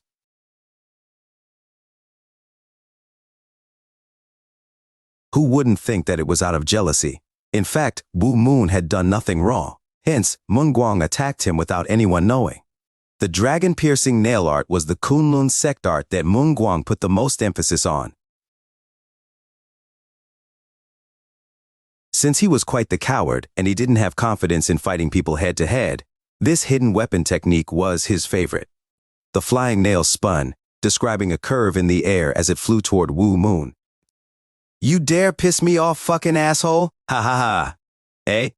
Mun Guang was convinced that the hidden weapon would pierce Wu Moon's shoulder, which would cripple him for the rest of his life.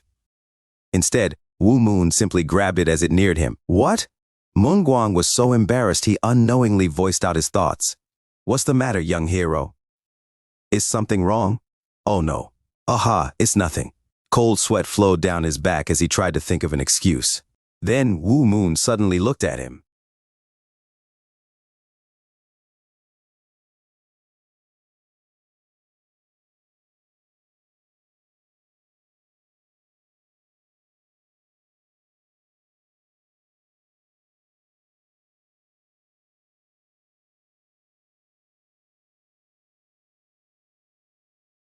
When he saw Wu Moon's gaze, Mun Guang actually thought, in his cowardice, that Wu Moon was in fact an absolute master hiding his identity.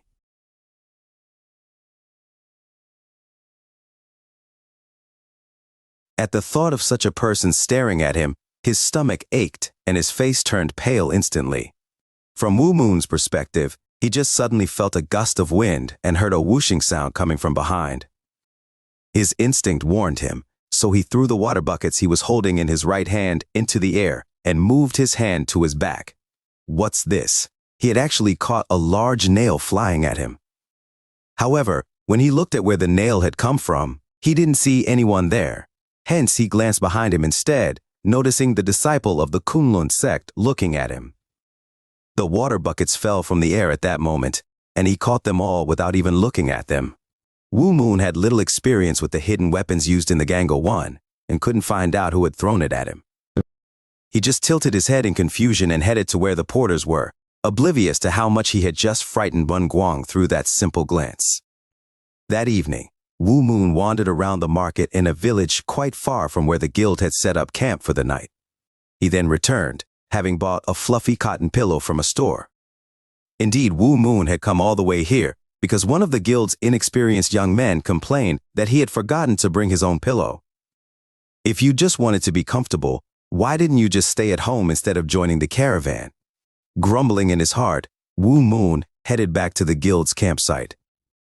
He suddenly felt depressed, wanting to wield his sword to his heart's content instead of wasting time like this. Taking a look at his surroundings, he found nobody around him. Well, who would walk on a secluded trail on this gloomy night anyway? Wu Moon put down the pillow and drew his sword from its scabbard. His eyes lost focus in ecstasy, and the next moment, the tip of his sword embroidered the air with a silver line, moving in a completely unpredictable pattern. It looked as if endless silver rain showered the ground around him. Rather than just going through the motions once or twice, Wu Moon continued his training by using the divine phantasm step. In the end, he felt relaxed, and his irritation subsided. After finishing the sword dance, he exhaled deeply. Just then, unexpectedly, he heard applause from next to him. Clap, clap, clap, clap. Oh ho, what great swordsmanship. I can't believe I've never seen it before. I'm so close to saying I've wasted my life. The speaker was a man in his mid-30s that looked like a Confucian scholar. He was the same person who carefully watched Wu Moon's house while drinking alone in the opposite building not long ago. Clad in snow-white clothes, the impressive man approached with a smile. You have excellent sword skills, young hero. May I ask the name of your master? The man exuded a unique atmosphere that couldn't be treated lightly. No matter how much he thought about it, Wu Moon couldn't figure out where it came from. Nevertheless, he answered the man's question. I don't have a master. That was true, although he learned martial arts through the landscape painting of the old immortal he had met when he was still a kid. He hadn't officially become his disciple, so it would be a bit embarrassing to call the old immortal his master. Hearing Wu Moon's answer, the man clapped. As expected, you are a young hero who stumbled upon a lucky chance and will save the world from crises in the future. Huh? At times like this, I shouldn't be too fussy about it. That would make it difficult for you to hide your identity, wouldn't it? As he spoke, the man nodded to himself. He looked very excited. Well, that's not it. Wu Moon tried to butt in, but the man didn't listen at all. Instead, he kept going. So, the sword art you just performed, I'm unfamiliar with. It's quite absurd for such mysterious sword art to be completely unknown in this day and age. Which horde of evil are you currently tracking? Blood demon cult? 4 calamitous clans? Immortal demon society? Heretic cult? Or is it a group that was recently formed? Well, it's not like that. I know. The man, joyously writing his own novel, agreed with Wu Moon's statement as easily and firmly as a sword passed through a head of cabbage. Wu Moon had never seen such a peculiar individual. The man smiled brightly. It was just a joke. Ha ha, I see, the man was indeed quite weird. Wu Moon cut their conversation short and turned away from him. He was pretty late anyway, and he knew that he had to get back quickly. For some reason, the man followed Wu Moon. Hey, this is fate. It would be quite disappointing for you to just leave like that.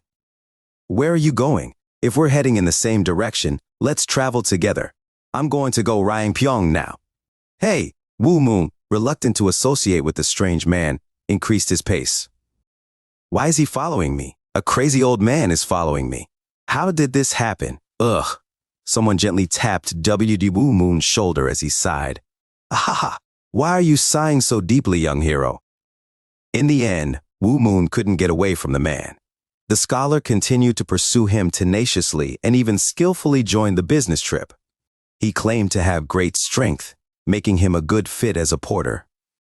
The guild also readily agreed, saying that having more people wouldn't hurt. This allowed the man to continue following Wu Moon. Young hero, can't you show that to me one more time? And do you really know no other techniques? He constantly pestered Wu Moon to show him raging wind, heavy rain, and other techniques for him. Didn't you already see them? And I'm not lying. I really don't know any other techniques. Let me sleep, please. Wu Moon couldn't sleep at all. Seeing the eastern sky gradually getting brighter, he felt like he had stayed up all night. Of course, if he cultivated, he could relieve some of the fatigue he had accumulated, but there were certain things only sleeping could resolve. Above all, Wu Moon normally slept a lot, so he really felt exhausted now. He glared at the man who was still very lively with resentful eyes. His energy only made Wu Moon hate him even more. Ahem, ahem, why are you glaring at me so blatantly? Young hero, it's cumbersome. Unfortunately, I have no interest in men. Wu Moon became momentarily emotional, but he managed to hold it in. He then suddenly realized that he knew nothing about this man. I don't even know your name. Could you please tell me? Me? Are names even that important? Just call me No Name. Okay, Mr. No Name. Wu Moon quickly turned his head to the other side, and the nameless man clung to him. Are you sulking because I didn't tell you my name? Oh my. It seems that you're still too young, little kid. Come on, show me your swordsmanship one more time. That'll make you feel better. I'm not sulking, and how would showing you my sword skills make me feel better? Look at you. You're really pissed off. Don't do that. Don't be angry. No, although he was middle-aged, his behavior was even more childish than WW Moon's. Dawn broke as they argued. The nameless man was walking while humming a tune that sounded quite pleasant to the ear, but he suddenly stopped. He closed his eyes and focused deeply on something. It's not far away, he murmured. Just in time, the caravan stopped for lunch. The nameless man grabbed Wu Moon's arm. Come with me. What's the matter? I'm going to give you a big present. Look forward to IIT. Gango Jianghu in Chinese literally translates to rivers and lakes, but figuratively refers to the world of martial arts. The difference between Murim and Gango is that Murim strictly refers to martial artists and their organizations, while Gango refers to the world where such people and organizations interact. Isolated martial schools and so on may not participate in the Gango, but they are a part of the Murim, while not all people in the Gango are martial artists. What the he? The nameless man suddenly took the lead and ran to the far side of the road, opposite where the guild was. Eventually, they arrived at the highest mountain in the vicinity. Come on, we have to go up there. Why the hell do we have to go up there? Nah, ask fewer questions, take more steps. It's really important. If you don't listen to me right now, you'll definitely regret it.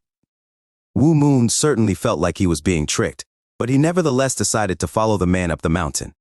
However, the nameless man's climbing speed was simply too great. He didn't appear to be moving that quickly, but Wu Moon had to run at full speed just to keep up with him, and he was certainly not a slow runner. After about half an hour of climbing, they arrived at a small cave in an isolated, wild location. Wu Moon's eyes widened in surprise upon seeing the beast inside it. A tiger bigger than a house, covered in shiny white fur with silver stripes, was leaning against a huge boulder. Is it dead? Even though they had approached this much, the tiger didn't react. It was definitely strange. It's as I expected. That's a silver tiger. It's one of the rare beasts, an animal with innate spirituality. Actually, it is said that it's close to becoming a spiritual beast. Unfortunately, it seems that it hasn't reached that stage yet, since it doesn't have an inner core. It's probably been a while since the mother died. With these words, the nameless man walked toward the dead silver-white tiger. Wu Moon followed. Silver tigers were legendary rare beasts. Their fur and hide were tougher than steel, and their teeth were hard enough to crack diamonds. They had just taken a few steps forward when something small suddenly jumped from under the silver-white tiger's corpse and attacked the nameless man. Growl! You're finally out. Wu Moon looked at the creature, a baby white tiger the size of his fist. The nameless man just swung his right hand at it as if driving fly away, and the white tiger cub was smacked to the ground. Wu Moon wondered if the nameless man had attacked with too much force, considering the beast was just a baby. Just as he frowned and was about to say something, the baby tiger jumped up as if it was nothing, then stood in front of the dead silver tiger and stared at the nameless man and Wu Moon. Despite being so young, the beast is quite amazing. It's thinking of fighting us to protect its mother's body. The nameless man suddenly looked at Wu Moon with a playful expression. Why don't you raise it, Wu Moon? Even if it's a rare beast, it'll die if you leave it here alone. After all, it's still too young. The baby silver tiger was certainly cute, but raising it was an entirely different matter. It was a wild beast. From the perspective of Wu Moon, who lived with his parents, it was impossible to raise such a dangerous creature. Besides, it was a bit annoying. You mean me? No, you better raise it. Wouldn't it be a pleasure for you to live a restless life? I can't be bound to a place or take responsibility for anything. The purpose of my life is to live freely with the wind and clouds, so I can't. You raise it. Absolutely not. As he looked at Wu Moon, the nameless man took action with the hand that he was holding behind his back, not visible to Wu Moon. 4 streams of colorless qi materialized from 4 of his fingers, crawled along the ground, and dug into the giant rock behind the baby silver-white tiger. A minute cracking sound came out. Huh? Did you hear that? Wu Moon noticed the sound and tensed up, but the nameless man shrugged and smiled nonchalantly. What are you talking about?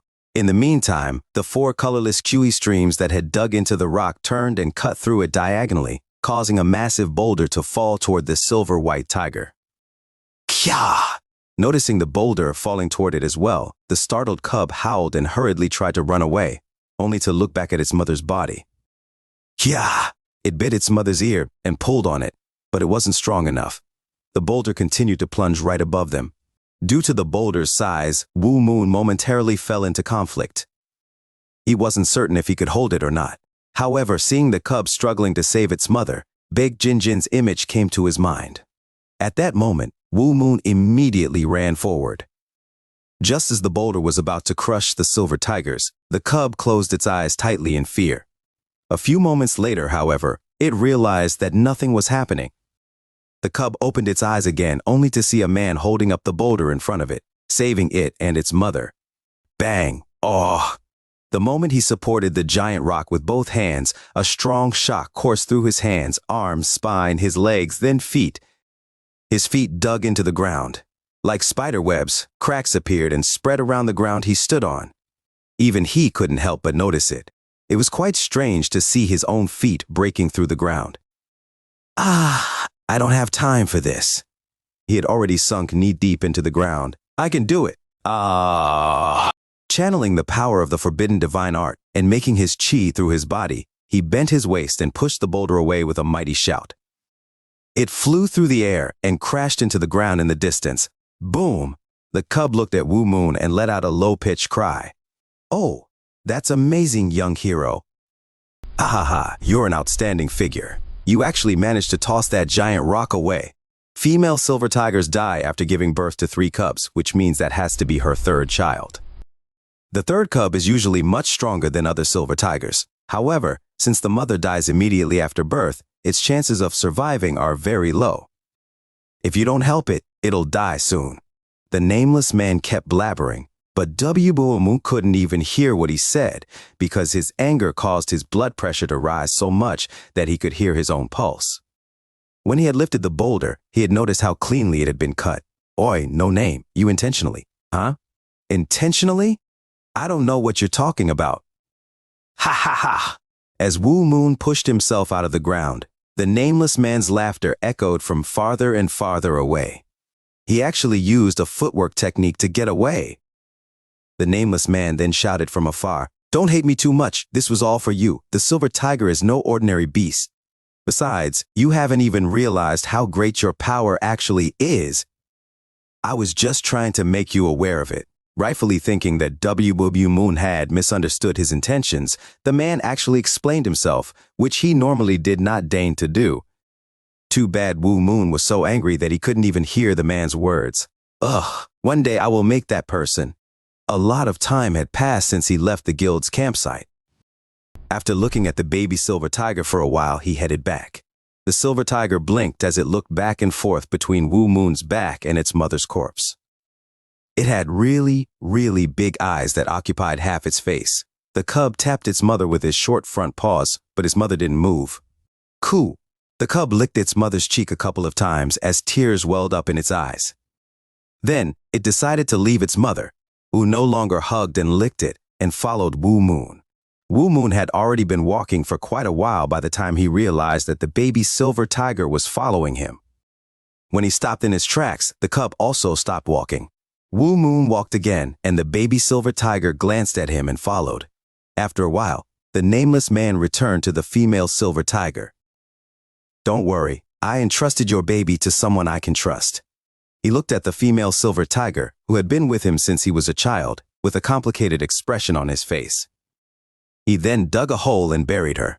Though the soil was hard, with his martial arts mastery, this was an easy job. A man and a baby tiger walked down a narrow road. As Wu Moon continued forward, he noticed the nameless man in the distance. When he passed by him, the nameless man said, "I guess you've decided to raise it after all, so let me tell you a few things about a silver tiger. First of all, it won't attack the people around you for no reason. As I said before, it's born with innate spirituality." The best way to deal with the nameless man was silence. And while it is a wild beast, it's omnivorous, so you don't have to feel pressured to just keep buying meat and feeding it. Haha, you can give it any food. Convenient, isn't it? Fortunately, Wu Moon managed to return just before the guild departed. When he turned around, the baby silver tiger was still timidly following him. It was pretty cute. Wu Moon sighed, looking at the nameless man. "Hey, no name, let's get some rice for now." "Rice? We need to feed this guy." "Ah, but can we just feed it rice instead of milk?" "Ha ha ha, it's a rare beast. Despite being so young, it can eat rice or meat." "Is that true?" "Maybe." "Is that really true?" "Maybe. Let's GGO. You're a nasty young hero driving an old man to work hard." Even while saying that, the nameless man went to the place where the guild distributed food. The cook of the guild was busy organizing things. While he was hurriedly cleaning the tableware and packing up, a random guy approached him. "Hey, can I have any leftover rice? My colleague and I didn't get to eat dinner earlier." The cook thought this was the first time he had seen this guy, despite having been at the guild for quite some time. Taking that into consideration, he was definitely a porter. Reaching this conclusion, the cook couldn't be bothered about what the man wanted. Instead, he decided to relieve the irritation he had accumulated from washing dishes and packing up all by himself. He yelled, "Do you think this is a restaurant? I'm busy, so get out of my way." In an instant, the nameless man's face darkened. "Haha, when was the last time I was treated like this? I can't even remember." On the other hand, this was also a fresh experience in a way. He decided to think positively. Just then, the disciple of the Kunlun sect, Yu Guang, was passing by together with the young men from the guild. "What's going on?" "Ah, young master," exclaimed Che Young Ryong, the son of the guild's second highest official. "Well, this crazy person was asking for food while I was busy." Standing next to Che Young Ryong, Yu Guang looked at the nameless man, who happened to be the person that accompanied Wu Moon. That bastard Wu Moon. He had been afraid of Wu Moon at first, but as time passed, the fear had mostly dissipated, replaced by anger and hostility. He now thought that Wu Moon had dealt with the dragon-piercing nail by pure luck. However, he was still somewhat scared of Wu Moon, so he couldn't just go and say anything to his face. In the end, he had just stared at Wu Moon from afar. It seemed that the time had finally come for him to settle his anger, though. But we have to leave now. He's quite senseless. Why didn't he eat on time? Well, it's not like I have any say on the matter since I'm not a guild member. When Mun Guang intentionally dragged his words long, K. Young Ryong smiled. "No, how can you say you aren't a guild member? It's okay, I'll take responsibility, so do whatever you want." Although Young Ryong was the son of a merchant and not a member of the Miram, he was well aware of the value of the Kunlun sect's name and how beneficial it was to get to know one of the masters of the Miram. Hence, Che Young Ryong tried to gain Mun Guang's favor with honey-coated words and a sweet smile. The nameless man stared silently at Mun Guang and Young Ryong, who were nothing more than caterpillars in his perspective. Hearing Young Ryong's words, Mun Guang strode forward and raised a half-wrapped meal behind the cook. "There is no food for those who fooled around instead of eating at the appointed time." With that shout, Mun Guang threw the rice container to the ground. Although he thought that such actions were excessive, Young Ryong wouldn't interfere with a Kunlun sect disciple just because of an insignificant porter. Hence, he just smiled and stayed silent. At the feet of the nameless man, the wooden rice container rolled on the ground, spilling the rice everywhere. "Ha ha!" The nameless man suddenly burst into laughter. Mun Guang, Young Ryong, the cook, and the guild members watching looked at him, finding him weird. Even as they thought to themselves, "Is he crazy?" he continued to laugh. Ha ha ha ha ha ha. At first, it was just laughter.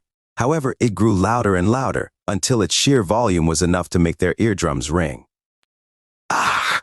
Everyone around the man covered their ears with both hands as they suffered. Some had blood dripping from their ears, and some even vomited. Munguang turned pale as he felt the immense power within the nameless man's laughter. When he stopped laughing, he placed his hand on Munguang's shoulder. You're a great guy. A really great guy, ha ha ha. It's probably been 100 years since I was last treated like this. Ha ha. The nameless man tapped Munguang on the shoulder 3 times. Meanwhile, no one, not even Munguang, could move. They could feel something immeasurable pressing down on them. It was absolute horror, the manifestation of absolute Q. As the nameless man turned and walked away, Munguang stumbled and fell backward. A loud noise came out of his posterior, followed by a certain filthy discharge mixed with blood. A terrible stench spread everywhere. As the nameless man walked away from the bewildered people, he noticed Wu Moon watching the whole scene. The nameless man grinned. Did you see that? Yes. Now that we're near GGO Ryangpyeong, I'll have to leave soon. Follow me. There are many things I can do for you. Wu Moon followed the nameless man, whose aura had changed somehow. Completely frozen, Munguang didn't even feel the filth and blood filling his pants. He's an unfathomable master, over 100 years old. A name popped into Munguang's mind. No way. The nameless man walked all the way to a nearby forest, sat on the trunk of an old tree, and looked at Wu Moon. Are you surprised? Wu Moon shook his head. No, I've always thought you were a remarkable man. He had felt the nameless man's energy the first time they had met. It was so strong that he was simply unable to treat the man carelessly. Ah ha ha ha. As expected, you are a great young hero. I don't think I was as good as you at that age. That was a really great compliment, considering the character of the nameless man. Those who knew his eccentric personality would have been shocked to hear it. He had stronger self-esteem than anyone else and rarely praised others at all, much less tell them they were superior to him. Having chased them all the way here, the silver tiger cub lay on its belly behind Wu Moon. Cool! With a low sigh, it rested its chin on its front paws and looked at Wu Moon and the nameless man. Fortunately, the guild people were busy preparing for departure, so nobody noticed the scene. Before I leave, I have a question for you. What is it? What is your goal? What do you want to become? What is your dream? My goal is to earn a lot of money and be filial to my parents. In particular, my mother is very weak, and she is having a very hard time. I want to help her. Hearing Wu Moon's answer, the nameless man's face darkened for some reason. A look of sadness passed in his eyes for a moment, but his usual expression swiftly returned. Right, it seems your mother is very ill. But that isn't a goal for yourself, is it? What do you want to become? I want to know what your dream is. Wu Moon had thought that the man was just asking a random question. Hence, he had just answered without thinking much of it. Now, however, he was at a loss for words. What I want to be. When he was a child, before he fell into a dreamy state, he had wanted to become a martial hero.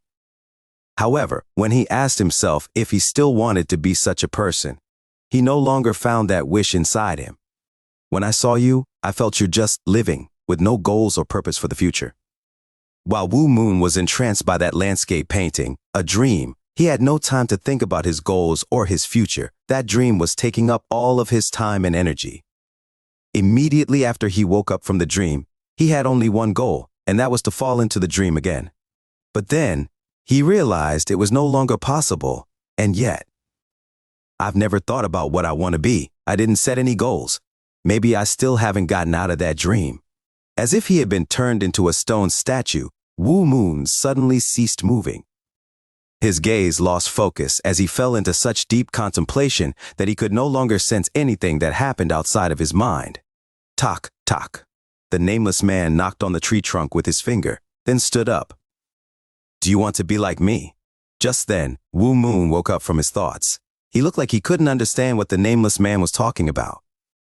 Like the nameless man? Ha ha, I am the most carefree among Moran people, the leader of the Moran people who live without any worries, goals, or purpose. Well, I can say that about myself, no? Ha ha! Wu Moon needed to hold back his laughter but failed.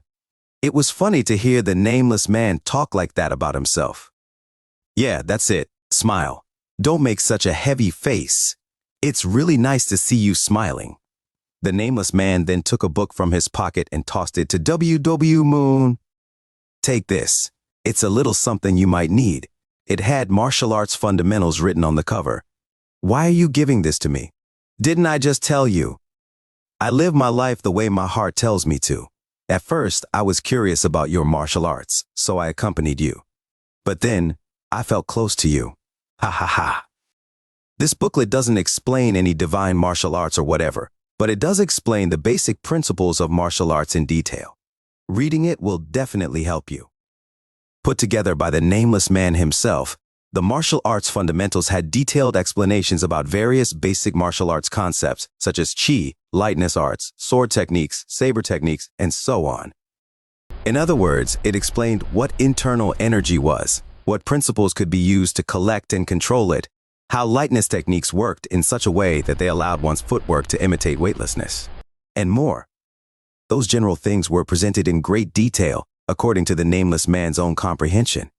Wu Moon only had a shallow grasp of what Miram people thought of as basic knowledge, and what he desperately needed right now was not another divine technique, but precisely this kind of fundamental knowledge. Thank you. Wu Moon paused for a moment, then spoke out about what he really wanted to know. No name. What is it? Do you know how to inject internal energy into a sword or a limb to make it stronger? Ah, you want to know how to materialize chi, don't you? Yes, that's it. As expected, Wu Moon was a fun guy. How could he use such high-level arts while at the same time lacking this absolutely elementary knowledge? The nameless man had been living for a long time, yet this was the first time he had seen such a martial artist. The man smiled. It's better if I demonstrate it than if I just explain it in words. You can then improve your control over it by working on yourself. He picked up a branch from the ground.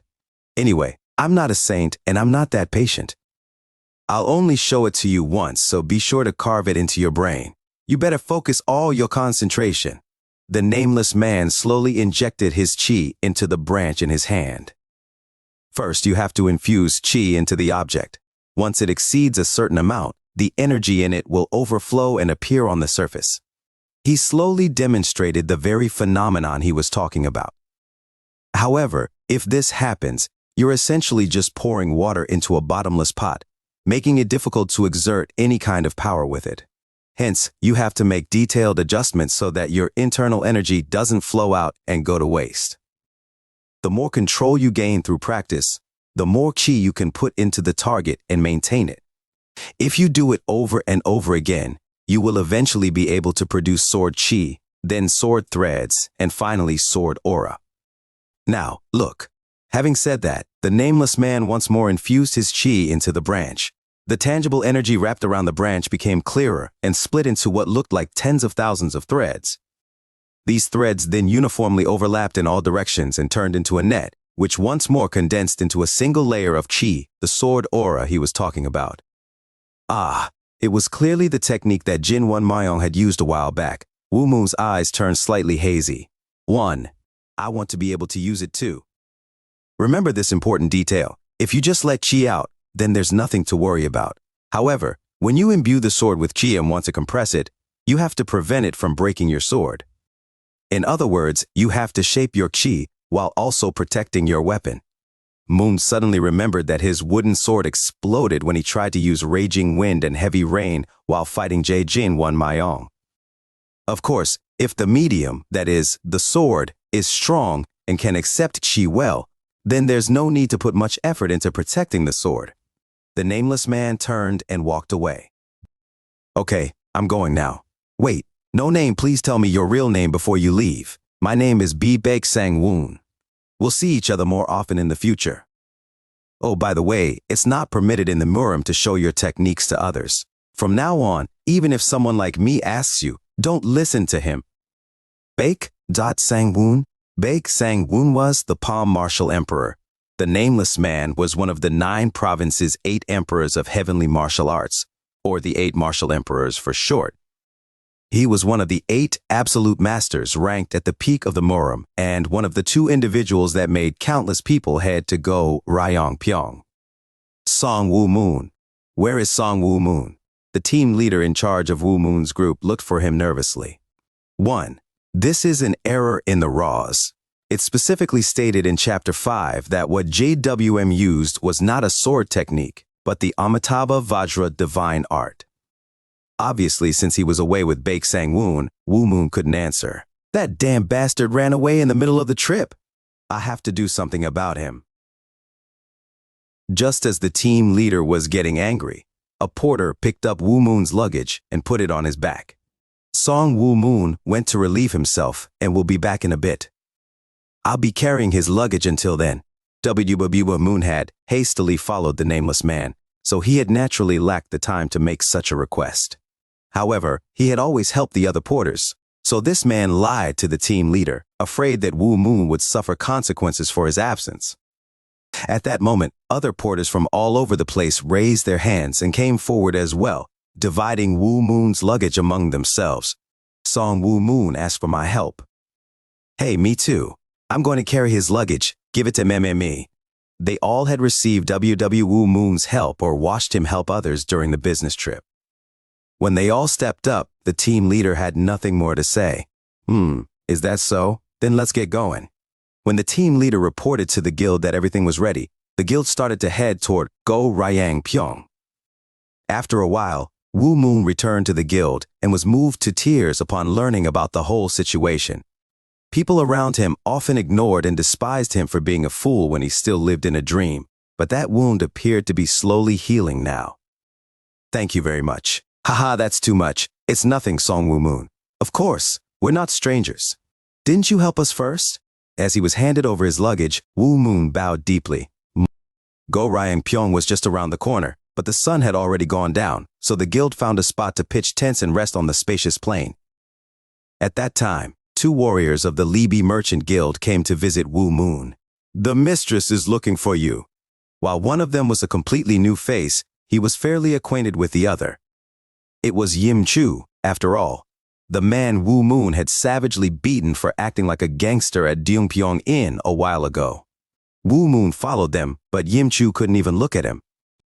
Woo Moon thought about why Yeon Si-hyun had called him. Is it because of the nameless man? No, the Palm Martial Emperor. Thinking about him, Woo Moon stroked his chest once. In his breast pocket was the Martial Arts Fundamentals, the book he had received from Baek Sang-woon. He had already read the first part during his free time.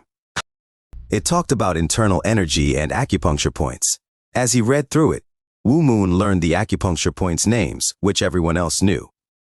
Of course, he already knew the acupuncture points' locations and cultivated his chi according to that pattern, but he didn't know their actual names. He just cultivated according to the image he had seen in the landscape painting.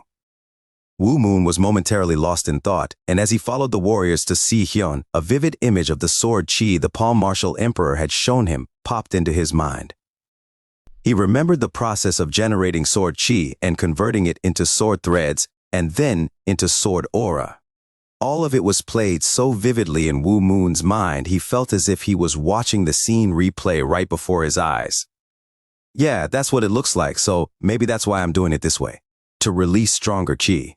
As he was going through his imagery practice, Woo Moon arrived at the center of the caravan where Si-hyun was. He could see a small carriage, and next to it, Si-hyun was leaning against an empty coach seat. The coachman was nowhere to be found. She was wearing her usual gauze veil, but even though her face could not be distinguished, her slender body drew the attention of those around her. We've brought him, mistress. Thank you. You did a good job. Si-hyun had long, thin, and straight legs, which gave her a lean and slender look. As Woo Moon looked at her and wondered what she was going to say, Si-hyun, who had also been paying close attention to his face and body, finally spoke. The coachman has a stomach ache and can't drive the carriage properly right now. Please fill in for him. Woo Moon was slightly taken aback by her words. I have never driven a carriage before. It's not that difficult. A little bit of practice will suffice. After finishing her words, Si-hyun entered the carriage. Jo Mu-jae, Si-hyun's escort warrior, came up to Woo Moon and taught him how to drive the carriage. If you want the horses to go left, do this. If you need them to turn right, just do it the other way around. It certainly wasn't too difficult, and with his outstanding concentration, Wu Moon learned how to do it immediately. After a short while, he could steer the carriage by himself. At Sahyun's command, Mujay walked behind the carriage escorting it.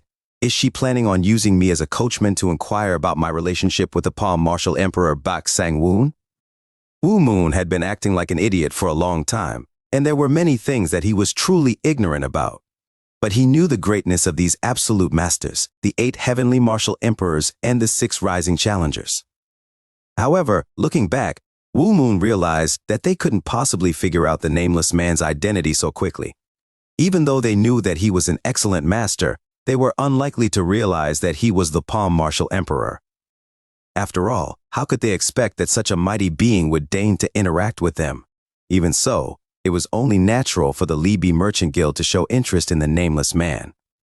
He was clearly a master and had caused a commotion after all. What is she going to ask? Wu Moon drove the carriage with tension. However, contrary to his expectations, Si-hyun didn't say anything.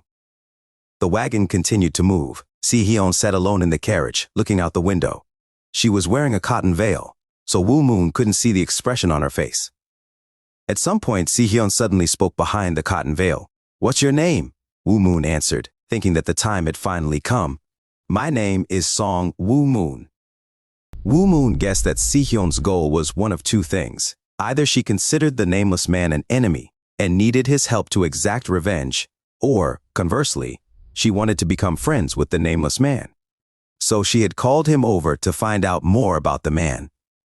However, Si-hyun asked a completely different question from what Wu Moon had expected.